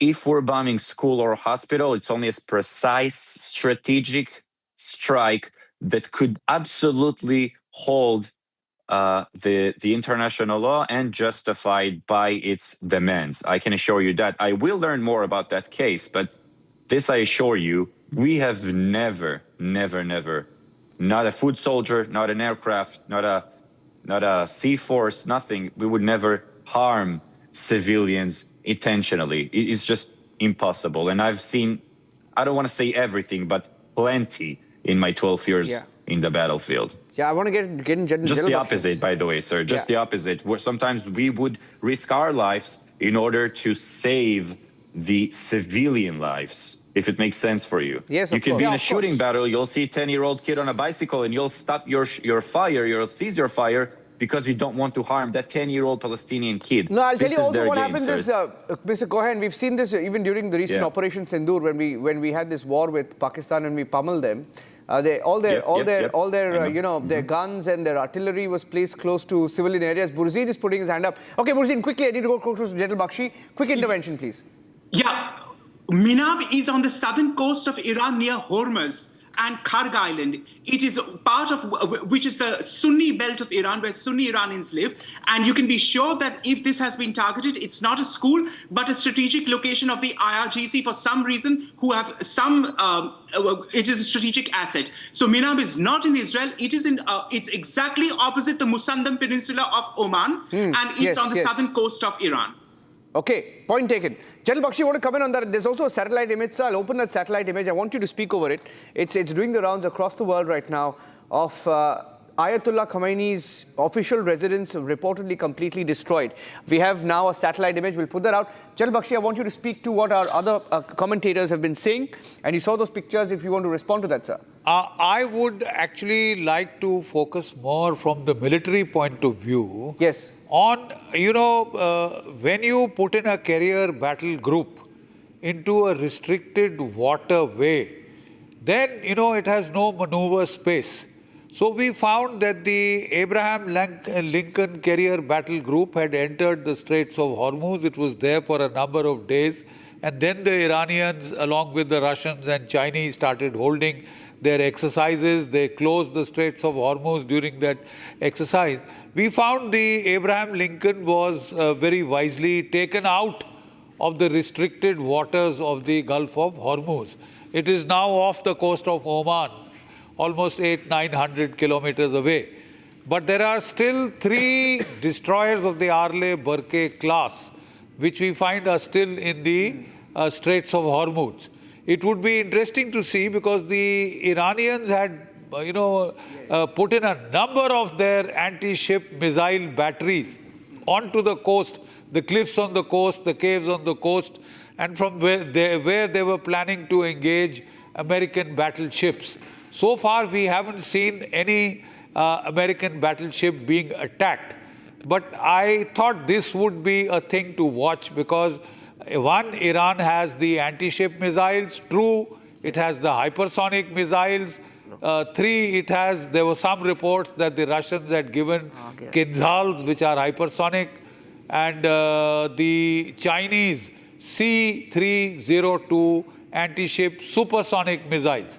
It would be interesting to see how the Iranians use them, purely from a military analyst point of view, how the Iranians do use them, what is their impact on restricted waterways, and they would like to inflict casualties on, inflict body bags on the Americans so that this war becomes unpopular back home. I mean, that was the tactic that we had seen in Vietnam. That is the standard tactic. But it would be interesting to see what use the Chinese missiles, the Russian missiles, and the Iranian missiles are put to in restricted waterways. Don't forget, last year, the Houthis had played merry hell into the shipping traffic in the Gulf of Hormuz. So they are threatening to close not the Gulf of Hormuz, the Red Sea. They are threatening to close the Red Sea again. And we'll have to see how that goes and what impact does it have on the transshipment of oil, movement of oil, and global oil prices. This has very wisely been done on a weekend so that the stock markets, do not go into a nosedive. But even yesterday, the price of oil had gone up to $76 a barrel. That will have to be watched because that could generate a global recession, a global crisis, economic crisis. And the last card that the Iranians have is a threat for the closure of the Straits of Hormuz. They could mine it, they could sink a few ships there, they could attack with their missile boats, etc. And they have mines which are so-called intelligent mines, which could distinguish between warships and commercial vessels. So that is an aspect that we will have to wait and watch for. Yes. That could have a global impact on the global economy, American economy, European, Chinese, Indian, all economies would be affected if the Straits of Hormuz is closed. And if in those restricted waterways of the Red Sea, yes, Straits of Hormuz, we see missile attacks on shipping. Sir, I'm getting in a satellite image. I'd like to play that and get maybe Cohen's response to that. If I can see that picture there, Cohen, that's reportedly the satellite image of the Iranian Supreme Leader Ayatollah Khamenei's residence this morning after the strike by Israel, right? So is there confirmation, yes, sir, of where he was, whether he was there or not? What do we know? What are you hearing? I mean, because you claim the commander was killed, but there are reports that he wasn't. There are different, a lot of information warfare also ongoing. So what are the facts? What are you saying on record now? Unfortunately, sir, I'm not authorized to give any information that I know of, and the IDF has not approved just yet of who has been eliminated and who has not. I wish I could because I want to share that information, but unfortunately, I'm not authorized. But I will say this, sir. The strategic, precise strikes of the Supreme Leader of Iran, who hijacked 90 million Iranian good people, most of them, are the living proof of what Israel is truly after. And this is to free the Iranian people from the terror regime. Once Khamenei, the Ayatollah regime, will fall, you'll have vacuum of power, massive vacuum of power. And many armed militias will take over. They'll try to take the throne, if you will. This could lead to a bloodshed. So what I would personally focus on is the day after. Because rest assured, sir, one way or another, jihad will fall. The terror regime of Iran will fall. There is no room in 2026 for destruction, for jihad, for terrorism. This is pure fact. Light always beat darkness. I want to know who is it, that person that will sit on that throne on the day after, because they'll have a verge of civil war to stop. Yeah, getting in reports of blasts and explosions in the southern Iranian city of Shiraz. So Shiraz is a city in southern Iran, and we're hearing of more explosions there. The Shiraz is in south-central Iran. Okay. Getting in another video right now of an impact of an Iranian missile striking the US base or close to the US base in Kuwait. Now, this is what we are hearing. Let's play the video. إيراني. لا إيراني لا. الدائر السابع الملك فهد مضروب الشارع. شوف الملك فهد الشارع مضروب. الدائر السابع الملك فهد مضروب الشارع. شوف الملك فهد الشارع مضروب. الدائر السابع الملك فهد مضروب الشارع. شوف الملك فهد الدائر السابع الملك فهد مضروب الشارع.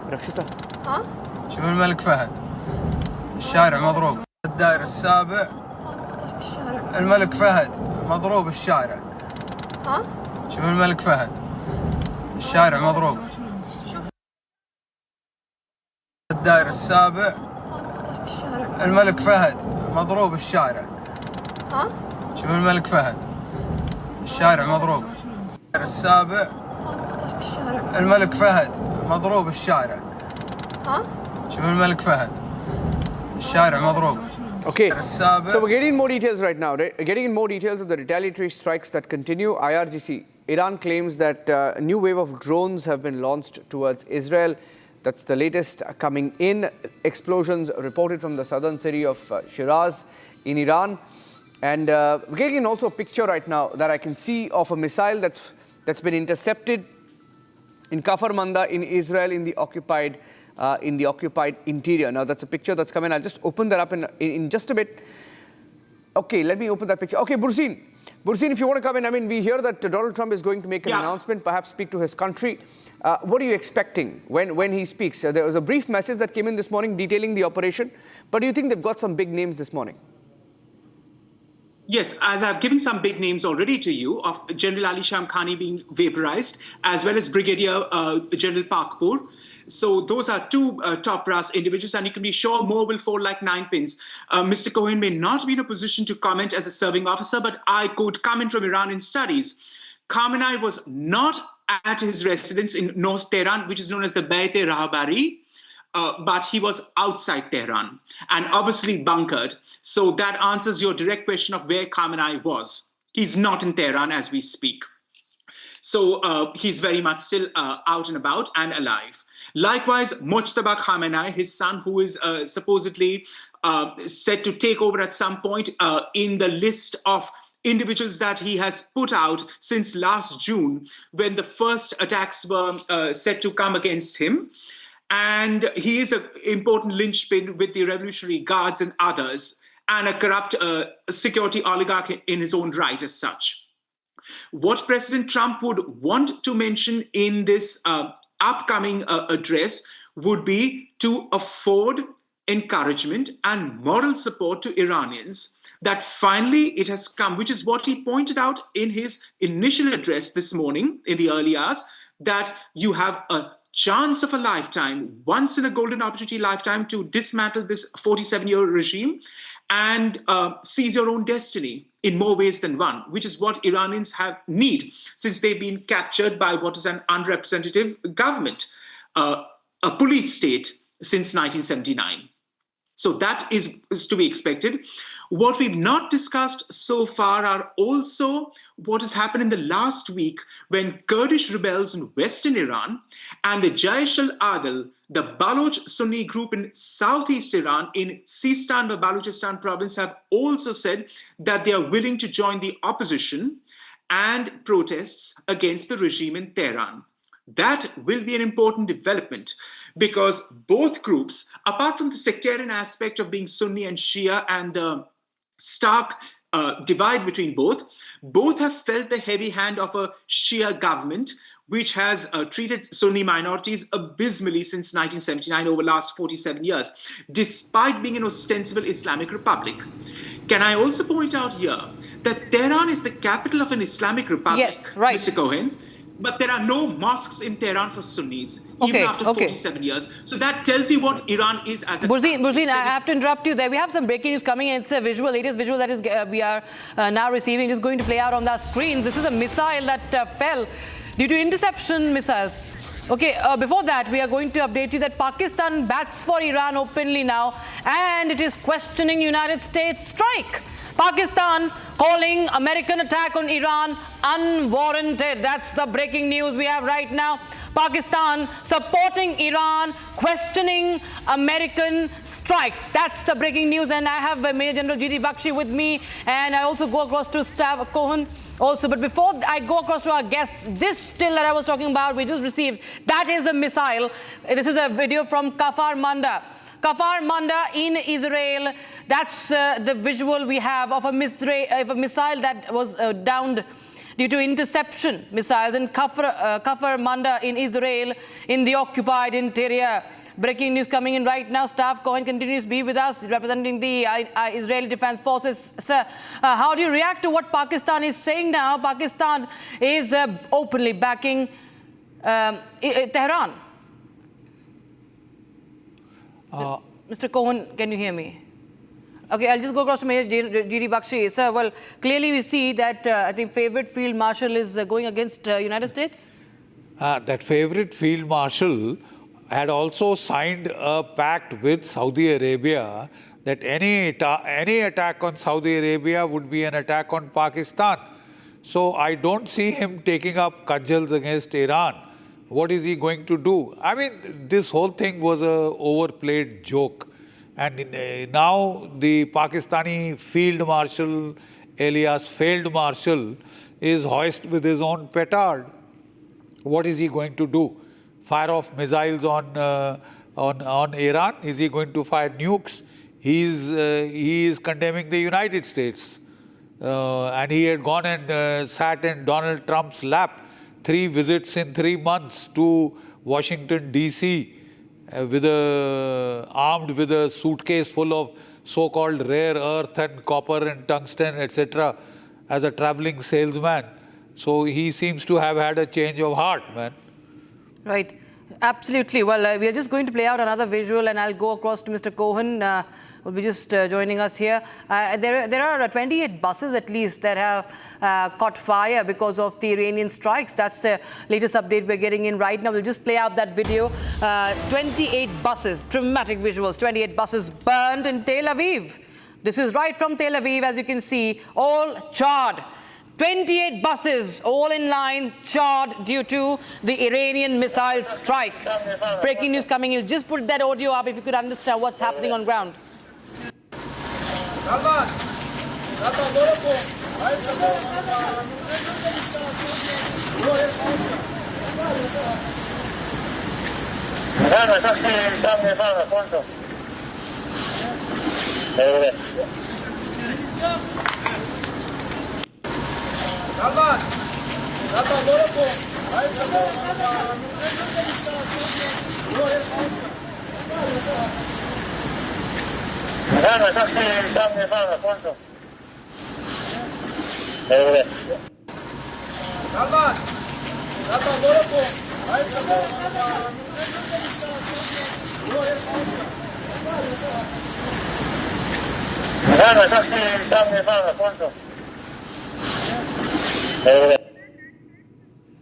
Right, so that was, those were the visuals coming in. And, General Bakshi, we can clearly see, right, the state of affairs in Iran right now. The Iranian strikes have caused much damage within Israel and in a city like Tel Aviv also. And what we are learning from cities like, like Haifa as well, there's been immense damage.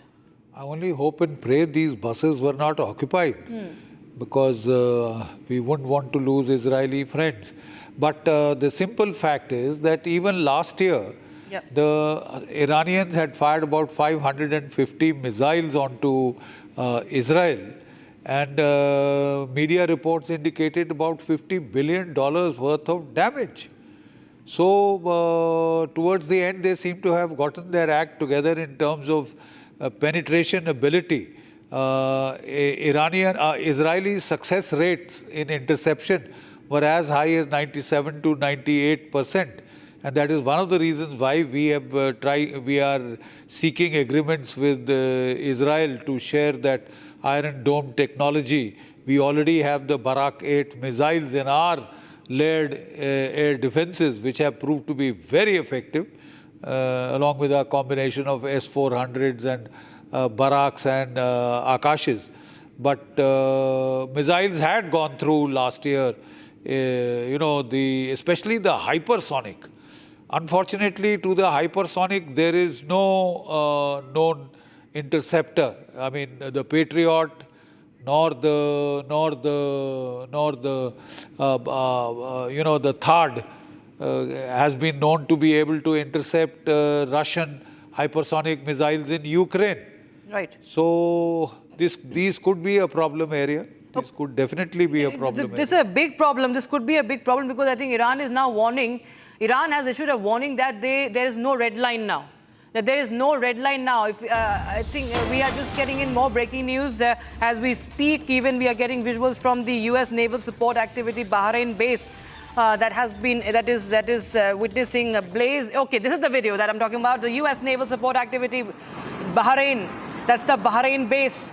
It's on fire. You can see that mammoth plume of smoke there. You can see the extent, the scale and the magnitude of that strike. That's the Bahrain base, and there is massive damage. What we understand, it's on fire after the strikes from Iran. That's the breaking news we have right now. Exclusive footage on Republic TV coming in from the Bahrain base. And as we speak, there are more and more such visuals that have come in from different locations across West Asia. The damage that has been inflicted by the Iranian missiles. So that's clearly we can see. We are also getting in more guests. Okay, we have guests from Istanbul. Helen Sari. Helen Sari is joining us. He's an associate professor, international relations, Istanbul Medinit University. All right, Helen, how do you see this? What's really happening right now, ma'am? This is a situation that is going to get even more grave now. Iran now is saying that there are no red lines anymore and they will do everything possible.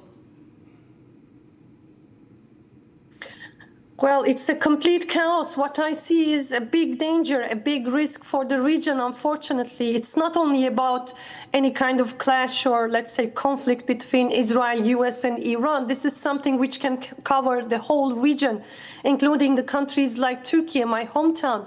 So we have to be very careful at that moment because it's a delicate situation in which all sides should really be rational, think in detail, plan for the future cleverly, because for the countries like Israel, unfortunately, sometimes they are being nourished from tension. They are being nourished from harsh politics supported by military means. But this is the last thing that we need in this region. I mean, I'm from Turkey, and I can see as an international relations associate professor that we do not need any more tension, any more chaos for our future. So every side, all counterparts should be really clever about what they are doing. Where do you see this, now spilling over? How do you see the other forces in West Asia reacting now, ma'am? Even if you can just give some more context from Turkey also. Well, what I see from the Turkish side is that quite in harmony with the traditional Turkish foreign policy approach, that Turkey is really calm and trying to be careful about what it says, what it does. At that moment, I think it's in a kind of wait-and-see moment. But for the Gulf countries, this is not the same thing, as they are being attacked by Iran at the moment, as they have American bases. Turkey also has American bases, but it would be a big, let's say, step if Iran does the same thing against Iran. I don't think that against Turkey, I don't think that Iran can venture that. I don't think that Iran can attack the American forces, American bases inside Turkish territories, but it does. Iran, Tehran does that against the Gulf countries, which are in smaller scale compared to Turkey. So for that reason, I believe that there is a kind of balance, traditional balance in terms of Iranian-Turkish relations, and both sides are trying to be really careful about protecting this balance. But the tension regarding the Gulf countries, Gulf Arab countries, it's quite high at the moment. As Jordan also quite recently underlined that it is intercepting the missiles from Iran. So almost whole Middle East is somehow under attack and in quite a big risk at the moment. Right. Just stay on with us. We are just getting in some breaking news, and that's about what Iran has said as the latest warning. Iran declaring there's no red lines in the war. No red lines in the war. That's a very, very serious statement that we are getting in right now from Iran, saying everything is possible now, including responses that were not previously considered. What, in your understanding, Ms. Helen, does Iran mean when it says responses that were not previously considered? Exactly. Iran is such a big country in terms of territory and in terms of its civilizational understanding. So we cannot compare Iran with the countries like Syria or Iraq, which, in my point of view, had been, let's say, established artificially, especially by the Western powers. So I don't see Iran equal to Iraq or Syria or some of the other Middle Eastern countries, especially those in the Gulf. So what I see from Iran is that when they say that there's no red line, they can venture many things which are unexpected. But again, I also would like to underline that hopefully this will not cover any attack against Turkey. Turkey is a traditional Western ally. It's a part of the NATO alliance. Right. So it would be a big, big risk to attack a country like Turkey. Regarding the rest of the Middle East, unfortunately, as I said, a big risk is going on. As Iran says, there's no red line. So I don't think that the Iranian side would take any steps backwards. They will somehow further their steps. They will force for the extremes because despite the continuing negotiations, peace negotiations regarding the future of the nuclear deal, the United States and Israel didn't find that enough, and they moved on militarily against Iran. Right. Mr. Magmar, what do you understand from Iran's latest statement that the red lines, there are no red lines anymore, and they will consider options that they have not considered before? It is all of a piece with what they have been saying and which we have been seeing from Iranian studies. And your guest from Istanbul is absolutely right. I concur with everything she said. Iran has to go all out because it's a desperate, embattled, beleaguered regime, practically on its last legs, existentially speaking. So that is what you saw in these nuclear negotiations, where capitulation or compromise with the US was a sign of weakness that would discredit it in its eyes of its own population. Not that it needed any more discrediting, since it was tantamount to questioning its core ideology and sovereignty on questions of the nuclear issue or the ballistic missiles, which is why we've seen the talks drag on.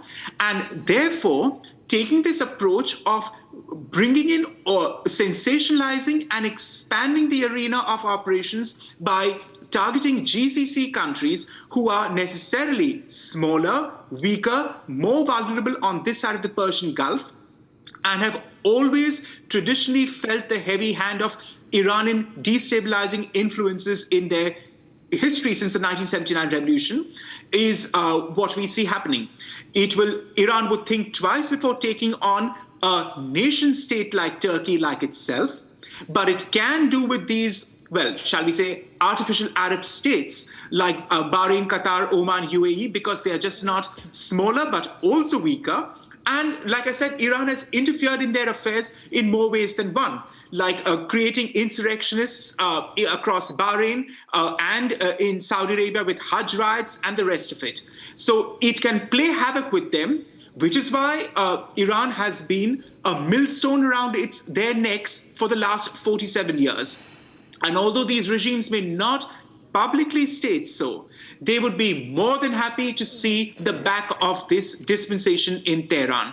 Remember, Israel is the least of it. We tend to constantly focus on Israel and this Iran-Israel existential war, as it were, and the nuclear issues and so on and so forth. But we always tend to forget that the GCC states would heave a sigh of relief across the Arab world if this dispensation in Tehran were to collapse. That should never be forgotten. Right. General Bakshi, before I just discuss with you this, what Iran has said, the other update we are getting is that Saudi Arabia has also issued a statement condemning this attack, condemning what Iran has done, and has also warned of grave consequences. What it calls is the continued violation of state sovereignty and the principle of international law. So Iran now says that it's not going to step back, that it's going to get worse from here. How do you read into the situation now? Look, Iran had made that declaratory statement from the very, early days of this conflict that should any attacks come to it from American bases in any of these Arab countries, then they had the right to retaliate in self-defense, and that is precisely what they have done. And one does notice that these strikes have been pretty precise, in the sense that they have attacked only the American bases per se. This picture that you are showing, this looks like that they have hit some oil installation. dense black, oily black smoke, and continually, ever since that base has been hit, looks like some oil installation has been hit there. I'm not passing any value judgments or this thing. I'm just looking at it from the point of view as a military analyst, trying to assess what course this conflict would take, what could be the option matrix of both the sides, what would be the damage templates, because there are lessons to learn. Indian Armed Forces have to learn their lessons clinically from any conflict. So I'm eschewing any value judgments, and I am focusing solely on the military content. Right. This looks like some oil installation has been hit. Yeah. Right. We are also getting in more and more visuals that we are breaking right now. There's another visual that is getting in on your screens right now. It's what we are going to play from Doha now. This is, in fact, this was an Iranian missile approaching Doha. And this is a dramatic scene. People running as it falls over, producing a loud explosion. We can have the net up, we can have the audio up. Thick smoke, flames, that loud boom you can hear. People in a obviously panic mode.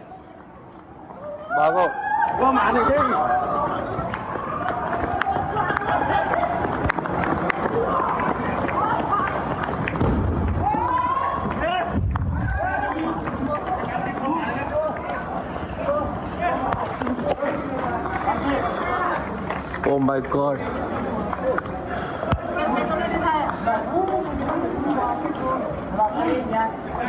Guys, look at other. Look at other.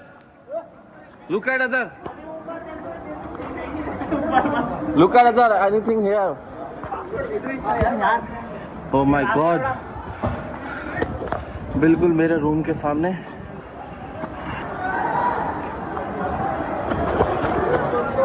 Side पे हो जाओ, side पे. भागो.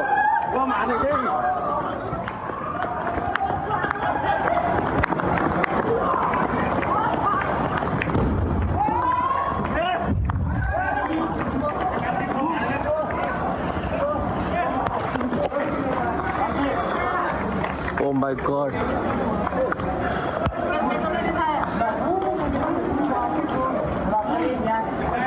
Guys, look at other. Absolute state of terror. It's a very terrifying video there, General Bakshi. We just saw that it's in a civilian area, we understand, where this missile has been, I think it was approaching Doha, and that's a visual that has been made by someone, an individual on ground. And it's a dramatic video, sir. How do you analyze that video, sir? Once again, I noticed the very dense, oily black smoke. Yes. Either the target was an oil installation or possibly some oil tank.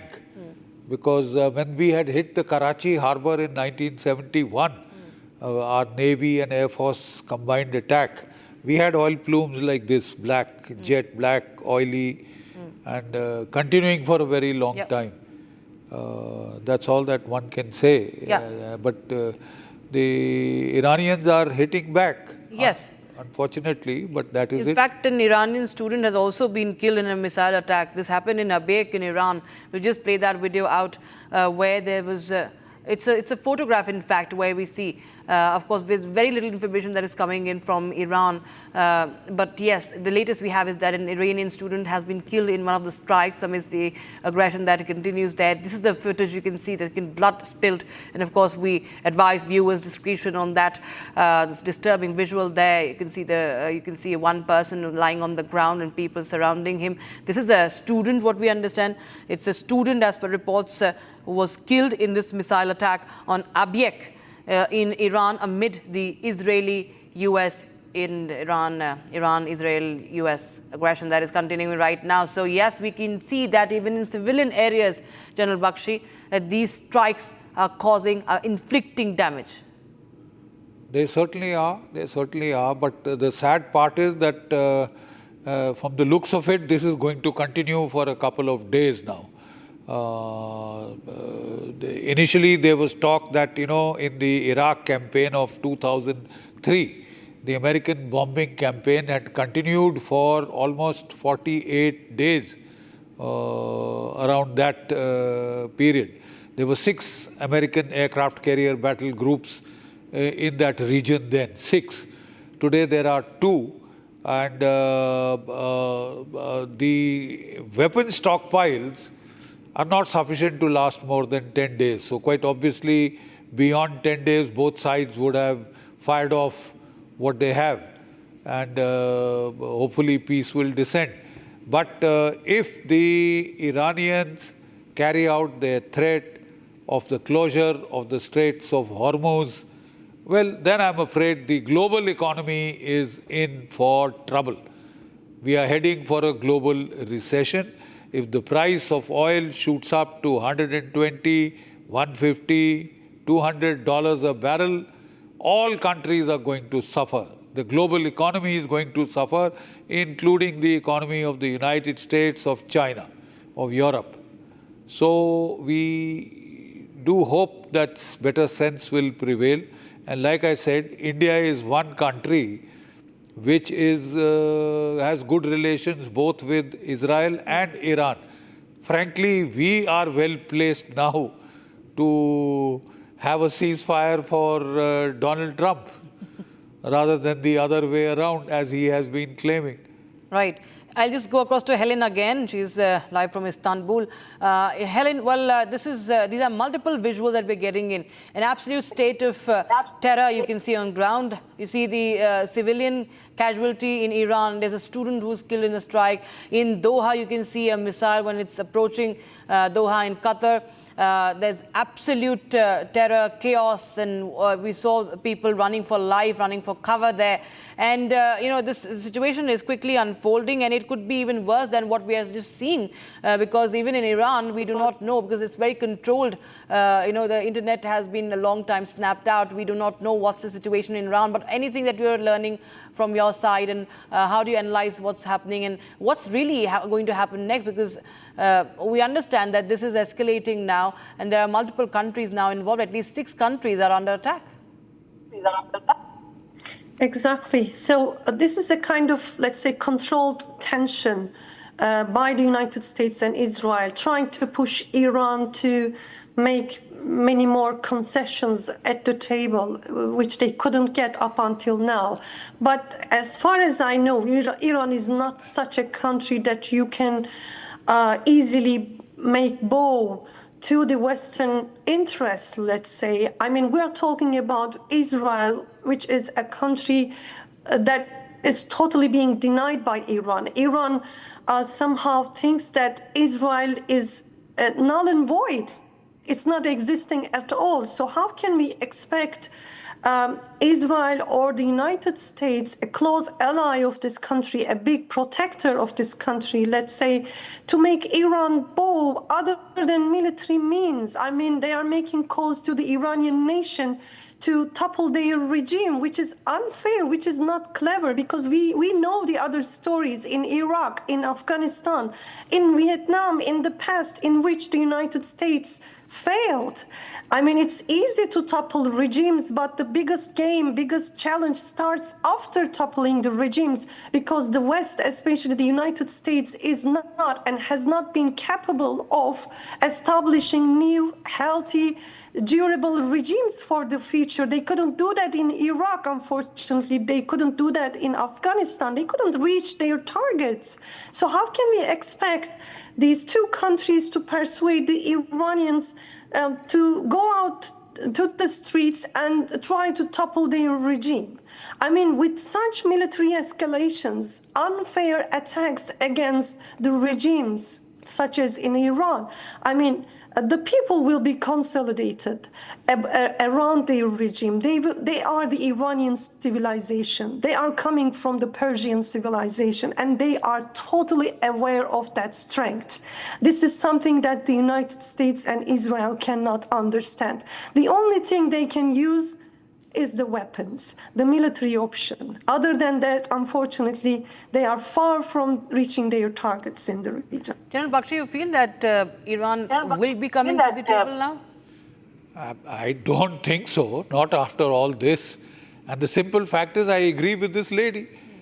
When has the Americans been able to bring in a democratic dispensation? In Iraq, in Afghanistan, in Libya?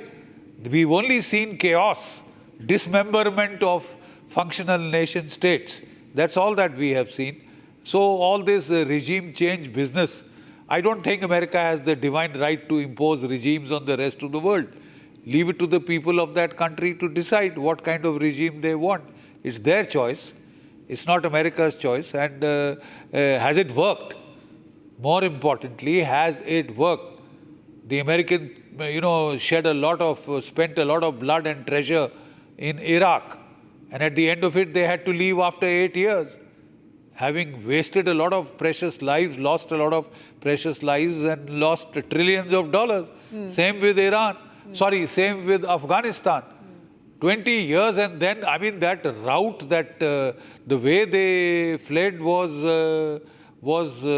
pathetic. Libya, what has happened to Libya? It was a very, very vibrant, it may not have been a democracy in the real sense of the word, but at least they were a prosperous nation. What are they now? What have they gained from that American intervention? Just destruction of a nation state. Yeah. So I don't quite buy that nation state deconstruction argument. It's specious at best, and the results on the ground have been horrible for the people concerned.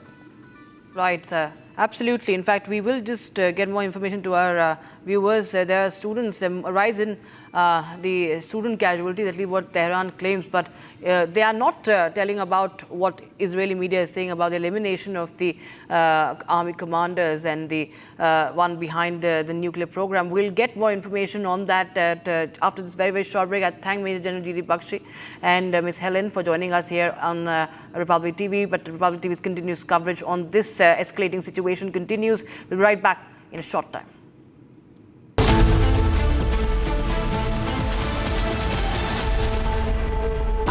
Pure suji pasta उबालो मिलाओ और खाओ 8 minute में तैयार क्या taste है सबका राजा हार्डकोर मसाला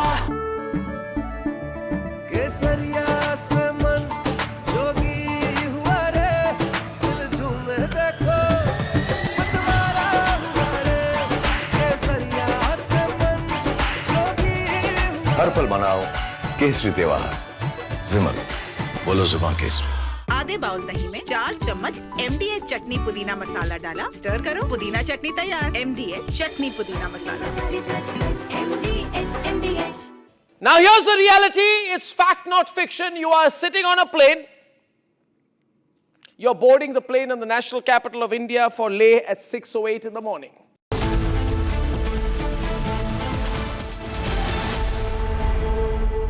थोड़े में ज्यादा स्वाद ये तो है इसकी खास बात। वाओ मामा क्या स्वाद है? अरे मेरी राजा राजा हार्डकोर मसाला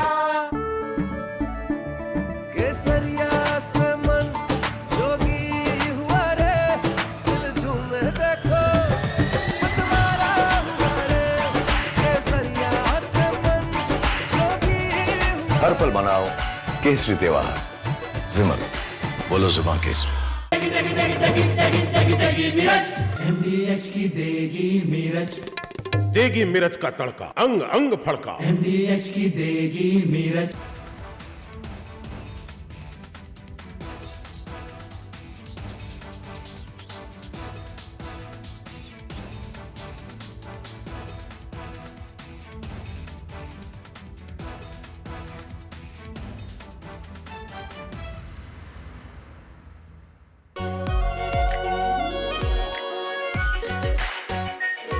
pure shahi paneer masala delicious healthy everyday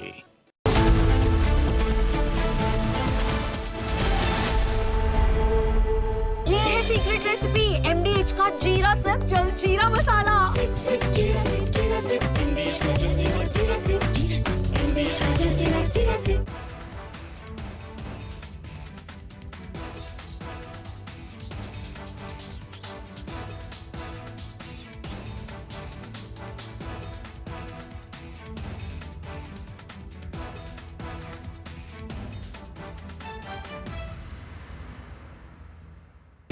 pure suji pasta उबालो मिलाओ और खाओ 8 मिनट में तैयार क्या टेस्ट है सबका राजा hardcore masala Now here's the reality, it's fact not fiction. You are sitting on a plane. You're boarding the plane in the national capital of India for Leh at 6:08 in the morning. It's a SpiceJet plane. 6 minutes into the take, against the backdrop of daybreak and a beautiful sunrise, you suddenly look.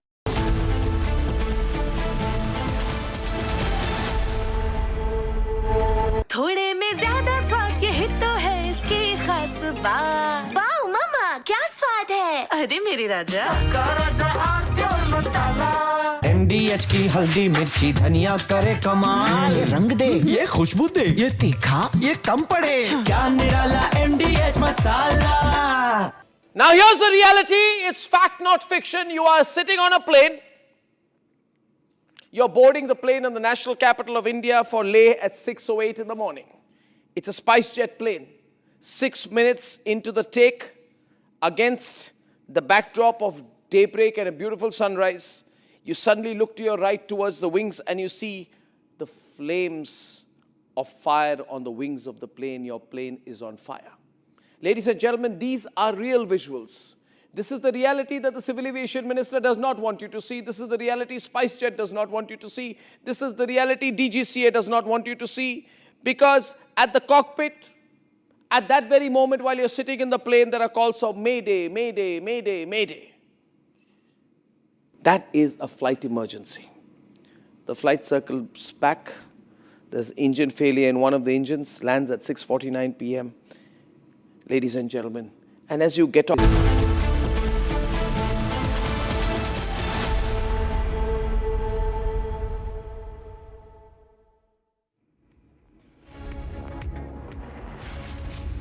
All right, we have more breaking news coming in right now. This is as the situation escalates. We have more visuals, and this is from. Okay, multiple visuals are coming in. We'll just put a location. Okay, we're getting in some breaking news. Students have also been killed in Iran, what we understand. And one of the Oman foreign ministers also. Okay, we have a reaction from Donald Trump also. What Donald Trump said about this operation. Please take a listen into that.